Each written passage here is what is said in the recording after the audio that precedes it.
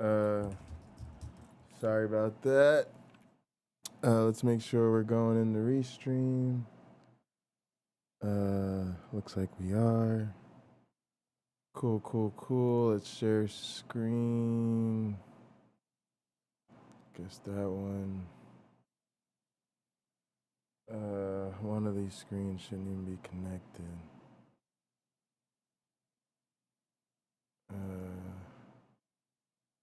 Oh yeah, I connected it. All right, let's identify, disconnect to.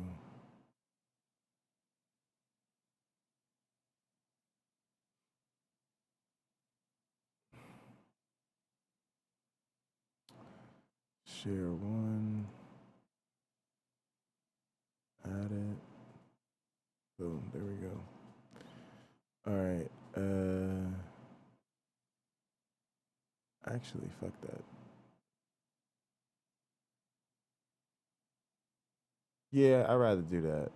Let me think. Yeah, let's do that. Let's just do that. That's fine. Let's get this Discord back up. Let's get some music going.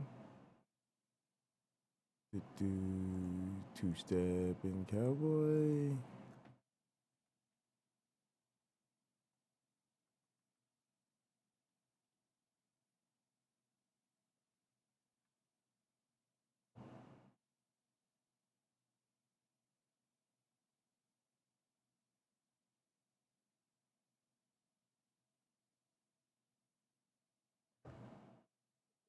Why is this not playing through my speakers?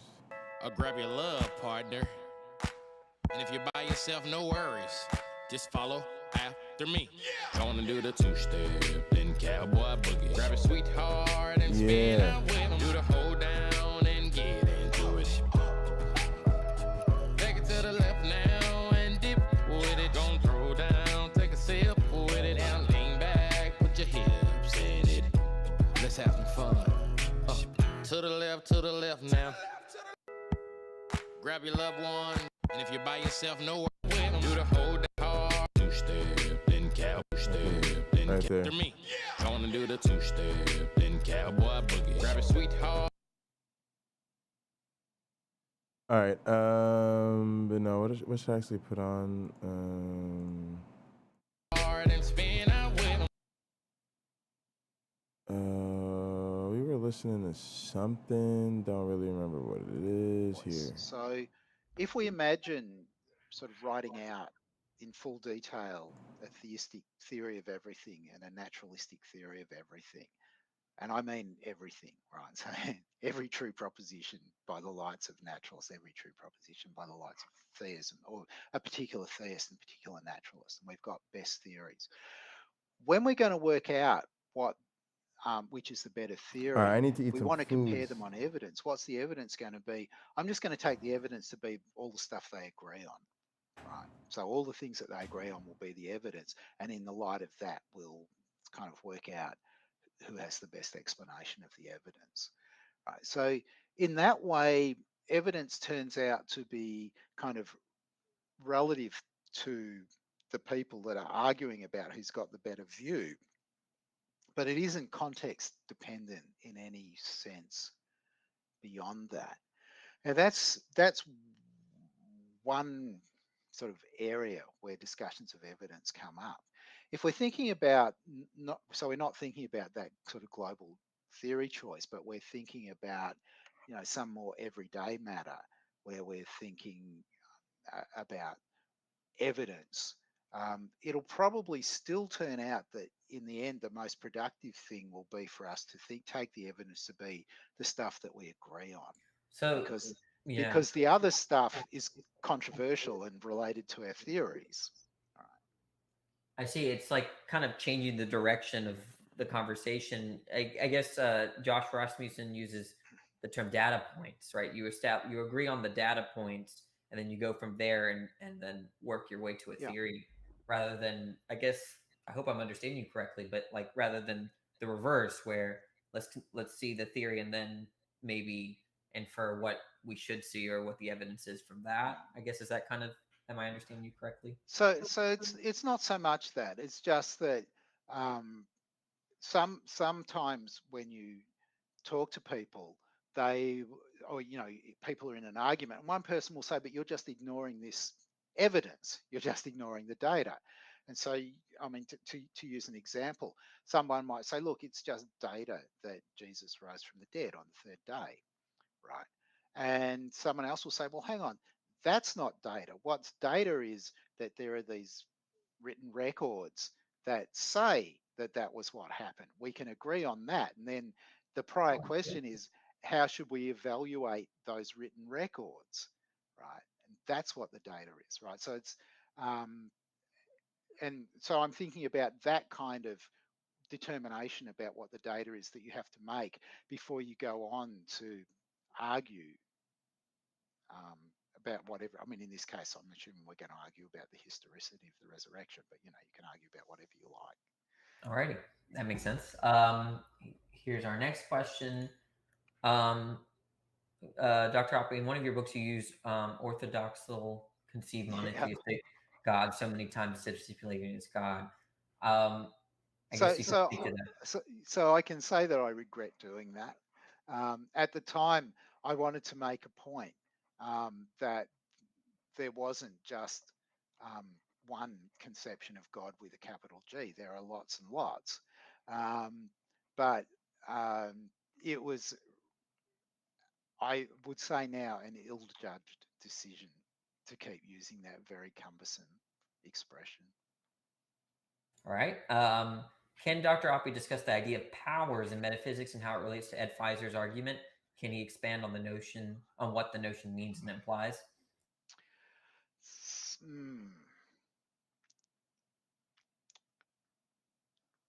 So what do I want to say about this?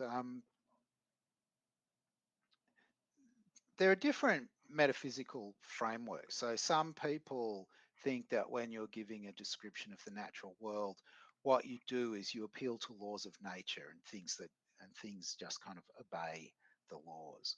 But law of nature sounds like a kind of metaphor, really. It's not like there's a legislature that legislated the laws of nature and so on.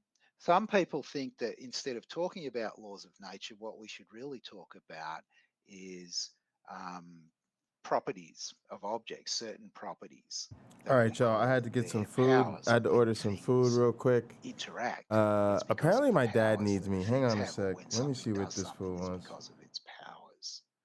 Right. The ontology, and so a kind of different way of thinking about this, or it's not entirely unrelated. Did you hear the bot go off? I don't think not all of the properties will be That's powers, a good point. I don't think the bot is pulled up on this kind of machine. Sort of Let me pull it up. What the thing does or what happens to it will be its powers. All right. Cloud. Yeah, there's a lot of sense of causal powers. There's some senses of causal powers that are really hard for me to understand, but then there's all right. It says it's on. Let's see. More transparent. So, but it's interesting nonetheless. But Dessel had one more question, and then we'll wrap it up. I think this is the last question that I found. Can contemporary Bayesianism supply a good solution to the problem of induction? Yeah, hang on a sec. Okay, so maybe the question is... Yeah, something's going on with the bot. Let me... give me 1 sec. Let me take this like call, and then I'll see what's up with the bot. Let's talk about the problem of I'll put Danny up real quick. Raises all kinds of trickiness that I'd rather avoid. So I like Bayesian theories of statistics. I like Bayesian causal modeling. Bayesian when it's not being used against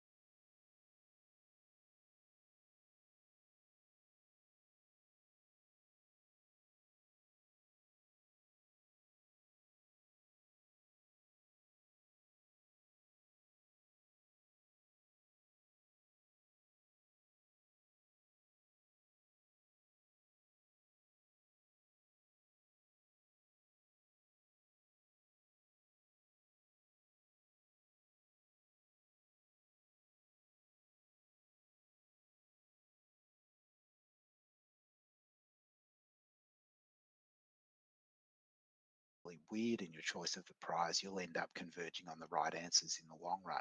Results that you do have for statistical applications of Bayesian methods, but it's not clear that there's anything like that that's relevant when we're trying to do the kind of philosophical Bayesian thing using Bayes' theorem. All right, with that, we'll conclude the show. Thank you so much, Dr. Oppie. You are the most generous people on this platform in terms of your time and being given the status of your, being a professional philosopher and working. So I really do appreciate you coming on. It was great. Thanks everyone for showing up, and thanks to the viewers. Don't forget to like and subscribe if you haven't. But I appreciate y'all. With that, I'm going to go and conclude the broadcast. Y'all have a good one.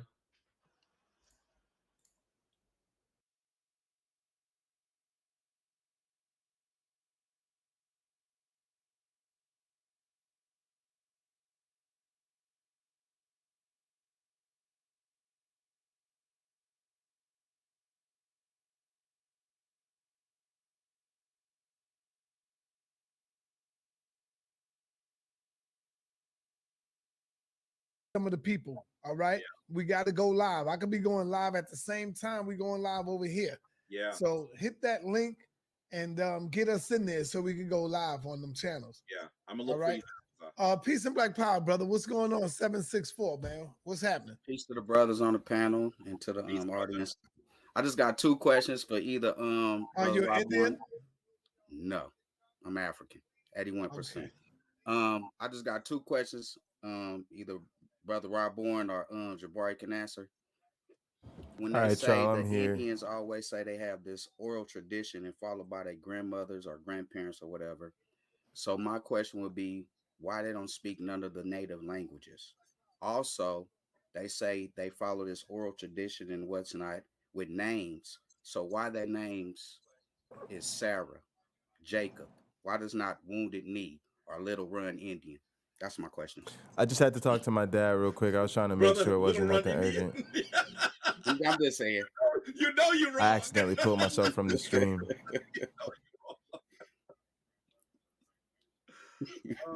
Let me mute. I think, brother, that's a tough question. I mean, for us to answer, because in actuality, we don't see them having the kind of lineage or experiences. Our sister Shanjor was trying to say that the culture that we practice as African Americans is Native American culture. She said, if you like jerk chicken, that's Native American. I said, what? I didn't even say anything. I'm sitting there. That's what she said. I said, what in my head? I said, what? This is another way for them not to even have to explain it. Brother, we have a problem. And, sometimes people say to me, Jabari, why do you have to try to deal with it? But I really do believe that if you don't understand who you are, you won't understand what you must do. And these confusions that exist in our community are destructive. Oh, preach it, my brother. Preach it. Preach it. So, yeah, I hear you completely that the name issue, the language issue, all of those things are real problems. And, the reality is they want to argue DNA, but never take DNA. This is crazy. You want to prove it now? Show me your DNA test. You want to argue DNA, so obviously you must believe it actually is accurate, even though you don't understand what you're reading. Take a DNA test and show me something. So. Ooh. All right, brother Jabari, I'm gonna end this show. Let me bring on Cosmic. What's my favorite anime? I don't say what you gotta say. Thank you for coming in, brother. I don't know anime. I don't watch anime. All right, we're gonna end this thing. I'm trying to find a cute girl that's trying to introduce me to it. Now, Sonetta knew to say the best for last. Jabari, I am Frequency for the Future, the one that was calling you out in the chat or whatever. Now, great. Now, okay, what's up? You ready? All right. Now, all right, I got it. I got just a couple questions, a couple statements. I don't think that you can debunk it, honestly. And I've been waiting for our two minds to collide, right? So the first thing I want to ask you, I want to say is, I feel as though you're playing semantics a lot. Yes, a lot. Because you use the word African so much, but scientifically, that's not who we are. Scientifically, there is only 4 classifications of humans on the planet. Negroid, which is us. Mongoloid, the Chinese.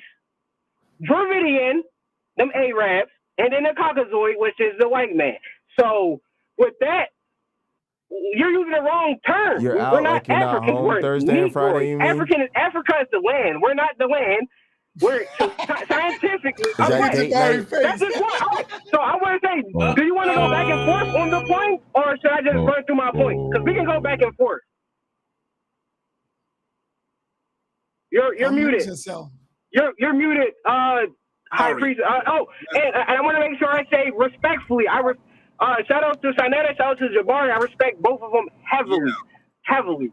And let me say to you, brother, I'm and glad let me say to you, brother.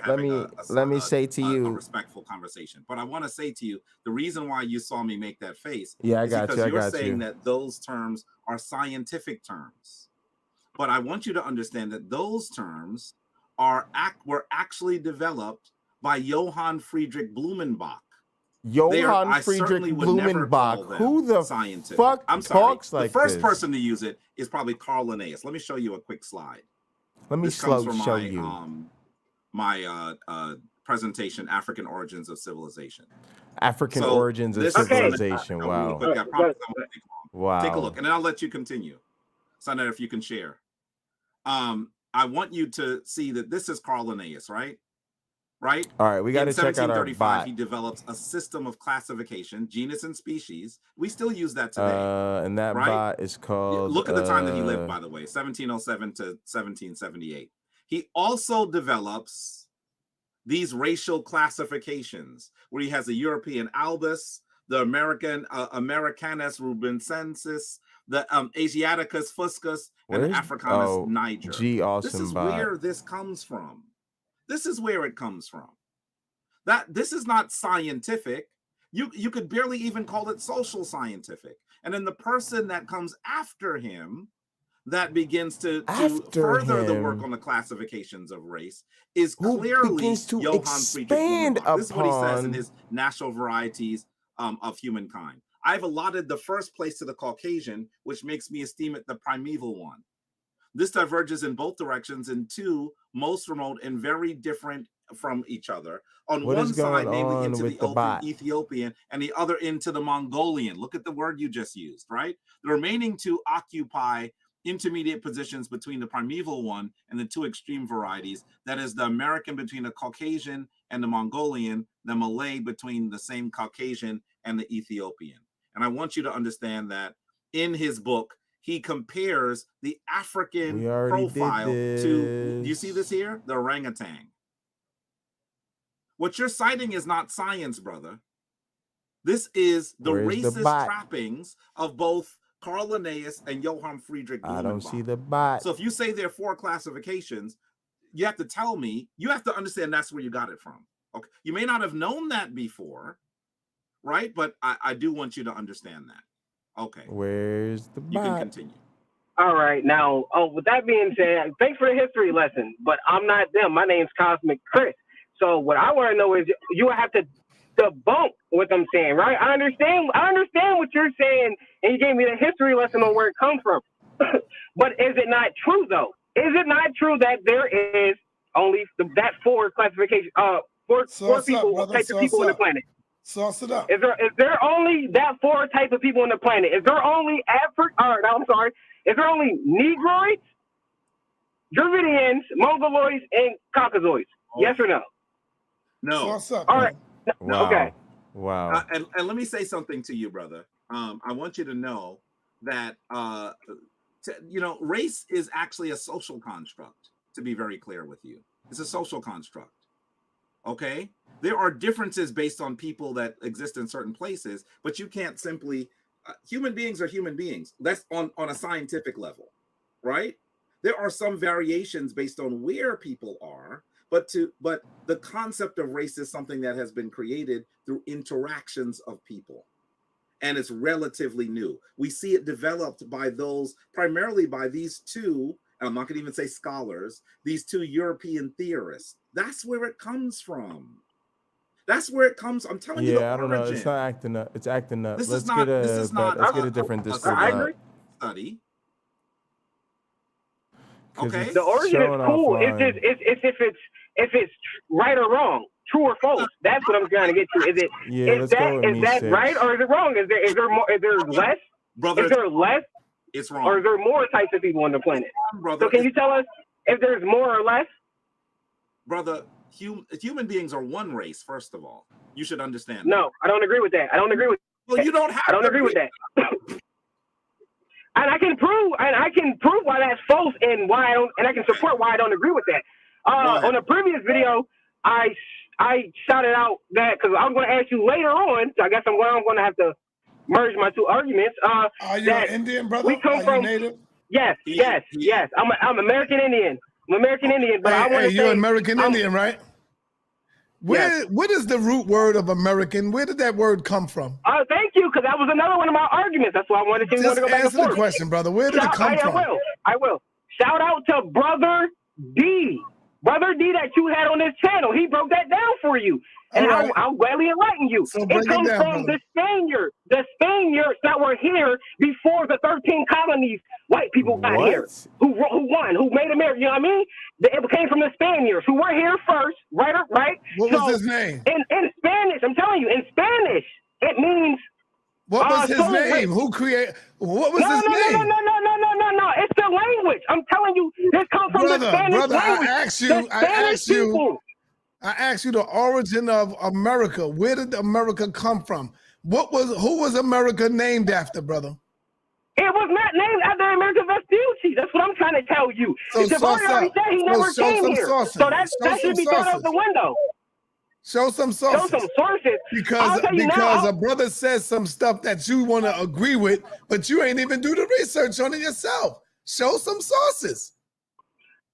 Tell you my source. I'm telling you my source right now. My source is literally the language. Is that not the source? You can go to the language and look at what America means. He told you that it was a corruption of the word, and that's what it is. It's a corruption of the word, literally, of Alma. These guys are wild. Rich soul, and that's who we are. We're the inventors of everything soul food, soul music. Come on, don't play these games. I'm not here to play the games. Yeah, and y'all know that this is true. This has nothing to do with America Vespucci at all. There was white people that spoke Spanish here before, and the white people, the English white people, just stole, you know what I'm saying? They just built on top of what already was here.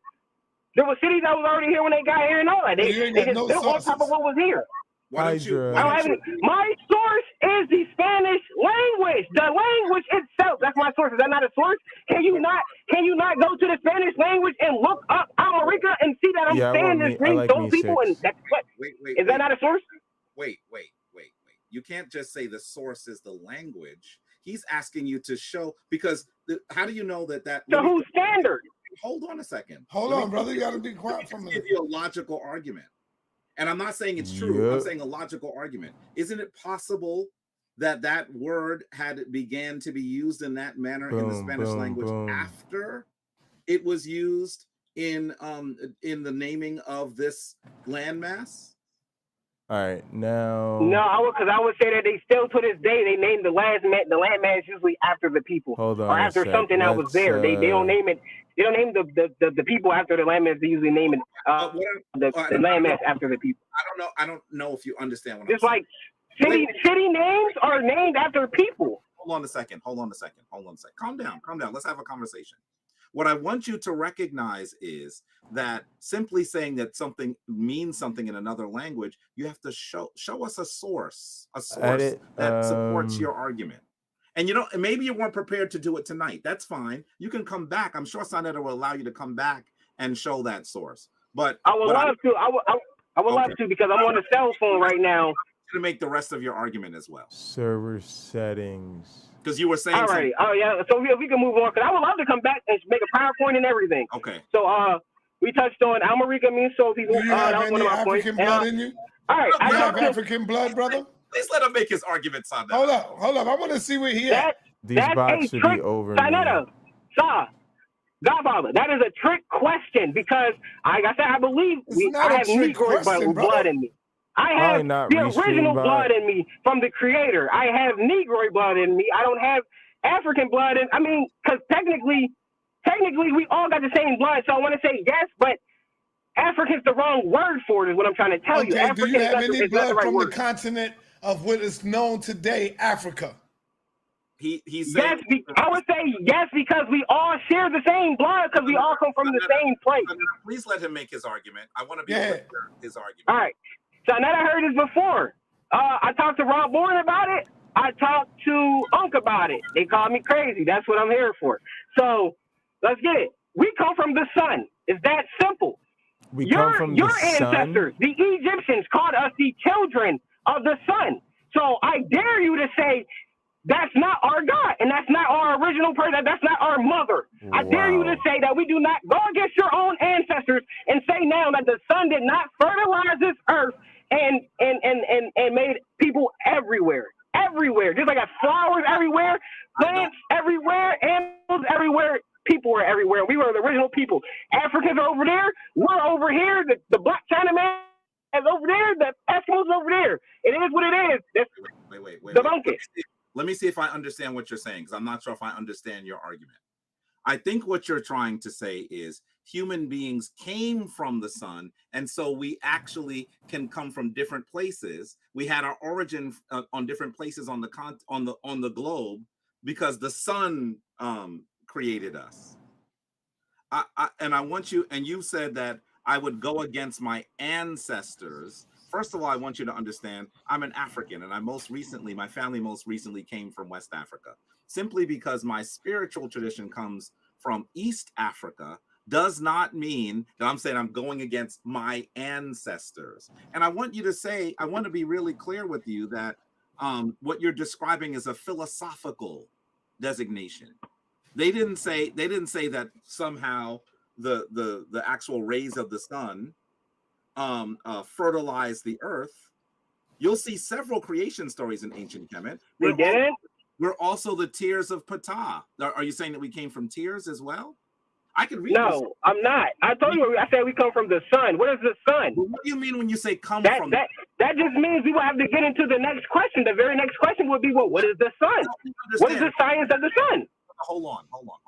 When you say we came from the sun, how are you? Yeah, it's just ridiculous. Yeah, it's this like black pride. From my it's studies, just so and I'm weird. just a truth seeker. I'm not a scholar like you guys. The ancient Egyptians said, so we're the sun people. Watching the channel. But I'm a truth seeker, and like I told Senator the other day. And why does everybody call himself a truth seeker? Like, you don't have to make yourself seem so stupid by insisting on your truthiness when we all know you're fucking lying like a motherfucker. It's ridiculous. So I believe that we come from the first cell on the planet. Was like a prokaryotic cell. It was like a prokaryotic cell, my guy. A black woman, and we come from the black woman. It seems like it's basic knowledge. Just am I wrong? Am I wrong in saying that I thought I heard you make a polygeneticist argument? In other words, all right, now let's humans develop there that see what these bots got for us. Yes. Is there any other custom pay tiers with roles benefits for your Discord servers? Being that you can make that argument on? Even plants, we want to do memberships, but I think we want to do them through the website. We'll worry about that later. I mean, are you saying that like the sun shone on the planet and somehow all of us developed? I mean, I hope you understand that if we develop in different places, that we would should not be the still welcome be channel. the same genetic makeup. We would not be able to still be the same genus and slight species. Differences. I would say slight differences, though. But we're all the same genus and species, Homo sapiens sapiens. Live now, general. If we developed in different places, why are we all the same thing? Gifts, links. See that we're having a great conversation, and then your guys are going to call me crazy, so I'm not even going to say it. But there's a lot of things that play in a part to that. But I would say you got intros. The ancient Egyptians. My knowledge of right now really will force me to say the ancient Egyptians civilized the world. Let me see. Should it be intro? Should I change the name of the channel? You know what I'm saying? They spread out. They were, you know what I'm saying? From what I've seen, it seems like Egypt was a college. or something, a university of a sort where people would go from all around the world or somewhat. But it seems like they brought us up to the standards of now. So I would give that to Egypt. I would never take anything away from Egypt. I just believe that we're not all from Africa. I've studied Kemet for going on 4 decades now. Going on 4, not quite 4 decades, like 30, going on 35 years. And I'm going to say to you, I've studied it extensively. I've taken, this is going to be my 22nd trip there. I believe 22nd trip. And let me say to you that I wouldn't make that argument. I wouldn't make that argument. I mean, I understand that, but can anyone debunk the argument? Civilization. I'm talking about the literal being, the physical beings that we are. If we all were sort of seated on the planet simultaneously, wouldn't we have developed into different beings? Or how could we all be the same thing seated by the sun, brother? I mean, I don't think anyone that studies solar energy would make the argument that I shouldn't say don't. I'm talking about black people, though. Just to be specific for everybody that's watching, I'm talking about black people. We're not so the white man is not like us or nothing, right? No. So where did the white man come from? Because he couldn't have came from the sun too, right? So how are we able to have offspring if we're so different? Yeah, but hold on. Where did the white man come from, brother? The white man comes from monkeys. He comes from Neanderthals. We're not Neanderthals. So we come from the sun, but the white man come from the monkey. Oh man. Bro. Yes, I would say. No. He doesn't come directly from the monkey. This is like I said. If I say this out loud, y'all going to call me crazy, but I'm gonna say it anyway because the truth always sets you free. So whether you believe in aliens or not, aliens are real. They're coming out with it on Fox News now because of the Freedom of Information Act. Aliens do have a role in human life. It does. And I'm gonna ask you this: if you guys don't believe it, I'm gonna leave you with this. Where did the white man come from, brother? Don't take me nowhere else. I'm telling you. I'm trying to tell you. So if the white man come from something totally different, why are you able to? Why are you? Hold on, engineered. If he was created, then why are you able to lay down and have babies? Because anybody that will tell you that works in a hospital, which my sister does, and told me to my face after I came across his research, every interracial couple gets a Rogam shot, no matter what. They stick you up with stuff when you go to a hospital anytime. Go debunk it. Go look it. Go check it out. Go ask a doctor. Bro, you gotta stop this, brother. You're making us think crazy, no. You have to debunk it. You can't tell me to stop it. That's disingenuous to the people. Debunk it. Every interracial couple get a Rogam shot. If there's anyone watching right now that's an interracial couple, please put in the chat, have you ever gotten a Rogam shot before you had a baby? Wait. Hold on. I didn't even hear what you said. Calm down a little bit. Calm down. I'm sorry. If Tanetta was talking, I'm sorry. It was just. But I didn't even hear what you said. You said you get some kind of shot. What are you saying happens with the shot? It's called a Rogam shot, and it's literally made just so for them to have babies. No matter what, the white woman system or the black woman system would send anybody to kill that child if she does not get that shot. It's called a Rogam shot. If you don't gotta believe me, look it up. The majority of people on the planet aren't born in hospitals. All right, rules and roles. I don't want anybody to be able to. That's a fair thing to say because yes, they are. When most of the planet has been conquered. There are people all over the world that I mean, and certainly all. Brother, you just been debunked right there, brother. That's a fact. Don't forget. Don't think. Hold on, Jabari is right. There wasn't always hospitals here, brother. Let's do it for the category. Remember, we was in Africa having babies the normal way, brother. So you debunked yourself. And so that's why you guys have the burden of proof. No, you guys are burden of proof. I haven't debunked. Y'all haven't debunked me, and I haven't debunked me. Y'all have the burden of proof to prove that y'all have the burden of proof that we were having babies with white people. Y'all say that, but we're not forced to believe it. I don't believe that we were raped as much as y'all make it out to be during slavery. No, y'all give the white man too much power with that. You really think a big black, you really think a fucking alpha man, even though he might be enslaved, is gonna buckle down like that? Y'all really think that low of us? I don't. So I'm not in denial or any of that. I really believe that the story is being spiced up. They're stretching the truth, and it's not exactly how we were told. We were not raped as much as you guys want. We were not as much of victims as you guys want us to be. It's that simple. Guys can view this It's the burden of channel. proof is on you guys to prove that we had babies with white people back in the day. It's not on me. Hold on. I'm not even exactly sure how you would make that a burden of proof. That would be the easiest thing for us to demonstrate. The easiest thing In view the world channel to demonstrate. I history. can show you a large number of people from the continent of Africa who had interaction, for example, during the Roman Empire, and we see even images, paintings of their offspring. I don't even want to go there, but what I want to ask you is this: is what I want to ask you, right? You're suggesting that the only way that these interracial children are able to be born is that they're shot with a particular drug. What's the drug you're calling it? Rogaine? Text channel. Sorry. Where is it? What are you saying? I'm sorry. It was kind of breaking up. Read message history. What's the name of the shot? You're saying anyone that's interracial has to be shot. Rogaine shot. What's the? Can you show us what Rogaine? That's it. You I'm can about to view try. it. You can read I got an iPad. I will try, but I don't. Like I said, we can do this another time, and I can make a PowerPoint, and I can actually show you guys how my mind really works. Because I believe, like I said, my mind got me here. I'm talking to Jabario Sade, and we're having a great conversation, a great dialogue. So I'm pretty sure my mind can put together a pretty good PowerPoint as well. But now, welcome. Either way, can we move on just a little? I still got a couple of, because I feel as though you guys have not proven that we.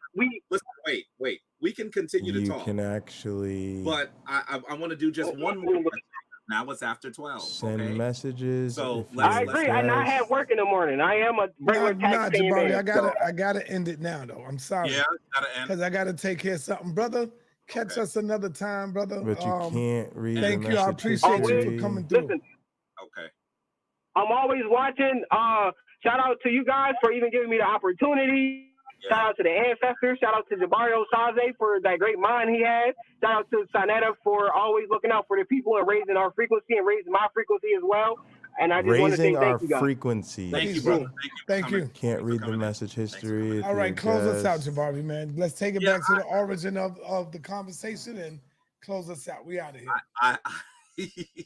That was members can read the message history. Really saying that we have to elevate our dialogue, right? And that's part of what I'd like to do. I think that it's possible to disagree and to try to come to a point where you come to some sort of agreement by looking at sources, by making logical arguments, by trying to engage in some really helpful discussion. And I guess the reason why I'm here, Sunday, even though I've had a really long day, is because I think that unfortunately our sister Shanjor poisoned that a little bit in our conversation. We were disagreeing on points relating to whether people of African descent, people that are called African Americans, are actually stickers, from the continent of Africa or emojis, not, and they disagreed. And I really thought that we were having a not a great conversation, but at least a conversation. And then it went really it went into a really poisonous. Actually, can't do links and files. Kind of slurred with something.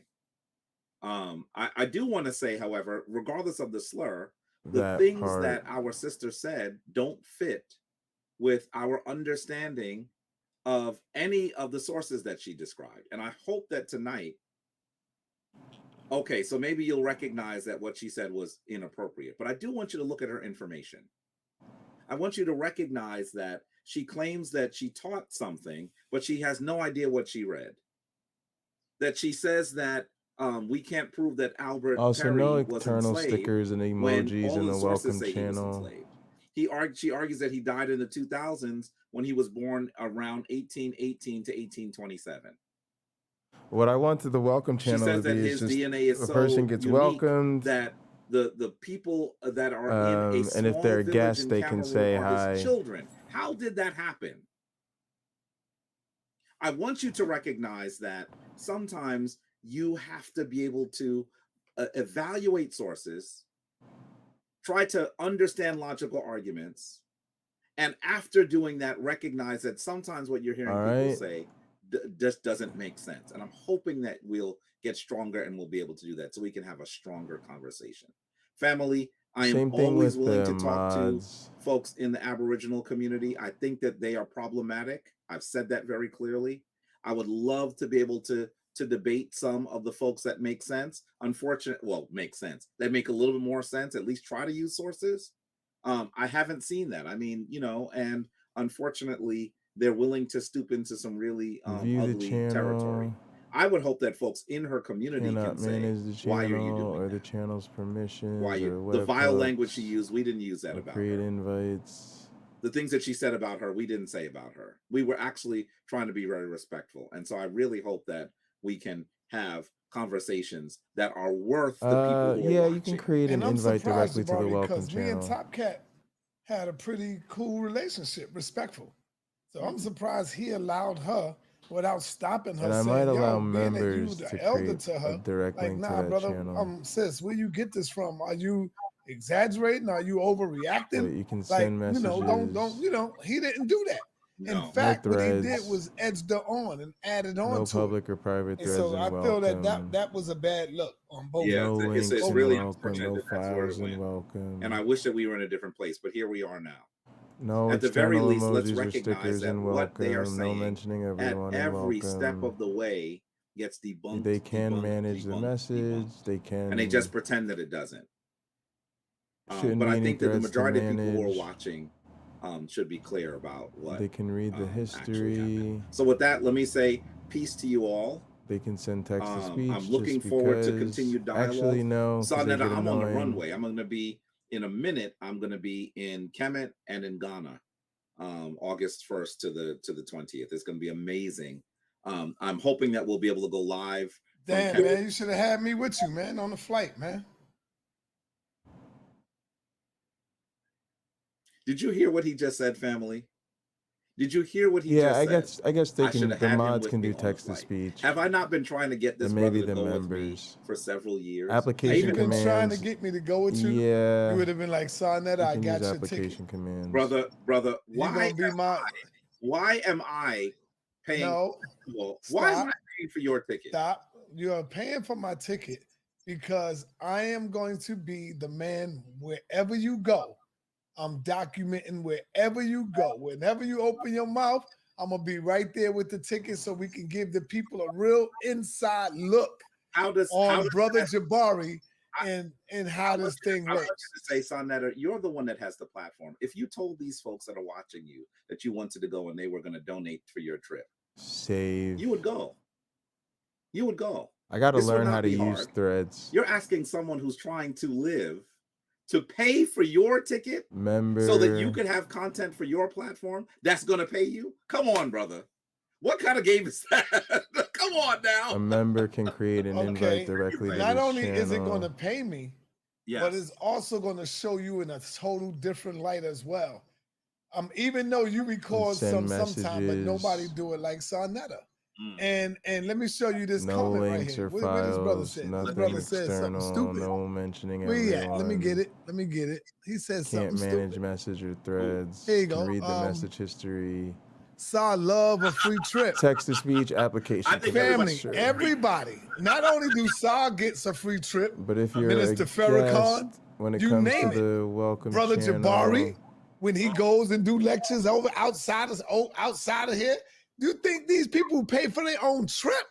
No. I want you to be able to view that channel. They don't pay for their own trip. The people where they bringing this knowledge from, family, to keep it a buck, like Jabari said, my people should be getting me there to bring this information back to you. They should. You cannot invite anybody. But if you had told them that's what you wanted to do, they would do it.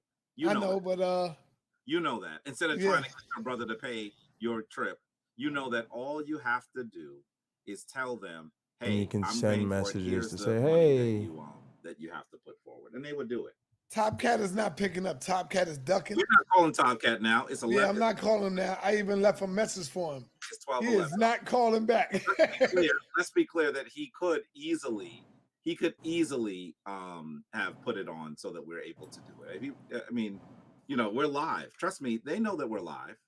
Yeah, they know. There was even an alert for this before it happened. Read a message They know history. I wouldn't be surprised if Sister Shan Jor is watching. No, you can't I wouldn't read be a message surprised history. if Top Cat is watching. I wouldn't be surprised if a bunch of their minions and they watching. Nope. You know they watching. They was all up in the chat. You know. Peace and Black Power, Jabbar. We out of here, man. Yeah, man. Peace, family. All right, so that's how I want that set up.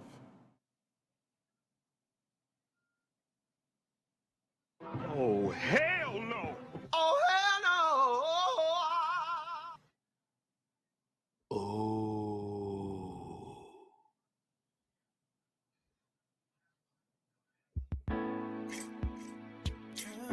Even the admins, I'm gonna overwrite their stuff in here. They can view, they cannot manage this channel or permissions or webhooks. They can create an invite to it. They can send messages. They cannot send messages in threads.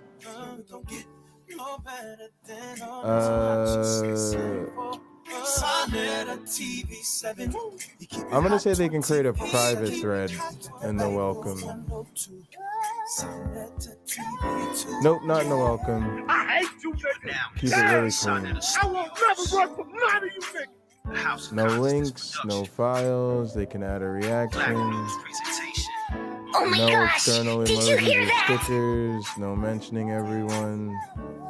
They can manage message. They can delete I hate threads. you, nigga. Dang.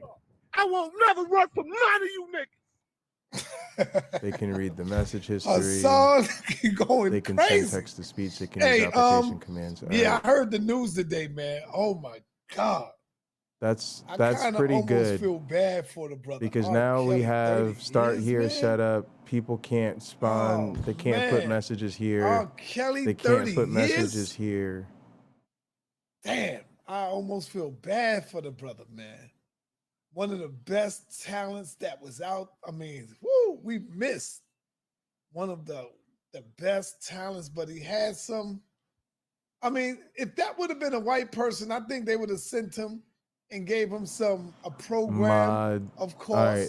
For the most part, in here you can view the channel. But he would have probably did sometime. But Let's God say you damn, can't do 30 anything years? else other than view the channel. No program. You think that's going to be helpful? But he's what they call a nigga. Create invite. 30 years, man. No, you can't invite people to Damn. yeah. Stand up, R. Kelly. Stand up. Stand up, brother. Peace and Black Power, family. Hey, and the last thing I want to say is, how many brothers could be locked up that didn't do nothing with girls out there like Hocus Pocus Hunters, Hocus Pocus Hunters, Hocus Pocus Hunters, Pretendian Squad. How many brothers? Who is this that's locked guest? up that she could have possibly put away? Because I know this ain't the first time. And start here? Guest can't lied. do shit and start here other than Remember, view the channel. She said that her husband told her to bring the knife with her. What if you would have told her to bring the gun with you? And you thought we would... This will keep these kind of really well managed. It's crazy, man. Oh yeah, you already know that. You can read the message history. She ain't gonna get far with that. Talking about she's suing me with all the slander that's out there. She would lose. We would definitely counter sue her and get her and take over her little business. That's a fact. Because we didn't slander her. Can't do anything. We used her own words. She's done. I wouldn't, if you're an African-American sister, I wouldn't even dare use her products or go over there because she's just like the Chinese. She know where that money at. She know that African-American women love the parlor, love the beauty parlor, love looking good. I wouldn't spend a damn dime with that woman. She hates y'all. She hates you. She'll tell you in a minute she don't have your sisterhood, brotherly blood in her veins. She got them Can't Indians. send messages. You can read She the got message Indian blood. history. So being that you That's want to it. be over there with the Indians, go sit down and be with the Indians. Get their money. Go get their money. Not my people. Why you want my people's money? You just like the Japanese, the Chinese, that come over here and want to braid our women's hair, do their nails, and then claim you're not no longer with us. You're not a part of us. All right. Yeah, I always had the camera going. If you're yes, a mod, that is correct. I got so many clips. I could show you If why she you're a said, turn the camera mod, off, turn it off, because Jabari was you going can view in these on it. channels. Anyway, peace and Black Power family. I'm out of here, man. But you can't manage them. Make sure you get your ticket, though. Get your ticket. You already see what's going down. It's going down. Get your ticket.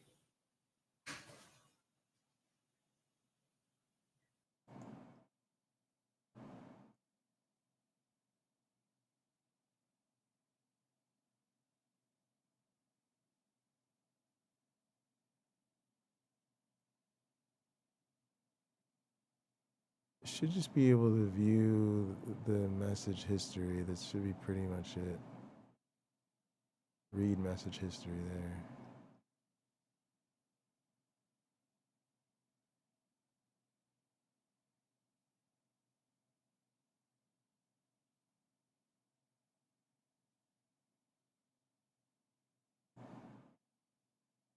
There's no need to do any of this and start here. There may be a need to do to send the messages.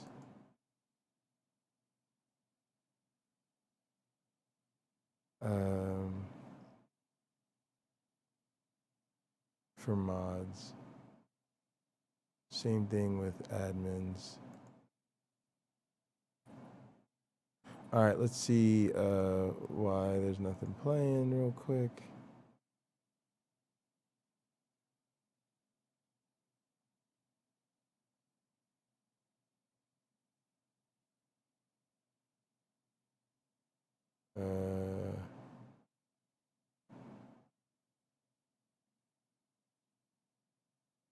Let me see if my food is here.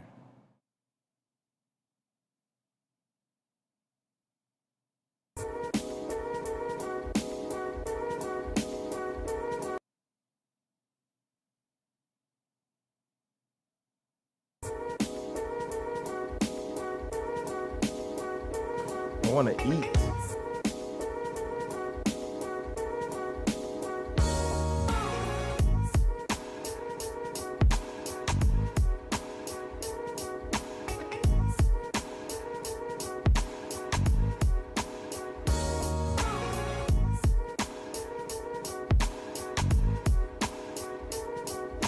Please.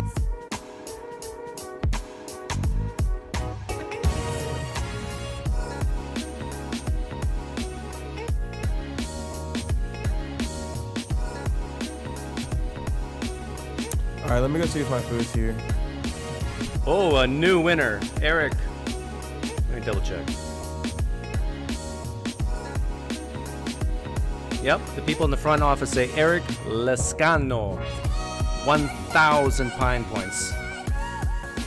You're rich.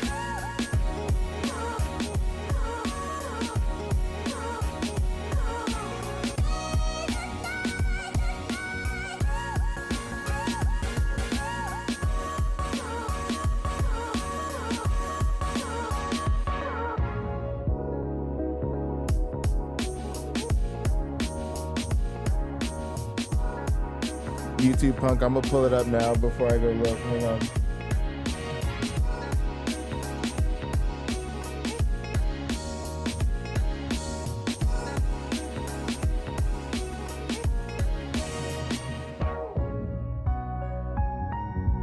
All right, let me go, let me see.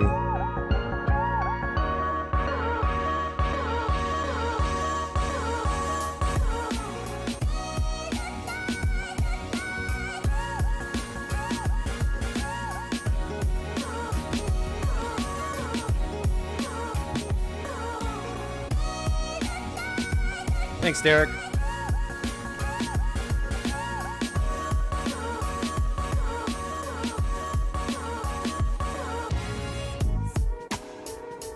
Welcome, Max. Oh, wait, hang on. This looks funny. I gotta pull it up on a different tab. You're wrong. I am all the proof you need. Okay, so who was it? Somebody, somebody said that.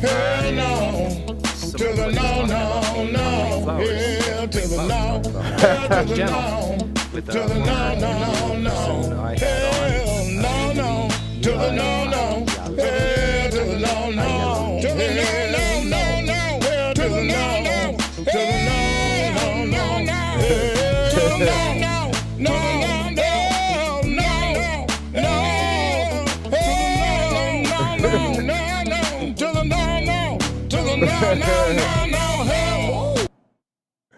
That's a good one to play in the intro, or when somebody's spazzing out. Man, these damn theists, man. Hell to the now, to the now. Some of them are aggressive.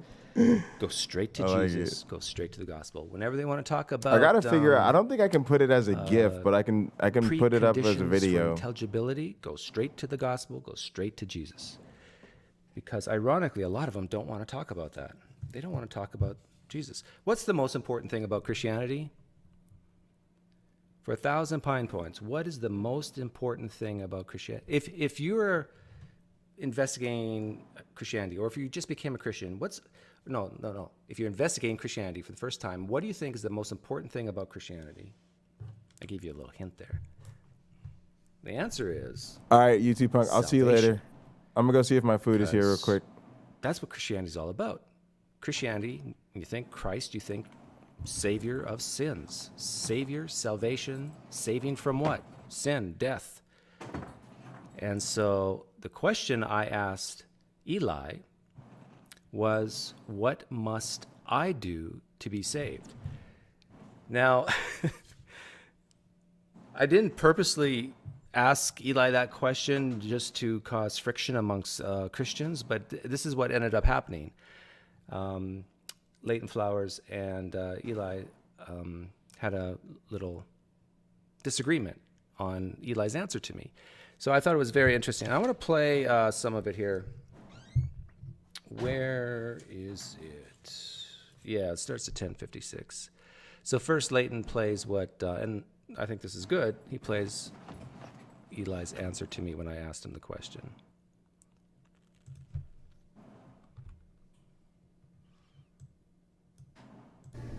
I want to talk about Jesus. Okay. And I want you to let me know, from the best of your ability, what I need to do to be saved. Well, what you need to do to be saved is to believe, and believe in the finished work of Christ. So it's belief, and then your belief will lead to repentance, will lead to your justification. You'll be in right standing with God, and you'll be saved. So that's not just something that's on your side of the ledger. I do believe that God has to do a work in you, and he may or may not choose to do that in whatever time he chooses to do that. I'm a good old Calvinist, so I do believe that salvation is something that God initiates, and he may open your heart at this moment, or he may open your heart later on. But in order for you to believe, the gift of faith needs to be granted to you. Okay, so what I'm hearing you say that is that, and again, this is from our perspective, we're mere mortals, right? So from God's perspective, if he hasn't done a work in me, there's absolutely nothing I can do. I can't even believe him. You wouldn't want to believe. The very fact. I wouldn't have the desire. That's right. If you did have the desire, it's because God is doing a work in you. That's right. So technically, there's nothing I can do then, unless God does something in me first. That's right. In and of yourself, you can't do anything. The Bible says no man sees God. I want to highlight here that Eli is agreeing with my summary, my synopsis of what he's saying. He's saying, yeah, Doug, you understand. Let me rewind. The desire, it's because God is doing a work in you. That's right. So technically, there's nothing I can do then, unless God does something in me first. That's right. In and of yourself, you can't do anything. The Bible says no man sees God. So really, the fact that I currently don't believe is because God hasn't done anything? Like, do you believe in irresistible grace? Yeah, that's right. So if God does not regenerate you, then he is leaving you. If he chooses not to do so at all, he's leaving you to your own means, your own will, which by nature would be a continual rejection. My default state. That's your default state. That's correct. Yeah. So really, it is God's will that I'm not a Christian right now. Well, unless he opens your heart at a particular time, then yeah, the God will choose to open your heart when he chooses to open your heart. Now, that does not mean to say that my preaching the gospel to you is irrelevant. If you went to a good old Presbyterian church, hopefully they went through some of this with you, but we believe that God not only has ends, but he also has means through which those ends are reached. And preaching of the gospel is one of the means by which God utilizes to regenerate those that he's predestined before the foundation of the world.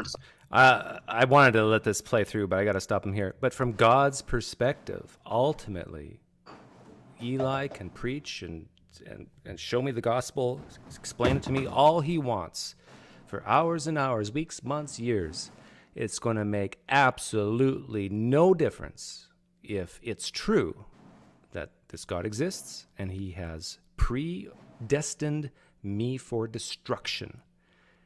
There's no, and so, but Eli doesn't know that. I don't know that. So Eli still has to, share the gospel. But I'm talking, I guess, philosophically right now, that if all this is true, ultimately, what Eli, if his goal was to evangelize with me, he just wasted an hour of his time. If ultimately I am predestined, doomed for destruction. Salvation. Okay, but ultimately, with a capital U, there's nothing I can do to even believe, to even... In and of yourself? No. Okay, that's right. I can't even cry out, even if God hasn't regenerated me. If you cry out, it is because God is doing a work in you. So left to yourself, we're born separated from God. Our natural inclination is to be at enmity with God. If that's true, you will never cry out. God does not pass over people who want to be saved, but he doesn't want to save them. The very fact that you want to be saved is a demonstration that God is already working in that person. And I want to keep this as real as possible. Does that theology bother you at all? No, because if it bothered me, that would be because I hold certain presuppositions. If the Bible's true and what it says about his justice and what we deserve is true, then it doesn't bother me. What bothers me is that it is a weighty thing to have to be an instrument through which the gospel's preached. I want to see people saved. This whole issue of predestination is really from a God's eye perspective. I don't know. So I go earnestly preaching the gospel to anyone, and I pray that God uses what I'm doing to bring those that belong to him to the light, so to speak. So, okay. I like Eli. I remember liking him as a person when I interviewed him. But when that last question I asked him, does it bother you that some are predestined for hell and some are predestined for heaven, that ultimately it's God's decision, his sovereign decision, who's elect and who's not, and he says no, it's really hard for me to say, I don't believe you. I shouldn't say that. I should really not say that, but I think Eli's a human being. And maybe what I should have done there is I should have put it in terms of, I'm quite sure Eli has a child. Eli, if you're a child, if you knew with 100% certainty, if God told you in a way that you could be certain that your child was elected, is a non-elect person, that your child is doomed for hell and there's nothing that can be done about it. It's God's sovereign will that your child, Eli, will suffer. I don't know my guess is he holds the traditional view of hell, but suffer in eternity forever and ever. Does that bother you, Eli, if we take it off me and put it to your own child? It has to. I just think it has to. And I think you have to do some type of mental gymnastics to say it doesn't bother you. Either that or, I'm picturing a slave, like, yes, master, whatever you say, master. What, you want to kill my wife? Yes, master. Go ahead, master. That's almost the type of attitude you have to have in order to say no to that question. And I think a guy like Leighton Flowers realizes this. And this is why Leighton Flowers is not a Calvinist. Because it really makes Yahweh to look like a evil, evil dictator. Okay. So that was the interview, and I want to. I can't play all of it, so I didn't have time to figure out what to play and what not to. But let me. I got the transcript up here. Let's see if I can find a good spot. Okay, I'm just going to play it from where I stopped it and see what Leighton says here. Let's stop there. And before I jump in, people who've watched the first program, Eli, already know kind of my thoughts on that because I gave almost an hour-long critique of what you just said. And so I've kind of already given my affirmative presentation if this was a debate. And I'm not saying it's a debate. We're just having a conversation. But if it were a debate, I've kind of already had the floor for a while. So I want to give you the floor. Is there anything you'd like to comment about that? Yeah. Well, just right off the bat, I think at a surface level, you would agree that Doug would be unable to reach out without God first working. Hopefully, you would agree with that. Obviously, the Spirit needs to do something prior to Doug reaching out and doing something. Okay, for those of you who are not familiar with the Christian lingo, it's going to get, I think, kind of technical in a bit, and I think I'll just fast forward those parts. But basically, Eli, the guy in the main screen, he thinks basically that God has to do something to me first. I am dead in my sins. God chose me first before I chose him. And since I am dead spiritually, a dead person can't reach out to God. A dead person can't do anything. And so it is through God's sovereign grace, sovereign will, sovereign decree that I get to be saved. Now, a guy like Leighton says, yeah, but God knew that I would choose him, and so that's why he chose me. But here's the problem with this idea. And the problem is, I was trying to think of a good analogy. By the way, what I'm saying here is I think the Calvinists have it right as far as the story goes. Is they're more consistent. Because if you ask the question, did the universe exist before Yahweh created it? And the answer, Christians would say, of course not. That's a stupid question. The universe did not exist before Yahweh created it. So did my choice on whether I would choose Christ or not, did it exist before I did? How would a Christian like Leighton Flowers answer that? Did my choice exist before me? If you believe in the most powerful form of libertarian free will, I think you would have to say, no, my choice did not even exist. How can God have foreknowledge on something that does not even exist yet? That I'm freely to go one way or another. And even if you can somehow put it in your mind that, yeah, it's possible, then you have another problem. And the problem is, even if God could predict it, even if he can predict it, I am still the person who is causing God to know things. So God becomes dependent on a guy like me for what he's going to in the future know. Now, I think for a guy like Leighton Flowers, this is going to bother him. Because without me, without Doug, God could know nothing about Doug. God's dependent on Doug because he only knew what I would do in the future. So here you have this, and this is I think the difference between guys like Eli and guys like Leighton Flowers. Eli values this whole idea of sovereignty, I think, a little bit more than Leighton. Leighton values it as well, but Leighton values things more like the justice part of it. Well, if I am just decreed to go to hell, that's not fair. And God, Yahweh is a bad God if that's true. And so this is, I think, the difference between these two gentlemen. And I think what you end up seeing is theology being dictated by personality types and what people value, how they were raised and so forth. And wouldn't it make more sense? Wouldn't you expect this to happen if Christianity is a religion just made up by men? Wouldn't you expect, if this is a true religion, that God would have made it clear to guys like Eli and Leighton on the most important thing about Christianity, and that is salvation? You would think these guys would be on the exact same page. I homeschool my daughter. I teach her a lot of different subjects. And my daughter gets, after I've done teaching a certain subject, a certain thing, my daughter gets it. And we can confirm that she gets it. We can look at people doing the question, getting the same answers and so forth. Am I better than God at explaining things? Is Pine Creek better than God at explaining things? I didn't know Doug was a homeschooler. Like, and I'm explaining things that are really not that important in the big scheme of things. But Yahweh, the most important thing, salvation, seems like Yahweh can't explain it to his own children. We're seeing two gentlemen here who just disagree. Okay, I've been doing too much talking. Got to let them talk. So on a surface level, I think we both would agree with that statement. However, I think where we would differ, obviously as a Calvinist, I think that when God does extend a particular kind of grace in which upon those who belong to him from before the foundation of the world, he does so effectually.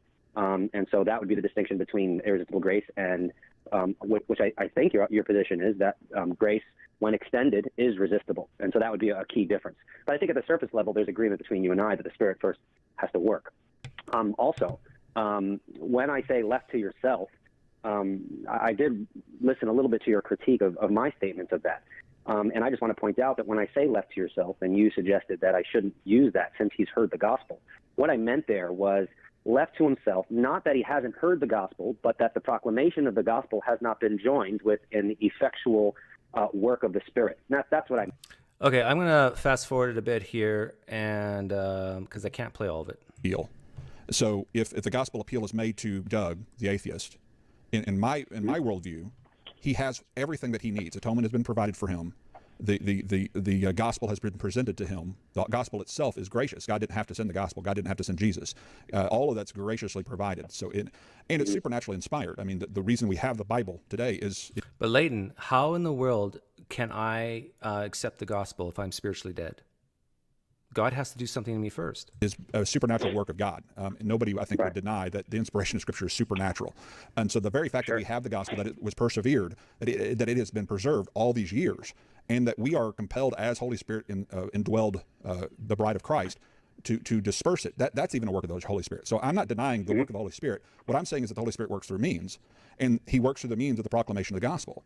And therefore, when you make an appeal to Doug, be reconciled to God, believe, then he is being confronted by God in the sense that you are his ambassador, as I think 2 Corinthians, 5:20, that says Christ is making his appeal through us, be reconciled to God. And so when it comes down to that choice, on Calvinism, Doug, if he's a reprobate, a non-elect person, and we don't know that he is for sure until he dies, obviously. Oh, we don't know if Doug is a reprobate until he dies? Why is it, Leighton, that you can know that you're not a reprobate, but we can't know if I am a reprobate? You notice how it's not, what's the word? It goes only one way. It seems like the Calvinists or Christians in general seem pretty confident that they can say, oh, I know I'm saved. But we don't know if Doug's not saved yet because he's not dead yet. Doug might change his mind, and we might find out that someday he'll become a Christian. You notice how that works, that it's a one-way street? In fact, that was one of the questions I asked Eli, and I forget his answer. Oh, I think I remember his answer. I asked Eli, do you have the free will to reject Jesus after accepting him? And I think he said no. I think he said a hard no to that because it's not in my nature anymore to reject Jesus. But if he is a non-elect person, a reprobate, then he cannot willingly accept that appeal because either atonement has been withheld from him if you're a 5-point Calvinist, and this effectual work of grace, or this gift of effectual faith or whatever, has been withheld from him. And obviously I would disagree with that. I think atonement has been provided for Doug, and I believe that the gospel itself is sufficient in its revelatory nature. In other words, it sufficiently gives Doug all that he needs to repent and believe. And therefore, any resistance on Doug's part is his own fault, not a lacking of God's creation, not a choice. Yes. This is why Leighton Flowers is not a Calvinist, because he does not want this to be the blame to be placed on God. Pine Creek is not a Christian, and don't blame God for that. Pine Creek had all the opportunities in the world. He had the gospel presented to him. So it's Pine Creek's fault, not God's. But the problem with this thinking is it diminishes the sovereignty, the will, the decree. What if God does not want Pine Creek in heaven, Leighton Flowers? What if your God is real and true, and he just doesn't want me? Isn't that possible? Isn't that even probable, given that wide is the gate to destruction and narrow is the gate to life? It's like, I don't believe any of this is true, mind you, but this is why I think Calvinism is more consistent than non-Calvinism, is because issues like this. I remember when I got married, I had to I had to answer a question from a pastor to get married in that certain church, and the question was, who is saved? What's salvation, and that sort of thing, or who goes to heaven? I think that was the question. Who goes to heaven? And I answered, whoever God wants, because that's a question that Christians cannot fight against.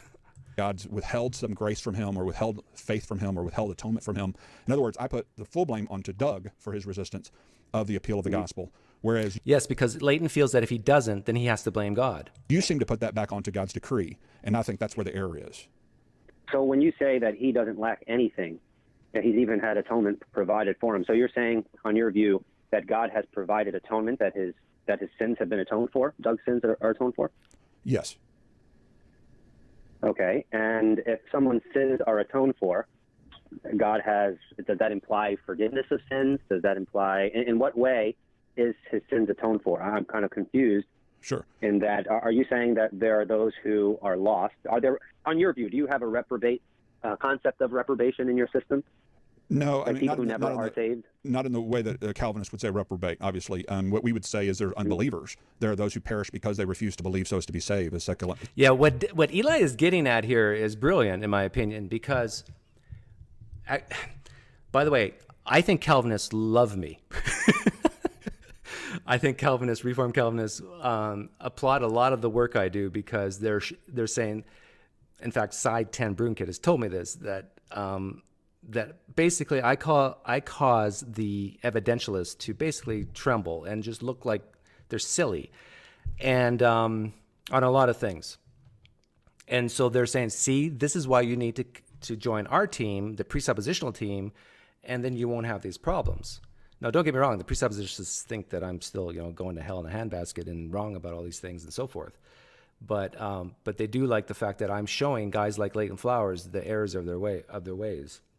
But Eli is brilliant here, because if Leighton Flowers says true, if I ask Leighton Flowers, true or false, before the creation of the universe, Yahweh knew if Pine Creek would go to heaven or hell, I have a sneaking suspicion Leighton Flowers would say, God does know that you're going to go to heaven or hell before the creation of the universe.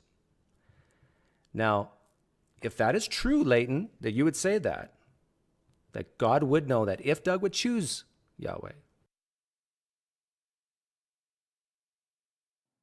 There's a being who, before there were any other beings, knew whether our beings would go to heaven or hell for eternity.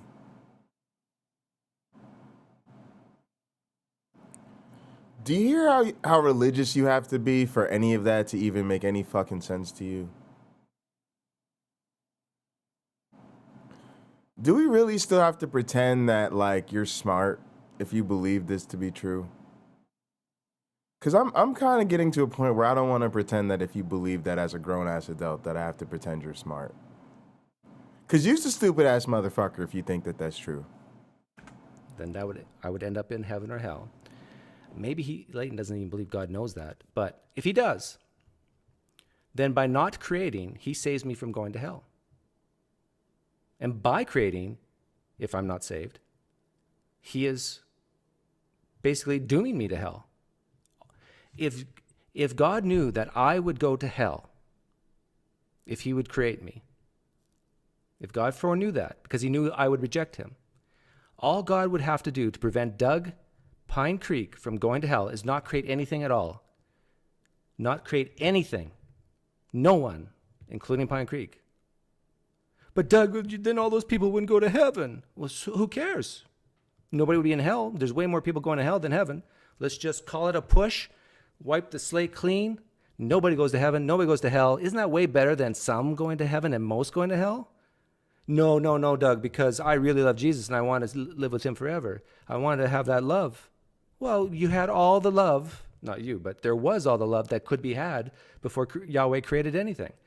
I have a whole video on this, but this is the problem with non-Calvinism. Well, and it's the problem with Calvinism too, because it makes God look like a schmuck. 2 Thessalonians 2:10 says. So if you refuse to believe, then you will perish, but that's your own fault, not because God's refused you or withheld something from you. Right. But when God chooses to create this world, he knows precisely who will believe and who will not. Right. And yes, that's exactly what I was saying. I perceive you're getting into the philosophical now, right?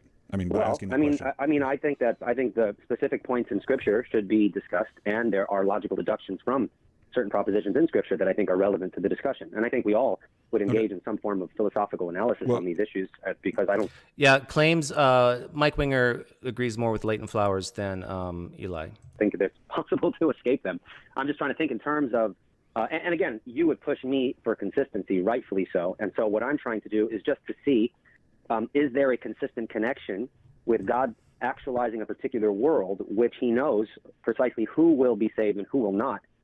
There seems to be, it seems to necessitate, and I use that word carefully, a kind of reprobation within your own system. So I don't see how this is relevant, particularly to my position. That's what I was getting at. Not if you affirm libertarian free will. And this goes back to the discussion you had with Eric on Andrew's show, which I listened to and thought Eric did a good job explaining Molinism. I've never affirmed Molinism. I've always said that I think Molinism is a sufficient answer. It's not a necessary answer to believe the Bible. I think it's a sufficient philosophical answer.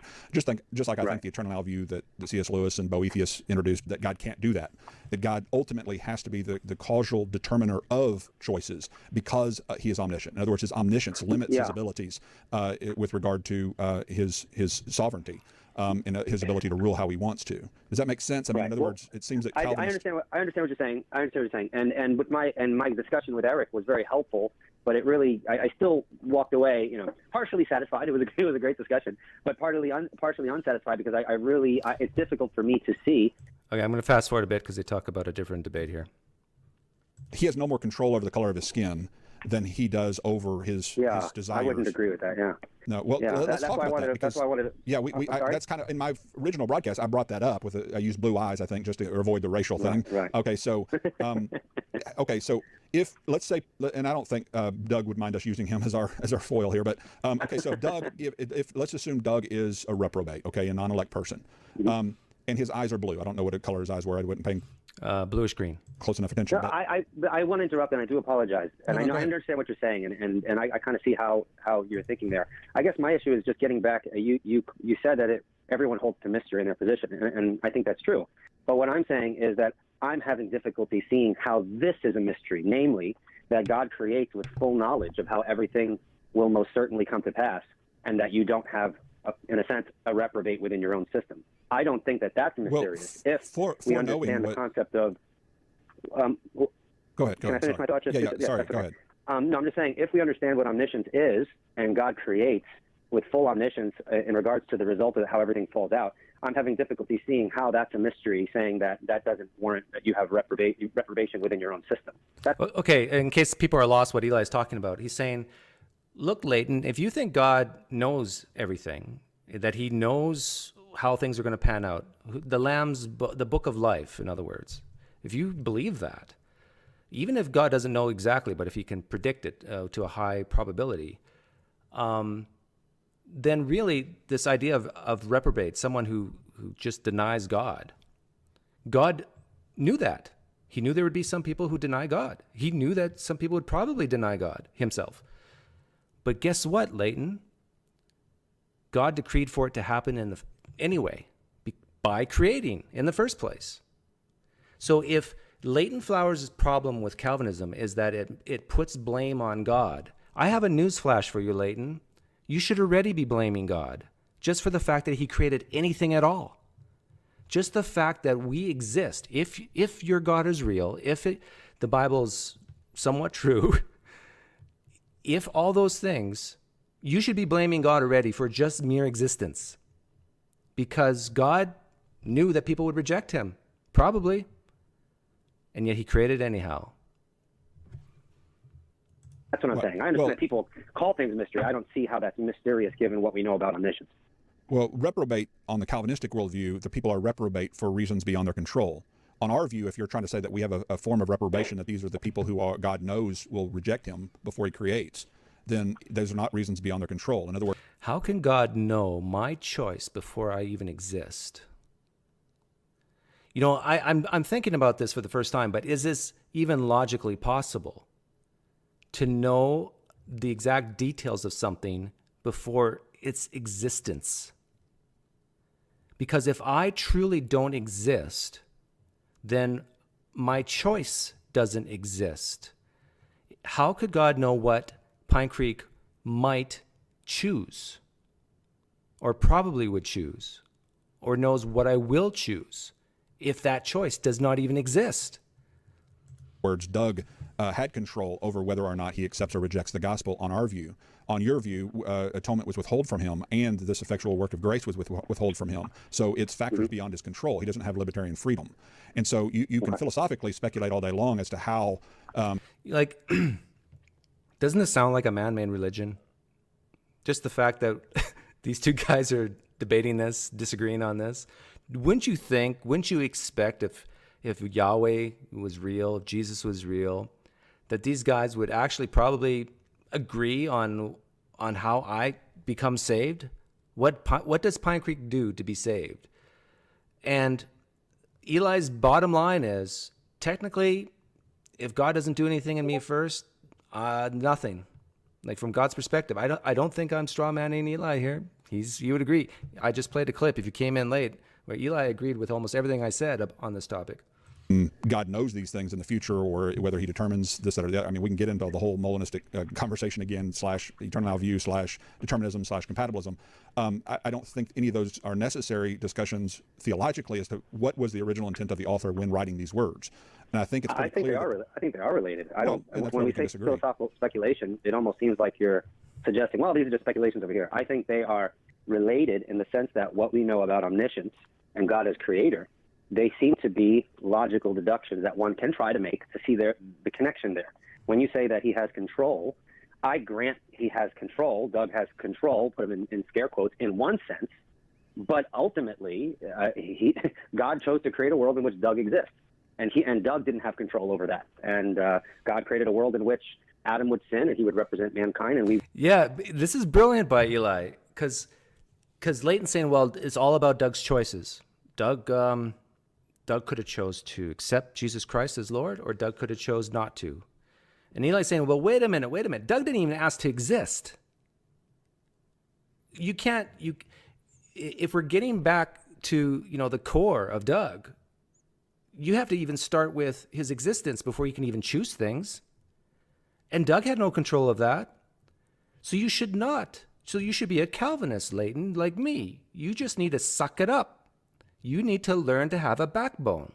You need to be a little courageous and trust that your master and Lord has sufficient reasons to doom some people to hell. Deal with it, Leighton. This is basically what Eli's saying in a very nice way. He would be born with the original sin. Doug didn't have control over that either. So in one sense, that's just to say I'm a compatibilist. I believe that a certain level of control, specifically defined, is consistent with God decreeing. Would you hold to the idea that when God chooses to create a particular world, that is a decree that involves specific plans for every detail that flows out of his decision to create? Well, you're getting into the logical order of decrees, which is purely philosophical. There's nothing biblical that even gets to those issues, as far as I can tell. There are passages. I don't think I am doing that. Well, I'm saying there are passages which can relate to the claims of Molinism and compatibilism. What I'm saying is that none of those. I don't believe any of those authors are intending to teach a compatibilistic worldview or a Molinistic worldview or any other philosophical. I completely understand. For a lot of atheists watch my channel. And all this is just like talking about Dragonglass from Game of Thrones. But I'm playing this to point out, for a religion where the most important thing, salvation, we have two mature Christians that can agree on it, on who's saved, what one needs to do to be saved, how to evangelize to a guy like me. These guys have profound disagreements. If you read the comment section from Leighton Flower's channel, like the Leighton Flower side, the Leighton Flower camp, they cringe when a Calvinist tries to evangelize to me or talks to me about Jesus. They'll even use that word, cringe. It just bothers them. Don't tell Doug that it's God has to do something in you first, because then Doug's just going to slough off. Don't give Doug reasons to slough off and not take responsibility for his eternal salvation. And so this is how they think. And we'll view out. But I think actually Eli's position is more consistent because of the reasons of first cause, and that I didn't choose to exist in the first place. That we have or libertarian view as well. Right. I don't think any of them are intending to teach that. I think there are presumptions or assumptions that the authors have, and I maintain that they are consistent with libertarian freedom. So, in other words, I think the author is treating the unbeliever as if they can and have the full capacity to believe. I don't think he's treating them as if they have been rejected by God from eternity past. I don't think he's treating them as if they have lost the ability of the will to accept the gospel when it's presented to them. I believe that the authors of Scripture intuitively believe that it's within the agent's control, that he's making decisions within his by factors within his control. Where on Calvinism, I don't think that you can say that now in any sense of the word, because one, if atonement's not provided, then there's no way for that person to ever be saved regardless. Okay, I'm going to fast forward a bit here. Because it gives a clear indication that they had a true ability to either sin or not to sin when tempted in the garden. And that is a definition, a sufficient definition of libertarian free will, as far as I can tell. And therefore, if we agree with those confessions and say that Adam and Eve... Yes, Brian Dale, when they say Doug, they're referring to me. These two gentlemen are talking about me, how I can be saved, what I must do to be saved. If we're created with this liberty of the will, then it's the incumbent upon those who believe that they lost it to show where in the Scripture they did lose it. Does Cain and Abel, did they not have the liberty of the will to bring the right offering to the Father? Because the Father seems to treat them as if they both had the ability to do what Abel did. And he even speaks of, sin crouching at your door, lest you resist it. And he seems to treat them as if they have the same liberty that Adam and Eve had. And therefore, some theological statement somewhere along the way has to come into play to say, okay, Adam and Eve lost their ability to listen to an inspired word of God sent by holy inspired messengers, calling us to repentance from the fall. And we can't respond positively to it. Why? Because we're fallen. Because that's ultimately the condition that Doug is in, on your view. Doug is a fallen man, and because he's fallen, according to your worldview, he can't respond to the appeal to be reconciled from that fall. Where is that established biblically? Theologically, where is that established? I'm not asking about philosophy. I'm asking biblically. Where is that established biblically? Oh my goodness, do I have to look up a verse for Leighton Flowers? I think Paul said it, did he not?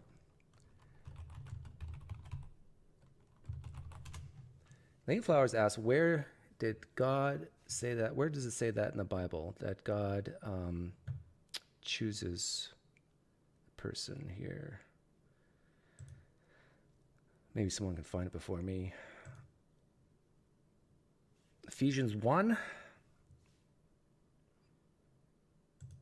Yeah, Ephesians 1:4. So I think that's what, let me rewind it and see what, if this is exactly what Leighton's asking for. Why? Because we're fallen. Because that's ultimately the condition that Doug is in, on your view. Doug is a fallen man, and because he's fallen, according to your worldview, he can't respond to the appeal to be reconciled from that fall. Where is that established biblically? Theologically, where is that established? I'm not asking about philosophy. I'm asking biblically, where is it established that Doug does not have the capacity to hear the gospel proclaimed and to believe it? Okay, that's a different question than I thought he was asking. He's asking more of, the verse that pops into my mind is dead in our sins. I think that would be the closest thing biblically. Yeah, Ephesians 2, verse 1. As for you, you were dead in your trespasses and sins. If that's true, Leighton Flowers, if Christianity is true, and if I'm dead in my sins, that means I'm dead. A dead man can't move. A dead man can't spiritually do anything. A dead man can't cry out to God. A dead man cannot hear the gospel and understand it. A dead man can't do anything good spiritually because they're dead. I think it's pretty clear in Ephesians 2:1. So that's if you're looking for a verse, I'd probably give you that one. I'm curious to see if Eli's going to say that. Well, I apologize, but I'm going to have to move back. You did say a lot, and while fine. You think it's not, and that's fine. No, you can disagree with me on what you think is relevant. I didn't want to interrupt because you interrupt. I don't want to appear as no, go ahead. Arguing. But getting back to the decree, I don't want to get away from this because I think it's important, and I think you don't give yourself enough credit in terms of your philosophical acumen. If you've spoken with Eric, you will know that we use philosophy necessarily by the very fact that we confront Scripture. We come with some philosophical baggage that needs to be the case so that we can interpret and make certain connections and things like that. This is what I think is part of the command that we're to love the Lord our God with all our mind. So yes, we're going to engage in some kind of philosophical reflection. However, when you said something to the effect that we want to get to the original intent of the author, I'm going to fast forward. Does someone have the capacity? It's will someone do other than what God decrees they will do? No. If God decrees something for a person to do, they will do it. Otherwise, God's just a wimpy God. No capacity in there, but it'll never be actualized because the only difference, God decrees. Eli, the only difference is if you're assuming or you're not assuming libertarian freedom. The first mover of his will. In other words, it is Doug. Is Doug the one who's the first mover of his resistance of the Holy Spirit's gospel appeal? I say that Doug is the first mover in the sense that he is the one who has rejected Doug is the first by mover. his own free will the offer of salvation. Thank y'all for bearing with me. I needed to get something to eat. I had to let the dog out real quick. Doug chooses. I am back in the saddle. Poured myself a nice adult beverage. Doug chooses, even though I can't choose without the Holy Spirit doing something in me first. This is like the insanity of this whole thing. This is where I think, Eli, you're kind of messing up your inconsistency, because you can say that, and you kind of did say it to me when I interviewed you, but you have to link it right next to Doug can choose to whether or not to accept Jesus Christ. However, he can only choose Christ if Christ chooses him first. You have to say that side by side, and it just sounds so, I'm not going to say contradictory, but it's just cheers to all of you out there in Homeland. It's nonsensical to say that I have all the moral responsibility to accept or reject Jesus Christ, and at the same time say that I cannot do this unless God regenerates me first. Sipping on that Maker's this is what you believe, right? Pretty good stuff. I think you even admit there's a huge tension there. You said in that clip. I'm sorry. Can you say that again? Your voice skipped in and out there. Yeah. I didn't catch what you just said.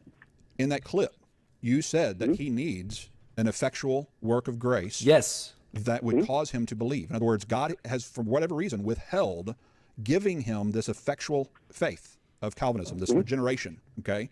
But then you're also saying, on the other hand, this is where A equals not A in my mind. You're saying A. Okay. Appreciate you guys for bearing with me through the break. I'm going to go ahead and that seems to be a blatant contradiction. Add some currency to everybody. That Doug will not respond to the gospel, and God decrees to withhold effectual grace at that particular time.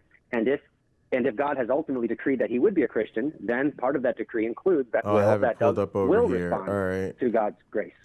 Yeah, this is almost sounds like what came first, the chicken or the egg. What came first, God or Doug's choice that God foreknew? I'm going to add... And this is the real battle here between these two. 10 stacks to everybody, 100,000. Appreciate you guys. In that discourse, ultimately, capital U, ultimately, it's God's responsibility as to whether Doug believes or not. What do you mean God's responsibility? I think I have. There's another thing when I'm reading up on this. When we talk about responsibility, I look at responsibility as, I am answerable to someone, or I am... Yeah, Eli, you're backpedaling here a little bit. It really seems that way. Just stick to your guns and say, yeah, it's God's responsibility.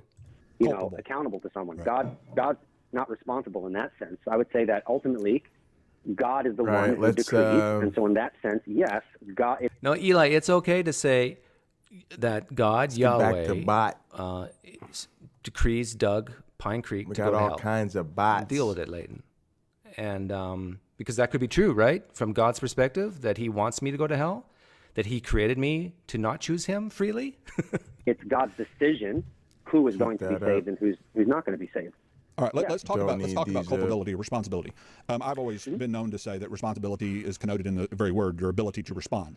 And so if Doug has the ability to respond to the gospel, then he's held responsible, able to respond to that appeal.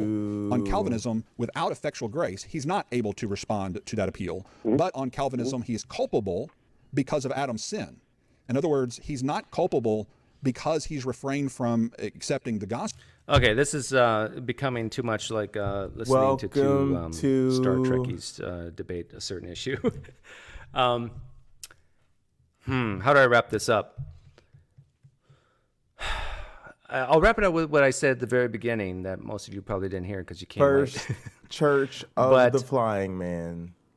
The most important thing about Christianity is salvation. Flying Man Ministries. Because Earth is just a vapor. The real issue is the afterlife. That's where the fun starts. And so here we have a situation where the most important thing about Christianity is not clear. If it was clear, these two gentlemen wouldn't be disagreeing about it, would they? Evangelism, very important. Salvation, very important. But it seems like the God that they believe in didn't care enough to make it so clear that these two would be on the same page. Now, what would you expect? If you would expect this to be a man-made religion, you would expect this sort of thing to happen. Now, if you would expect that this God of the universe actually does exist, I don't know, and cares about my salvation, I like. And cares about we're the people first knowing church of how the to Flying Man, evangelize but Flying Man and Ministries what is it really means nice to be saved. What do you have to do to be saved, and so forth. Yeah, let's do Flying Man Ministries. You would think they'd for be on the Discord same server. page, but we don't see that, do we?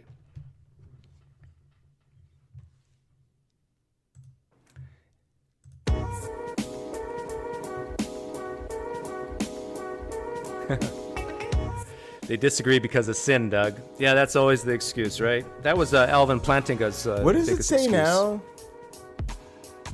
We all have this sense of God, but some people think it's Hindu. But that's because of sin, and the Christian God explains that.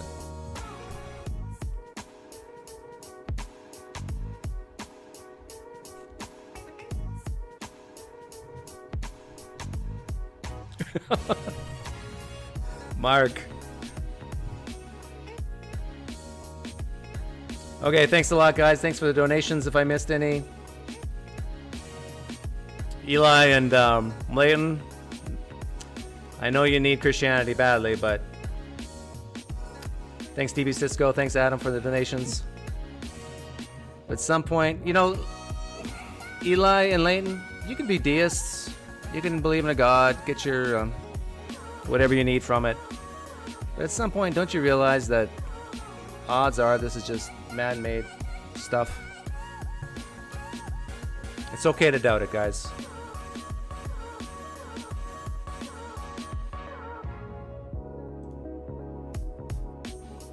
Oh, I forgot.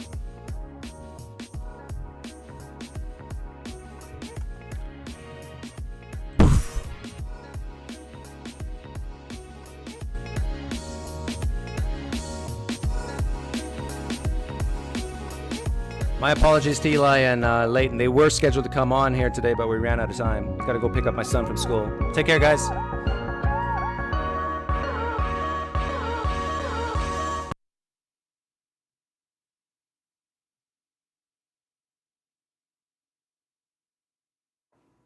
All right, let's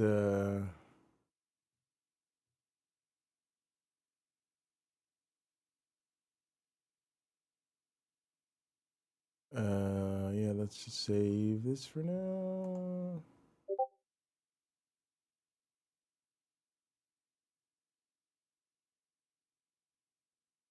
Necronancer from PragerU's. What was that? I didn't see what that was.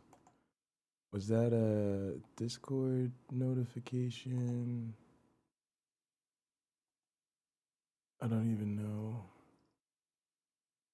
where that was. I'm no good at this yet.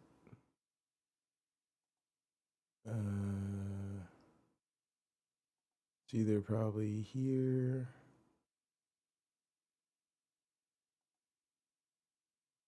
Here, no.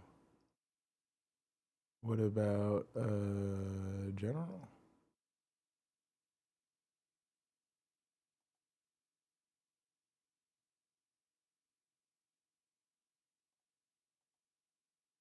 Or it was for a different server. It was for this server, probably. Gaspar. All right, let me put on something else. Let's see.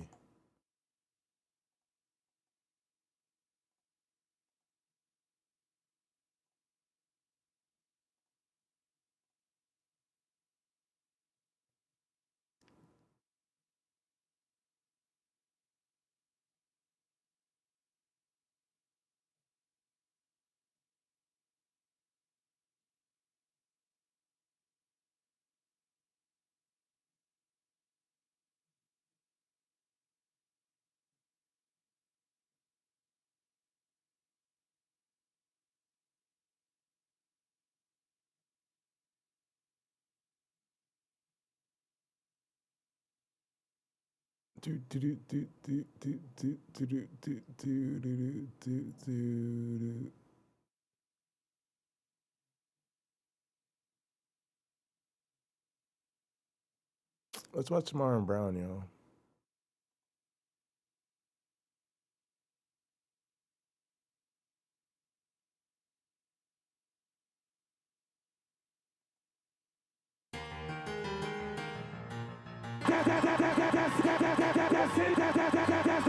That's in the Bible. Hey guys, welcome to my program, That's in the Bible. That's in the Bible. Look guys, we don't need to go to school, okay? We could just watch Joe Rogan. We've gotten some amazing gems of wisdom from Joe Rogan. Of course, generally speaking, Chinese people look Chinese. That's changed my life. But we got a new generally speaking from Joe. Like, generally speaking, like, that is not a good person to breed with. Like, this is not a good specimen. Who? Yeah. You know? So, like, the natural instincts. Oh, Gina Carano? Yes. Oh, that's not in a nice, world bro. where that- So, guys, no problem. You know, our country's still having a sane Oh, one. great. Everything's okay. No problem. It's all good. Things are going Yeah, this is good. And here's what happened to our girl, Jodie Sweetin, during a rally for abortion rights here in LA. Oh my God. Whoa. Oh, Weird. this is gonna be so good. This is gonna be so weird. Disgusting. Are you okay? Oh, great.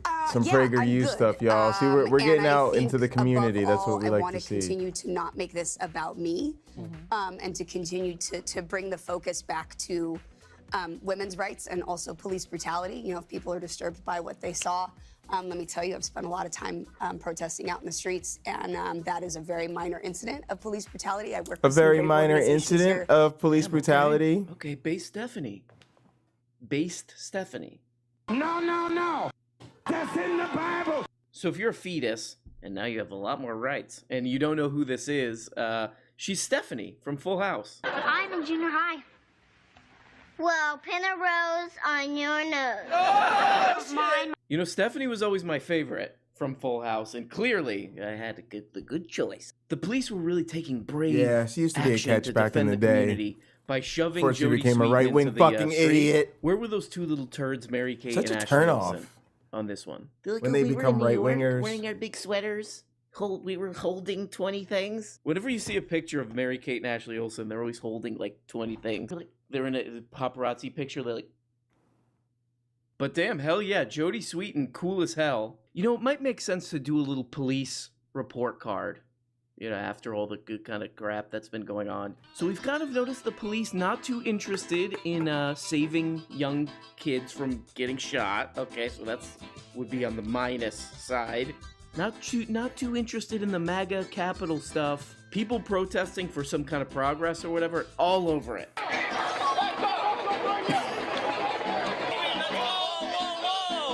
No. Damn it. No. Give me my slush. That's a little weird. That's really weird. Lot of security, lot of police, lot of RoboCop, lot of body armor and helmets, and people marching, goose-stepping around after this Roe decision came out. And just as a reminder, here's a clip from the January 6th security.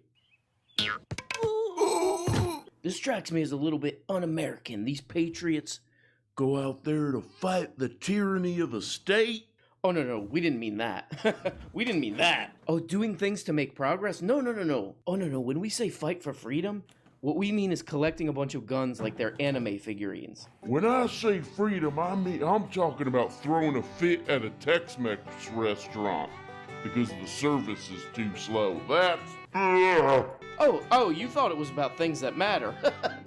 What? No. What? All right, Come guys. on, Well, thank you now. so much for watching. Good evening, everyone. Oh, Welcome to Jesus. Tucker Carlson. Tonight we're coming Christ. to you all week from Brazil. What are may you not doing have in noticed, Brazil, we you little didn't weirdo? actually. The most reliable source of meaning and joy in human existence, a family, is now out of reach for the American middle class. And You need to get some joy in them blocking the sun from your eyes, dude. Come on. Let's put some effort I need into like a this bigger show. you ashtray should can accept that thingy is over inevitable. here. In fact, you should embrace it. I'm tired of having to Our turn economy all the way can no over longer here. support your family.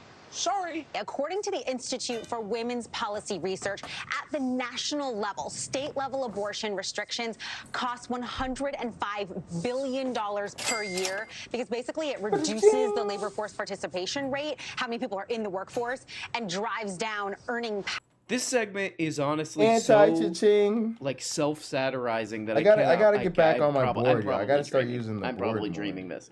But it's Tuck Carlman, and he's like, look at this.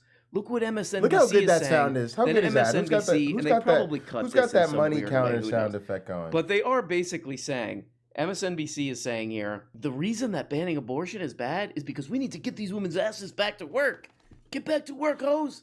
And Tucker Carlson pointing this out is, of course, like, he's like, look, man, I'm like a populist or something. But of course, he doesn't support anything that would make it easier to have kids. He agrees with all this stuff. Basically, he just wants a harsher version of it. He's like, can you believe this? I still want them to get their asses to work, but on my own terms. Well, yes, it does. Thanks, MSNBC. We lost our calculator and couldn't do the math on that. It turns out the companies have done the math, and they'd rather pay female employees $4,000 for every abortion they have. That's cheaper than footing the bill for, say, parental leave or adding new dependents onto the company health care plan. Babies are expensive. It's a lot. Things, by the way, I also don't support. Because that's in the Bible. You know, this is kind of an interesting moment to be alive, let's just say, because let's take a little inventory of some of our institutions here. The police, totally no legitimacy. Totally no one buys it. The government, nope. No one's got any confidence in that one. And the media, total nonsense. I was trying to figure out, you know what? Somebody's got to have the stupidest little take on this out there. There's somebody out there. Let me rack my little brain. Who can? And this guy popped into my head, and I was like, "Oh, this guy just barely gets views anymore." But I'm pretty sure he's probably got the stupidest take on this. And yep, I was right. Was that at about 10:30 a.m. Eastern, about a half hour before we went live on this show. What? Roe was overturned, and of course the reaction God damn was it, obvious and ugly and sort of seeping. Obvious and ugly. Yeah, it was pretty ugly. For like from those police that shoved Stephanie. You mean? Oh no, you mean the protesters themselves. Because you are a hollowed out money container. Right. Forgot. Sorry, bro. What? No. I swam in the pool, got a little sun, walked the dog, enjoyed myself. Oh I my hope you did goodness, too, really? because the world is nutty. The news is crazy. I disconnected and everyone the seems to be drives. losing their minds. And that's what we're going to be. This is Oh, another my one that all Lord. these morons on YouTube say is like, everyone's losing their minds. Well, then everyone loses their mind. They're losing their minds over this. You mean protesting, you idiot? Why don't they just calm down and collect their checks from right-wing billionaires? I don't get it. Why don't they just have no moral compass? I don't get it. It's so much easier. I don't even have to have a look in my eyes anymore. It's just a blank stare and no reflection in the mirror. But this is the Supreme Court saying there is no constitutionally guaranteed right, meaning there is nothing in the Constitution of the United States of America that says you have a federal right to an abortion. So all they did is reverse that. Oh, that's and it. say now. That's all they did, bro. That's all they did. You don't technically understand. Yeah, you're right. I don't technically understand. They were doing some they're doing some technical reading, even though it cut right across, political lines. That's why we all, we follow exactly what the Constitution says, which is why when I do my open carry here in Texas where I live, I have a musket. And I'm like, ooh, that guy gave me a look I don't like. Let me pack it down. Get that gunpowder or whatever, however these things work. Bell-bottom looking ass gun at the end, Then I put on my little powdered wig and I challenged the people to a duel with my musket. Because I'm a Constitution kind of guy. This guy was one of the original, 5-6 years ago, where he was like, no, I'm a left-wing guy or some crap. I'm a gay guy and I'm a left-wing guy, but man, everything's so crazy. I just don't know what's up. It's like, I love the idea of just a couple years ago, I was a left-wing guy. Now I'm as far right as you could possibly be. Just something in my brain, I'm basically like human driftwood. And it's just kind of like, I just, within a couple years, I just pushed my ass all the way. Now, what's interesting about that is I didn't realize it was a lifetime thing. The way the system was set up. The system was set up a so good there would plan. be maximum choice. They're making it sound like, if you listen to the media and the crazy Democrats, who we're going to get to in just a moment, they're making it sound like suddenly there's less choice involved, that there's less choice. But actually, by decentralizing the abortion issue, we are allowing for more choice. Oh. Some states will have it, some states will not. I can change the bot's name? Yeah, that's enough. I got to name it Myron Bot. Another, if you don't like. That's a very interesting take on the idea of choice, because usually choice means a woman can choose what she does with her body and her entire life, the rest of her life's path. She has the choice. But this is a very interesting spin, which means that the state has the choice to make it so that you don't have a choice. That's choice. I wonder, does he write this stuff? Or does it just like a fax? Like a 90s fax comes out and is, here's what you say, you moron. There's just like a bank tube, one of those like vacuum tubes that you sign your shit. It's just like tubes money into his house. There's actually more choice now because states, an abstract entity, now have choice. The choice to just strip you of your rights. That's choice, what choice is about. What are you doing? I don't know. Stand up as one side tries to burn them down completely. What are you talking about, Let's get some Dave? more responses. Let's get some more calm and measured responses from some of the people on the left. Here's more from the Daily Wire. Okay, yeah. We're gonna get some leftist response from the Daily Wire. Okay, let's hear who they got. Dr. Samuel L. Jackson. Oh, hell yeah. Known leftist. One of our famous United States communists, Samuel L. Jackson. Friday launched a racial attack against Supreme Court Justice Clarence Thomas after the court overruled abortion decisions in Roe v. Wade and marriages. So look, I don't really care about Samuel L. Jackson. Now then, why are you doing this segment? I don't really care about this. I just spent, 10 minutes on it. But I don't care. Also, I'm not sure what the point of this segment is. Samuel L. Jackson called Clarence Thomas Uncle Tom. Good. That guy's he's a moron. The other group of people who's having a little bit of a hard time, they're doing a little bit of this, is the 188,000 member anarcho-capitalist subreddit. This is the funniest shit because these people all have to be between 14 and 16 years old. Boys. And they're all pro-lifers. They're basically, from what I understand on this subreddit, being an anarcho-capitalist just means you're a Republican who doesn't like the police. So they're all pro-lifers, but they want to be anarcho. Excessive emojis. That's a tricky one. That's a tricky one. So what they focused in on is, oh, you say my body, my choice, but you wanted to force us to get the vaccine. And really the only response to that is, don't worry, you're going to get a girlfriend one day. And then you could do the second response, which is abortions are not contagious. Official My Body, My Choice protests are scheduled for tonight all across the nation. Find the nearest protest in your city. Asked in the little asterisks. Vaccination status check required for admission to the protest.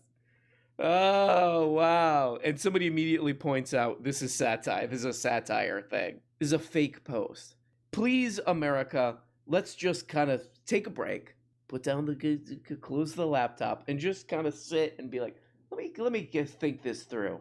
When I have an abortion, is that going to get a bunch of people sick? All right, remember when I said that Dave Rubin guy had the stupidest line on this stuff?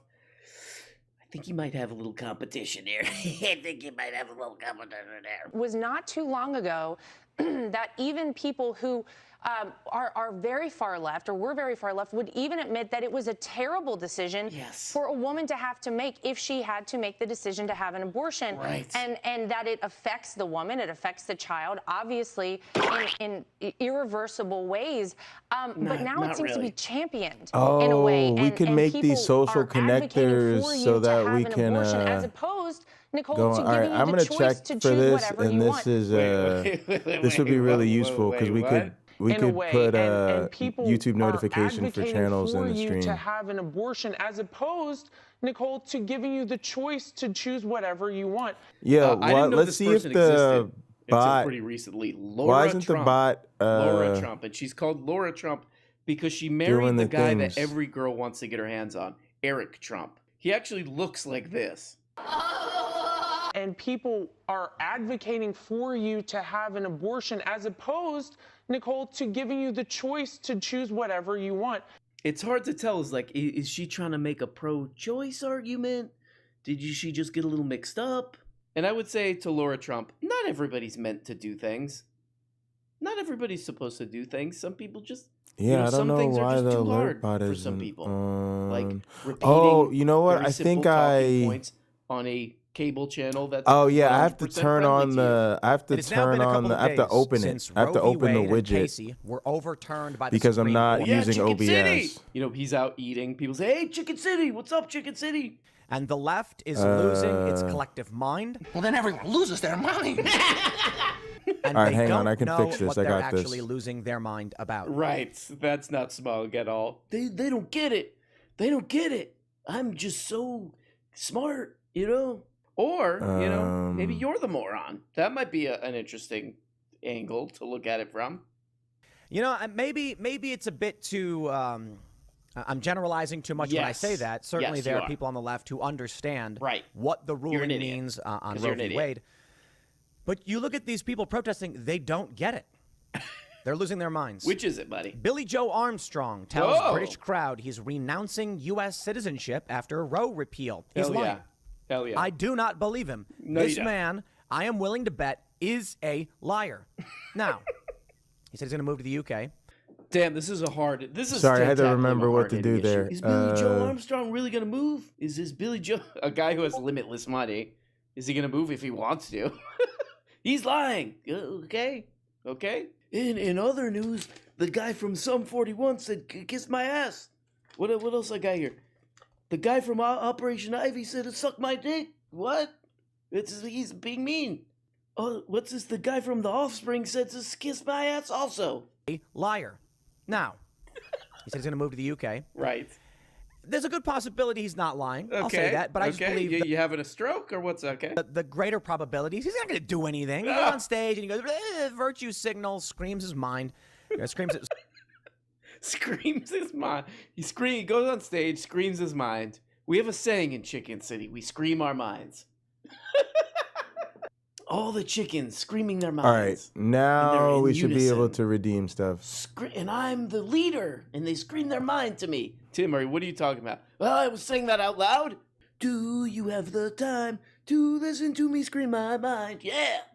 No. That's in the Bible. The stupid people who hear this go, yeah, and then they get angry too. The stupid people are all going on social media Right. and sharing stupid people videos to other stupid people. Right, like Tim and they Pool don't know videos. anything about Roe v. Wade. Oh, okay. Or Casey for that matter. Right. And they don't know what they're protesting. Very smart. Let me prove it. Oh, shoot. My man's got receipts. Yeah, bro. Uh-oh. Let's see it. Okay, so you're going to prove something. You're going to prove now that all these people who are, I guess what, not far right-winger Trump supporters like you are morons. Okay, let's see it. I'd like to show you a tweet from myself. All right, for some reason that didn't okay. work. It's a stretch when it comes to proof, the idea of proof. Hey, I got proof these people suck. A thing I wrote. SCOTUS has ruled that the federal government has no authority over women's bodies. A huge win for liberals.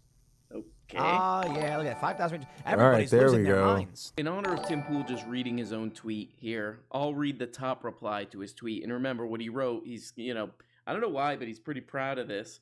He wrote, "The Supreme Court has ruled that the federal government has no authority over women's bodies.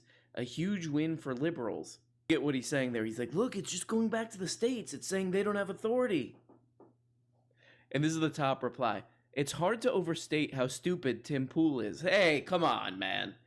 Roe was the authority over states taking authority over women's bodies. Tim is so stupid he thinks states are women. Hell yeah, brother. My favorite YouTuber, Tim Pool, he's at it again. He's got he's Chicken City'd out. He's been spending a lot of time in Chicken City lately. A concerned parent comes over to Tim's house. "Tim, you've been spending a lot of time." He's like, "I live there now. I'm a card-carrying resident. I can prove it. I have the electricity bill." Okay, come on. Let's just take a break from Chicken. "No, I'm their ruler. They need me. They need my decrees." You're what? You wouldn't get it. If you don't know what I'm talking about, Tim Pool's idea to battle, ideologically culture war battle Disney is he put webcams in a chicken coop, and he calls it Chicken City. The honorable mayor of Chicken City has been really on this lately. He's really going hard on this issue. So this might be the most baffling one. Here we go. For the right, the leaking of the draft memo last month revealed the breakdown of bipartisanship and common purpose within the institution. There we go. For the left, All it right, now we demonstrated open the this. will of dubiously selected Republican justices to overturn established rights that have somewhere between 70 and 80% political support. Wrong. Stephen Marsh, you see, this is the issue. We don't really want this, though. From the point of domination, not moderation. No, the established rights do not have near 70 or 80% political support. Technically correct, but mostly wrong. Dude, my man, how many strokes can you have? Okay. Let's break this down. Yes. When you look at the polls, you will get a wide plethora of statements. Mm-hmm. Do you support Roe v. Wade? 70 to 80% actually say yes. So how is this wrong? Okay, well, it sounds like he's right? Right. No. You need to ask them what they know of Roe v. Wade and what they really mean. When you look at the general outline of the abortion issue, right, 2/3 of people believe there should be viability restrictions. Okay. And that's what many states were trying to implement. Still haven't disproven. Only a small... Again, I would urge you to remember this guy makes millions of dollars doing this. Millions. I think he makes millions just in super chats. So he's reading some article that says 70 to 80% of the U.S. public supports God, why Roe, is it which not... is true. And he's like, wrong! Well, actually, it's true. What? You're right, buddy. He's just dancing. He's just... All right. Okay, here we go. Final one. Tulsi Gabbard. Here we go. This lady. Here we go. Here's her take on this grab. Look at this ad, too. I got a really good ad here. Billy Joel shares photos about his daughter. Are they of his daughter? Photos about. They're not of her. They're about her. You know what you don't understand? So, looking at your Twitter over the past couple days, I saw you tweeted about the Second Amendment stuff for New York that the Supreme Court was ruling on. I didn't see anything about Roe v. Wade. Did you have any opinions or ideas relating to? Yeah, it's obviously a very sensitive, it's a sensitive issue, and I've never been someone who just rushes to be the first one to put out a tweet just to be the first one to put out a tweet, and so I'm being really thoughtful before I say anything about this publicly.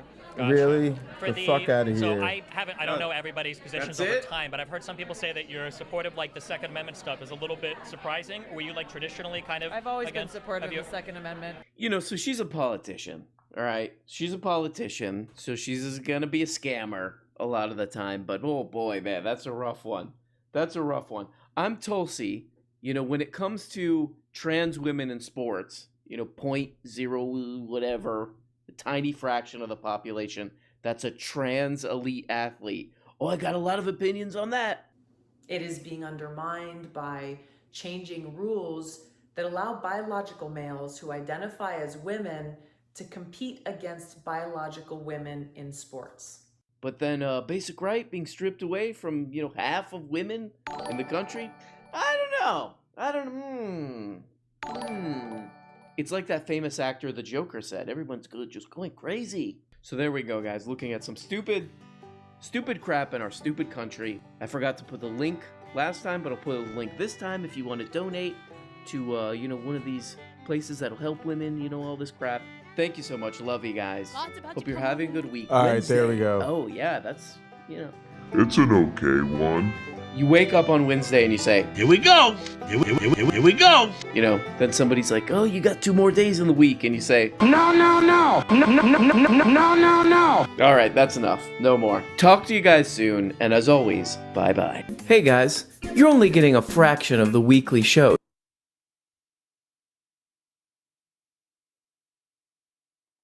I don't think Joe Rogan's necessarily a bad guy. I think he's kind of believes anything that he sees on TV or hears.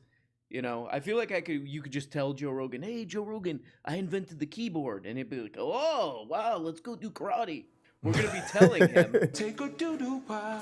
Take a doo-doo pie. I think it's Take a doo-doo pie. We got to get that one. That'd be a great one. That'd be a good redeemable. Take a doo-doo pie. It's like you have to be able to protect yourself. What? Yeah. Well, I mean, that's the responsive reactive side of it. Huh?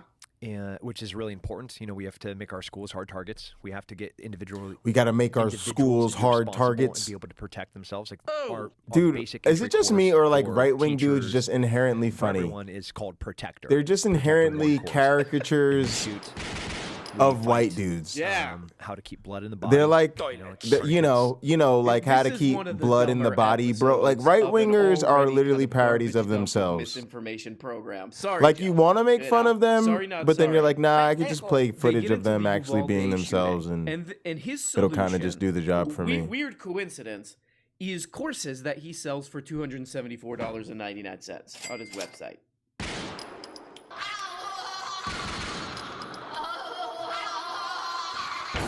Oh my god.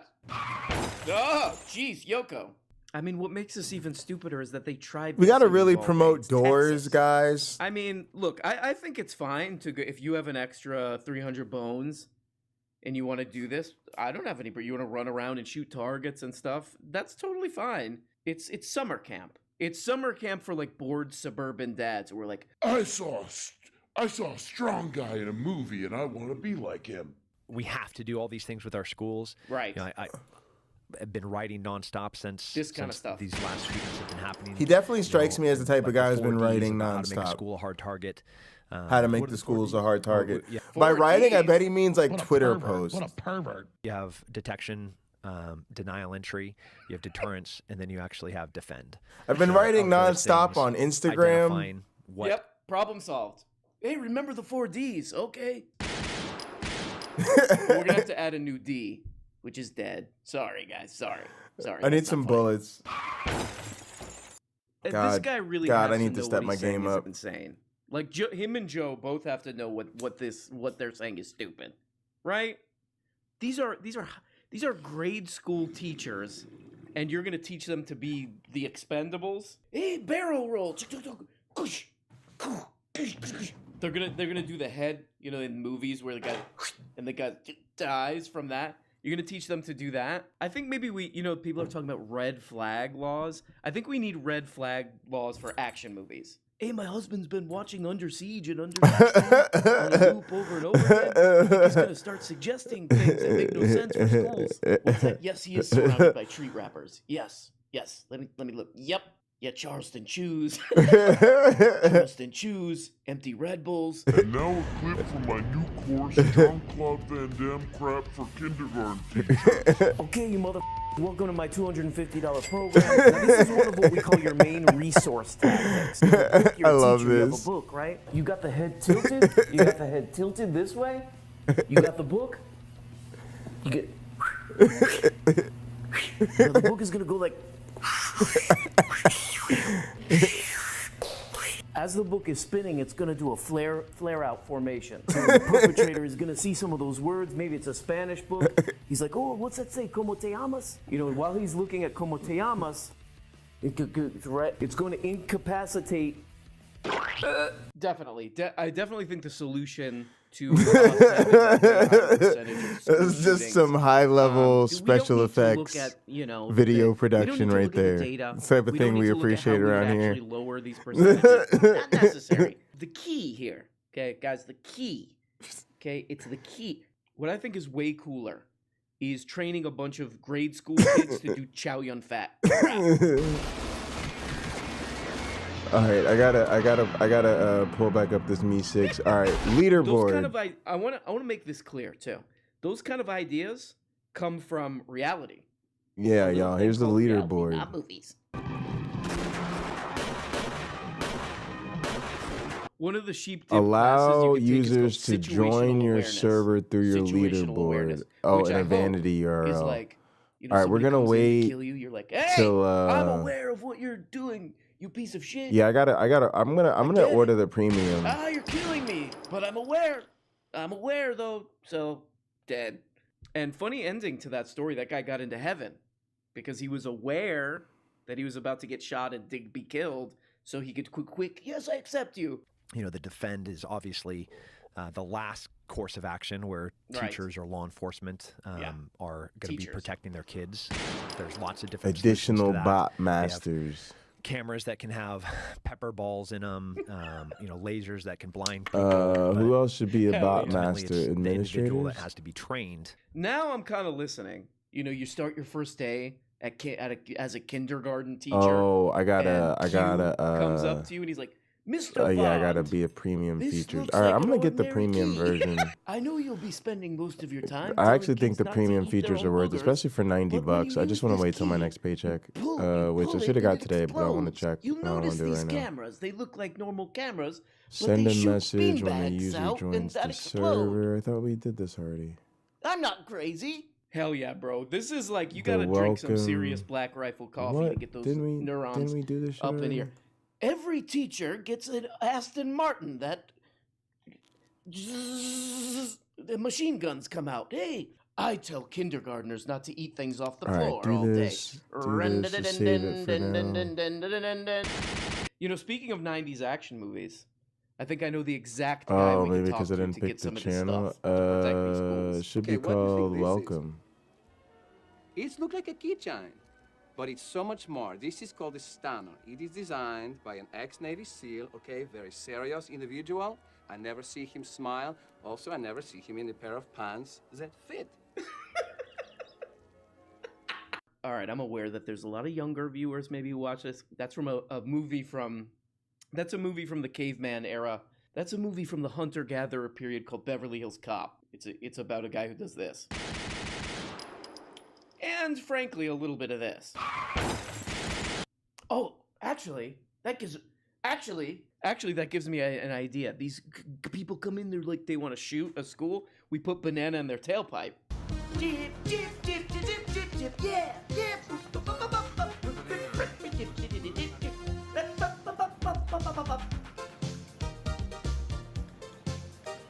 We really need to give the Axel Foley treatment to these schools. Are in social media, the more we participate in it and the longer that we're on it. What? So those algorithms are really just dangerous. Yes. That's one. Hollywood, where you know, I love Matthew McConaughey and I love his position and What I a love him as an pervert. actor and I love what he had to say and I love that he wants to protect schools and children. Sure. You know, but like, how many movies has he been in where he had people on their knees and he executed them in the face? There, you know, you can't be on this moral high ground and then be a hypocrite. Yeah, this guy's doing some situational awareness right now where he's trying to stay cool. He's trying to seem relaxed, but he's inside fuming about Matthew McConaughey saying, hey man,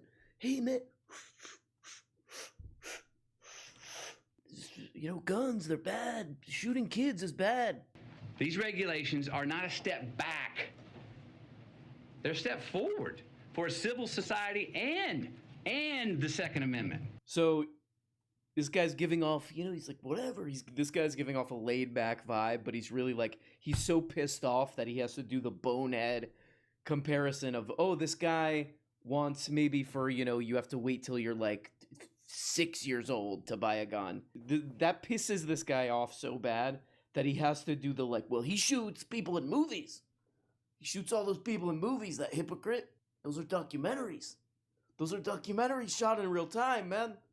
And he killed all those people. So yeah, these seem like pretty good approaches, I think, to dealing with these problems, dealing with us having these high percentages of massacres and all this stuff. These are good ideas. John Woo the teachers. We need to John Woo those teachers up, and we also need to ban movies, I guess. Just bonkers. Imagine how crazy you have to be to talk to a grown man and tell him to not call your wife. That there is a correct way to announce her. His partner. I didn't know what I to think do. it's partner, so you should do that too, Tim. Yeah, I know. Yeah. That's the young people today. They're out of their fucking mind.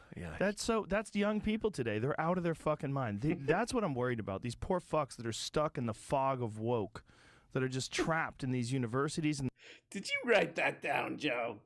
Fog of woke, bro. The fog of.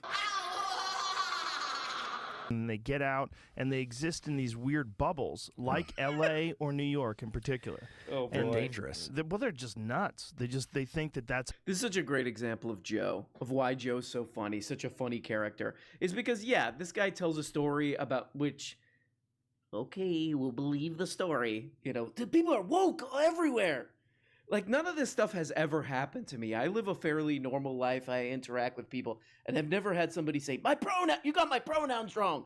But, so this guy tells a story. He was at a coffee place. He was at Black Rifle Coffee getting his gun coffee.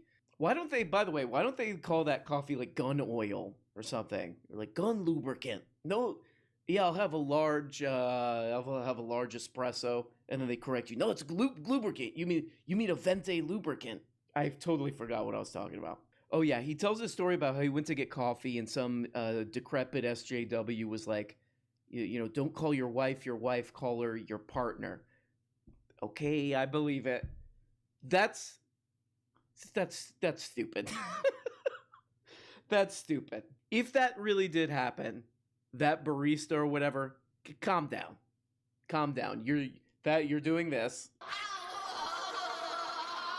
And you're bound to do this. But equally, and then Joe Rogan's like, yeah, because these people live in a bubble.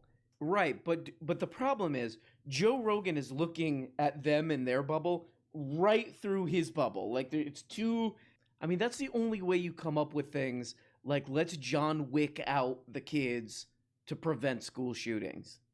Let's have an English teacher in kindergarten learn to do barrel rolls and judo chops. That's the answer. But the other bubble that pisses me off even more about Joe Rogan is Joe Rogan has this massive audience.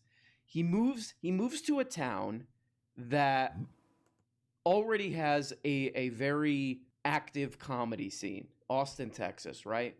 People who, very hardworking comedians and all that. Has got like 0 of them on his show. Has got 0 of them on his show. Instead, he gets all these like people that he found out about from like a banner ad on Breitbart or something. Hey, get some of these local comedians on there, you whack job, you nut. They are very good at violence. Jordan Peterson, himself said like a good man isn't a useless man. A good man is one that is capable and strong and powerful. Right. Could you hear him saying that through the crying, through the tears? Because that's usually the problem I have with Jordy. So it's like, but buddy, I can't understand what you're saying because, but that's cool. That's cool that you got through. That's nice. He's usually doing this. So skip forward ahead a little bit here, and things start to get a little bit weird. That was too perfect. 5 days? I felt sick for like 4 hours. I hadn't slept in 2 days. I was working on the border. That's how it always is, right? Yeah. And I was working, and then I came back, and I was like, is it because the border has like this moon dust all along the Del Rio River? Okay. And so I was like, is this just because I was outside, running and chasing people? So, okay. Yeah, I couldn't find exactly what this guy was talking about on his social media. I thought he would have him with selfies at the border. He was running, or Joe Rogan doesn't follow up. Joe Rogan, master interviewer. He didn't think to say, hey, that part about you chasing people around the border, can you, Joe, hey, what you were saying about the border, you were chasing people. Can we go into a little bit of... So, but I did see on this social media, this guy's very concerned about those people coming into invading our countries. A lot of that stuff on social media. So, and he mentioned some other stuff in here that's, He mentioned some people who kind of, let's just say they have they're preoccupied with skull sizes and, hey, buddy. Joe Rogan doesn't have that, like, intellectual defense mechanism of like, oh, whoa, wait a second.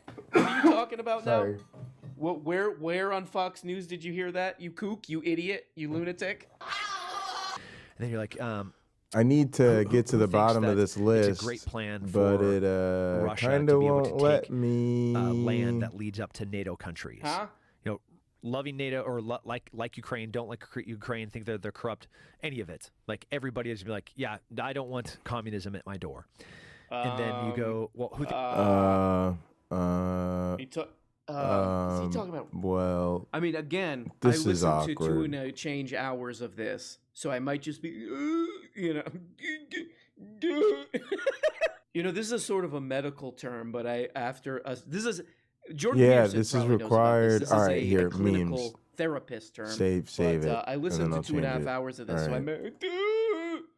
I might have what they call in clinical language Departures. So All right, no, maybe I save it. misunderstood what he's saying, but is he calling current Russia? All right, when they leave, you get a gas, send a private message to new users. Sure. Don't want to be too mean. Everybody's trying to figure things out. Changes all detected. This crap,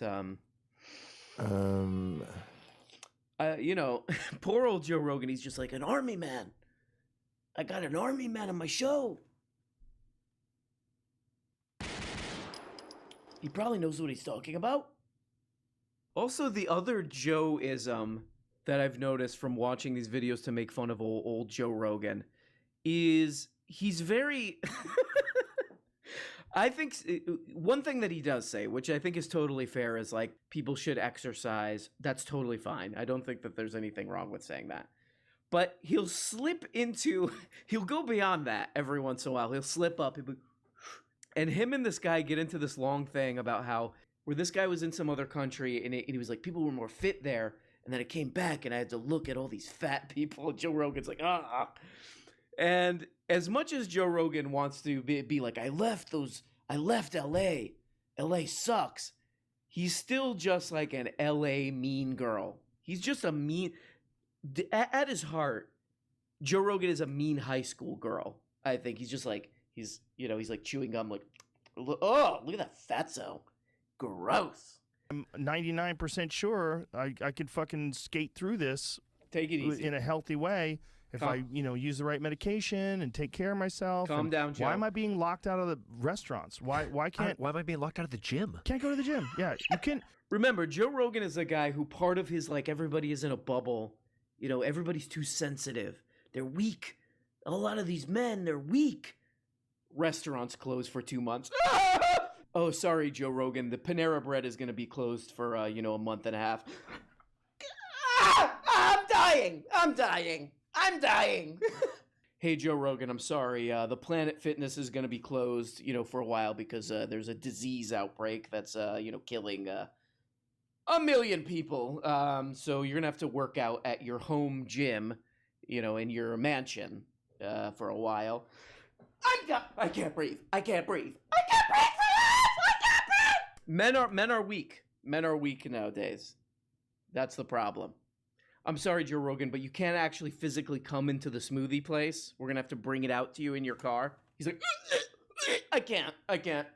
The other kind of, I mean, just really, Joe Rogan, it exists in his own little universe. But the other baffling thing that this guy says is part of his explanation for that Uvalde shooting is is all the defunding of the police that happened. Yet they're involved in combat scenarios on a regular basis. Yeah, so what we're experiencing right now is a byproduct of what society has forced police to become. Oh, wow. They're demonizing military training for law enforcement. And then obviously we just experienced defund the police. And nearly every large city has seen a crazy rise. People have pointed this out, but it's kind of hard to use that as it's a little tricky to use that as a defense for what happened or an explanation for what happened when that specifically Uvalde they had a massive police budget in this little town. They even had like a SWAT team kind of crap. Huge chunk of their budget, something like 40% of the town's budget was going to the police. And he's like, they're defund. That's the problem. So did they defund the police where that happened? No. The opposite. The exact opposite. Well, guys, I gotta go. I gotta get in my car and do this.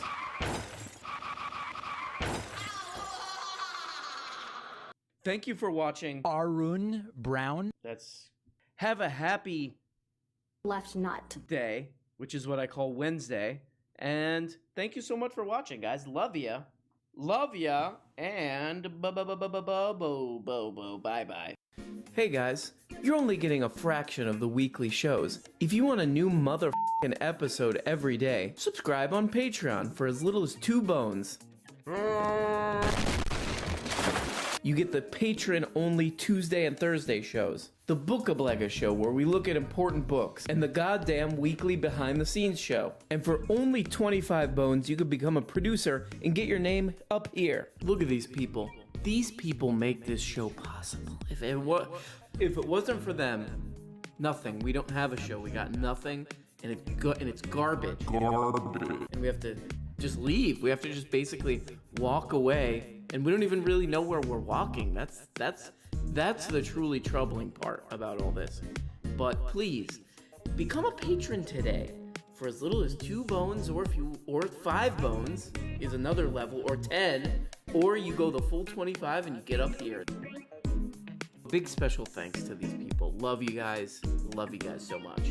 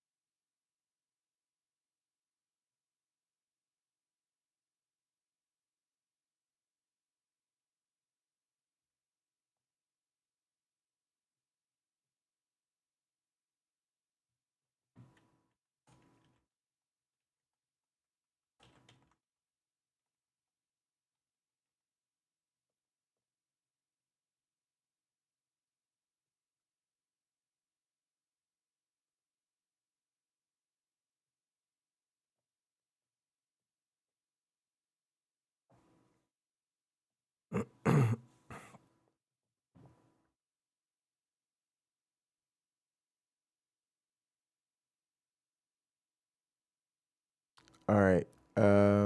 Let me put something else up.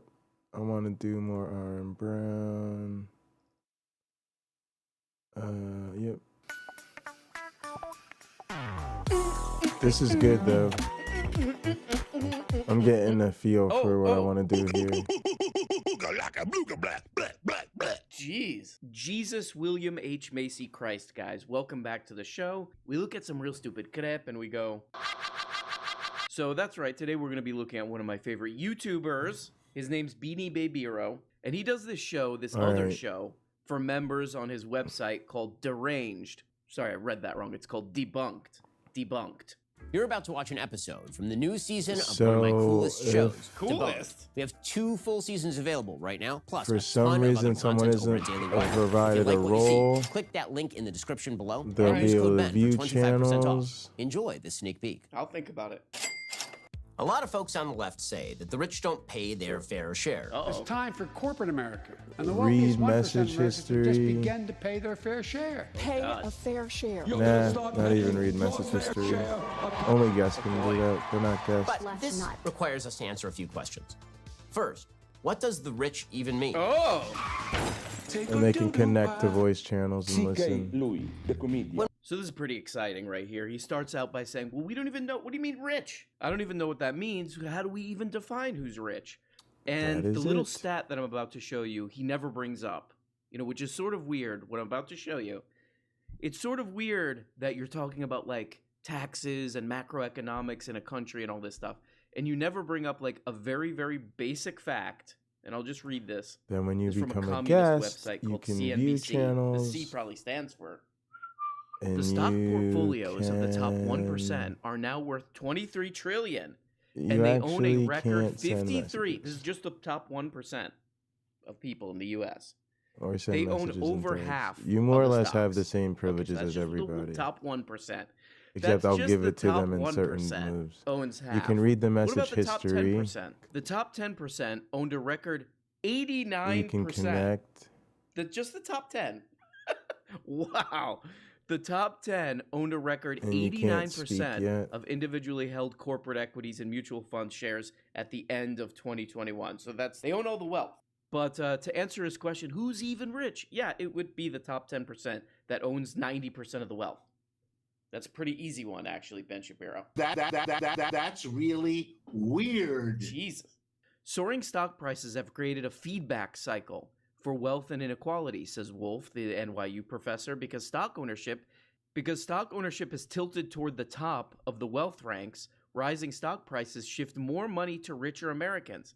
Since the wealthy can afford to save and invest a larger share of their added wealth, more of the nation's wealth gains flow to the stock market. That raises stock prices even further. So it creates a feedback loop where it's like the more money you put in, the more money you make. You can request to speak if you're a guest. It's worth noting when we talk about the rich that Bernie Sanders and Elizabeth Warren and Joe Biden talk about this as though it was a Marxist class. Whoa! As though it's just a group of people and they were Voice always channels the you can same. only The connect. truth is that throughout people's lives they move in and out can of read income message quintiles. history. A quintile is a 1/5 or 20% portion of the whole. Quintiles divide the population, ordered by income from lowest to highest, into 5 groups, each with an equal number of households. The vast majority of Americans will spend their days in many different income quintiles over the course of their life. Can't send messages. People tend to increase their income quintiles over the course of time. Okay, so we're already in kind of bizarre territory here because he's like, well, we don't even know who the rich are. All right. Well, yeah, we do. They're the top 10% who own 90% of the assets. So then we move into, but, people who are the rich are changing all the time. Which I like. So he could be talking about social mobility here. Like, Now- well, people, they start making more money. One day this guy made more money and then whatever. But they don't provide any numbers on this. Because we're talking about macroeconomics. We're going to need some numbers, right? Too bad there's none, man. So I guess I believe Ben Shapiro. Oh, wait a second. What's this? Economists from Harvard and Berkeley released a comprehensive study. This is in 2014. According to one of the Alright, guys who so did this study, now social guest mobility is low and has been for at least 30 or 40 years. can This is view most this obvious when you look at the channel. They can prospects of send the poor. messages in this welcome 70% channel. of people born into the bottom quintile, But remember that's they were it. talking about the quintile of this. 70% of people born into the bottom quintile of income distribution never make it into the middle class. Ooh, those are not good Members can odds. view it, That's not good odds, bro. invite people to it, And fewer than and send 10% get messages into in the it, top quintile. What the as well political as scientist add Michael Harrington wrote reactions, back in read the 1962 is still history, true. text Most to people who are speech, poor and are poor application because, quote, commands. they made the mistake of being born to the wrong parents. Ooh, ouch, Mods jeez. can Calm view, down, bro. invite messages, add reactions. I'm going to start reacting more to the drops. Manage you know? messages, Hold on, let me read get the my wallet. history. So far, this is just Do the first that, couple minutes of the video, the first 2 admins, minutes and 49 seconds of the video. We got, view, we don't even know create, who the rich are. send And then we look it up and messages, it's like, yeah, add no, it's a top 10% reactions, who owns manage. 90% of the assets. Then he's like, well, people change. You know, well, this guy becomes rich all the time. That happens all the time in somebody's life. Then you look at the numbers and no, that's not true. All There's right, I think actually not that's very much social fine. mobility. So we're not doing good so far. So put aside race or sex or any of the other complicating factors people like to talk about with regard to income. I If you take also want there to age is probably the be #1 confound in terms of the income quintile. Younger people earn less. As you move into middle age, you earn more. Oh, oh, so that easy. Okay. guest room. Okay, then I'll just get older quicker. He's basically what he's saying is don't be so quick to judge the don't be so quick to judge the wealthy because you're gonna be one soon when you're older, you know. And if you just kind of look at the overall statistics of that, it looks true. So this would be mean wealth age. This is from 2019. Mean wealth by age, okay? 18 to 35, not so good. 36 to 50, getting bigger. Then we get up to Guests 51 to can 65. Whoa, send okay, it's true. messages. So I will be rich just by be turning into a decrepit fossil. If you actually look at each of these demographics, That's whatever it. it is, people who went to college, white people, black people, whatever, if you look at those demographics individually, in every one of the demographics, you get stuff like this. Percent of age 51 to 65 wealth owned by each wealth decile. And basically what you get is this. You get most people, the vast majority of people, just like 10% of people owning 90% of the stocks, you get this. The top 10% is owning the vast majority of that wealth. So when he's kind of implying, well, look, you know, you're going to enter being super wealthy just as you get older. As you get older, you're not likely to enter that top 10% where most of that wealth is. You're more likely to enter the lower bottom 90%. By the way, this is already very well-known information. There was a best-selling book, a couple of years ago, Thomas Piketty's Capital. There's that. So having more money is just really good because you can make more money by having more money, basically. So that reinforces itself, but also there's the thing of passing money down to your family members, your children, and all that. But statistically, we don't see that much social mobility, and that's why, because the money kind of stays with those people. So what does the rich mean? Typically, we actually mean people who earn a lot of income. Most of what I've heard you talking about has been about the distribution of income rather than about the distribution of wealth. The Elizabeth Warrens of the world want to tax wealth. You built a factory and it turned into something terrific or a great idea. God bless. Keep a big hunk of it. You take a hunk of that and pay forward for the next kid. Oh, the screenshot looks so good But in as we've Discord seen, wealth on paper is not always wealth in because it reality. pops up with like What's the more, displays. taxing wealth The ends with destroying emojis wealth, look great. because people have to then liquidate It their might be my unrealized favorite gains place to in watch order it. to pay taxes. The left says that they're focusing on income tax. They don't even focus on that, really. But what it sounds like he's trying to do here is trying to say, like, well, you can't think of rich people as people who own stocks and assets. You can't think of that because it could go down, bro. So that's out. And I think the reason that he's doing that is because that's exactly how the rich avoids paying taxes. And you might remember this. This is from mid-2021. ProPublica came out with this thing that was kind of like, people were like, whoa. For like 10 minutes, people were like, whoa. And they were like, oh, Elden Rings. The secret IRS files, trove of never-before-seen records, reveal how the wealthiest avoid income tax. Oh, that causes some problems for your... What's the headline? The rich don't pay their fair share. And this thing says how the wealthiest avoid income tax. That just seems weird. Here's just a taste. It's a very interesting article, which I guess Ben Shapiro's counting on his audience not finding things like this. He's like, they're idiots. They'll never look this up. They're talking about Jeff Bezos here. Jeff Bezos' tax avoidance is even more striking if you examine 2006 to 2018, a period for which ProPublica has complete data. Oh, God. Bezos' wealth increased by $127 billion, wow, according to Forbes. But he had reported a total of $6.5 billion in income. The $1.4 billion he paid in personal federal taxes is a massive number. Yes, yes. Yet, it amounts to a 1.1 true tax rate on the rise in his fortune. Wow. Guess can't to put that in perspective, I paid do like, anything what, in any of 17% these. taxes? In taxes? And Jeff Bezos, he paid 1? That seems different, bro. Here we go. Take a doo-doo pie. And yeah, This is a I don't little think bit I want you to be unrelated, but I able to thought access this the part was stream funny chat when until you're a when member. ProPublica started going through all this stuff. They started That way emailing these members people, can jump including into the George stream chat Soros. on Discord. Mr. Soros has long But supported if you're a guest, you higher really can't. taxes for wealthy Americans. That throws a problem. Personal and corporate representatives for Bezos declined to receive detailed questions about the matter. Oh, God, what? This is my favorite part. Watch They Me reached out should to be Elon only Musk. mods, admins, and me. This immediately, just from this, they should seize all his money and cars. Musk responded to an initial query with a lone question mark. That's the most obnoxious. He's like, what? What? What are you talking about? So he sends just a question mark reply to the email. That's even annoying if you sent, like, if that was, like, to your daughter. Like, hey, like, did you clog the toilet with doo-doo?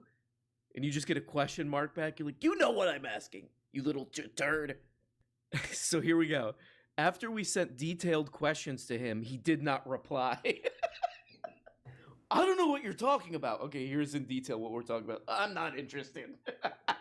And, Alright, you know, the guest- maybe we don't even need all this crap. You know, the rich don't pay their fair share or whatever. That's your question. One thing you could do is just ask them. You know, you can cut spending, you can raise taxes, but I would say that Guests just can't the do wealthy anything, just make sure they are can. definitely undertaxed relative to the general population. Whoa, what? But Ben Shapiro. I gotta stop doing that voice.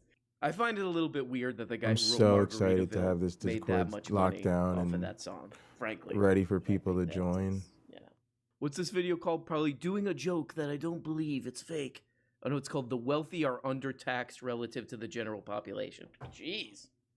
Also, we need to bring back people like this. This lady rules. Members also can't do anything here. Oh, they can view the channel. Marvelous accountants. I got my little shades on. And the Every guests can view older the woman channel. was Martin Scorsese's mom back in the 70s. I like it. Matter of fact, Bring it everyone back. can view this channel. Look at this. That's beautiful. I like this one. The dog, one dog goes one way and the other dog goes the other way. And this is from that same ProPublica clip. The results are stark. According to Forbes, those 25 people, this is the 25 richest people, I guess, saw their I think I made it like just in time. Also, I got to take down this be right back. From 2014 to 2018. Schools are going to end up They looking paid like a prisons. total Yes, they are. $13.6 billion Sorry, in this shit federal was income sent taxes. a long time ago. In those 5 years. I've been Now, like in the that's a zone trying staggering to sum. get in this Discord done. Okay, end of thing, right? That's Which a is good. staggering I'm sum. excited. But it amounts to a true tax rate of only 3.4%. Again, I'm just my hard ass, coding my it. I little don't ass really care about the made times. 17%. And Brazzers and Elon Musk and all these morons, 3.4%. All right. So what was the name of your video again? The rich don't pay their fair share. Oh, that's let me. So normal people can't really avoid paying taxes. So you get this again from the same ProPublica crap. It's a completely different picture for middle class Americans. For example, wage earners in their early 40s who have amassed a typical amount of wealth for people their age. Okay, the reason this is useful is because if I ever override the category, it will keep these channel settings safe because they will be hard-coded and they will override any category setting. So even though I haven't set the category settings here, I may. Their earnings were salaries. Their tax and when I do, I won't want to have to worry about nearly 62,000 changing them on this individual channel. So since I know it's a low-level channel that I want to change the details on, I'll just do it now. Way more of a tax burden than 3.4%. So members can only view. No one among the 25 wealthiest avoided as much as taxes as Jimmy Buffett. Mods the parrot head. View. The grandfatherly centrobillionaire. That's perhaps surprising, given his public stance as an advocate of higher taxes for the rich. I wonder why he would do that if they're paying their fair share, according to Ben Shapiro. Send messages. According to Forbes, his riches rose 24.3 billion between 2014 and 2018. Over those years, the data shows Buffett reported paying 23.7 million in taxes. Here we go now. That works out to a true tax rate of I'll let members 0.1%. do that too. Members can read the history. Oh boy! Because that'll be useful for them to see if they've missed streams. That piece of shit, drinking pina coladas, that asshole. So I guess in summary, how would I summarize this? In sum, if you didn't already know, this guy, this guy we make fun of all the time. His name's Ben Shikano.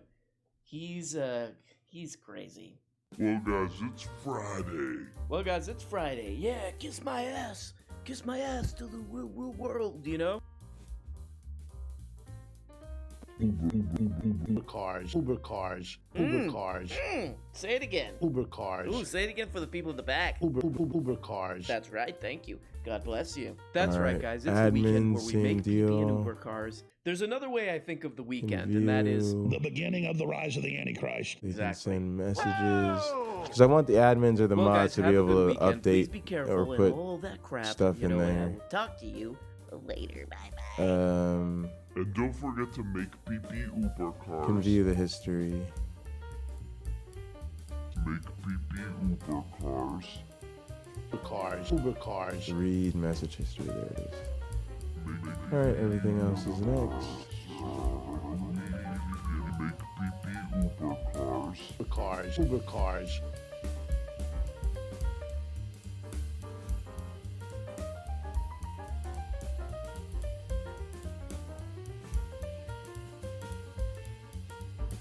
I'm basically making it so that all the cool areas are like members only. Yeah, members only. I like that. It's mostly members only. There's a guest area. Everything else, somebody has to vouch for you. Otherwise, you're a guest and you can only interact in the guest area.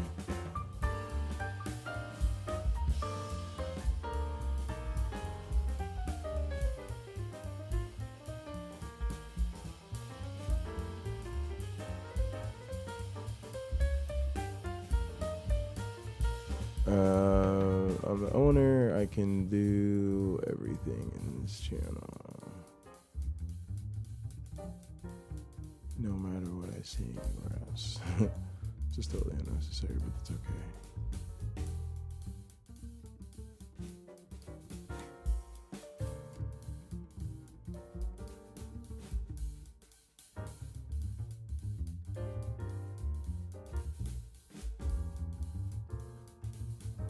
I also want to change the thing with everyone so that you can't see the message history until you get member privileges. Alright, that's the channel permissions not sync with, yep. It's not a private channel though. It's the Watch Me channel. Alright, Let's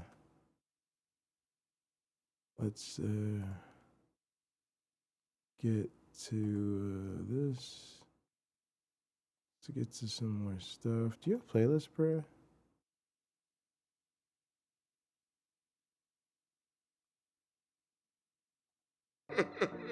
One easy thing we could do to try to help out, and something that I'm going to do, I'm going to donate some money, I'm going to cough it up,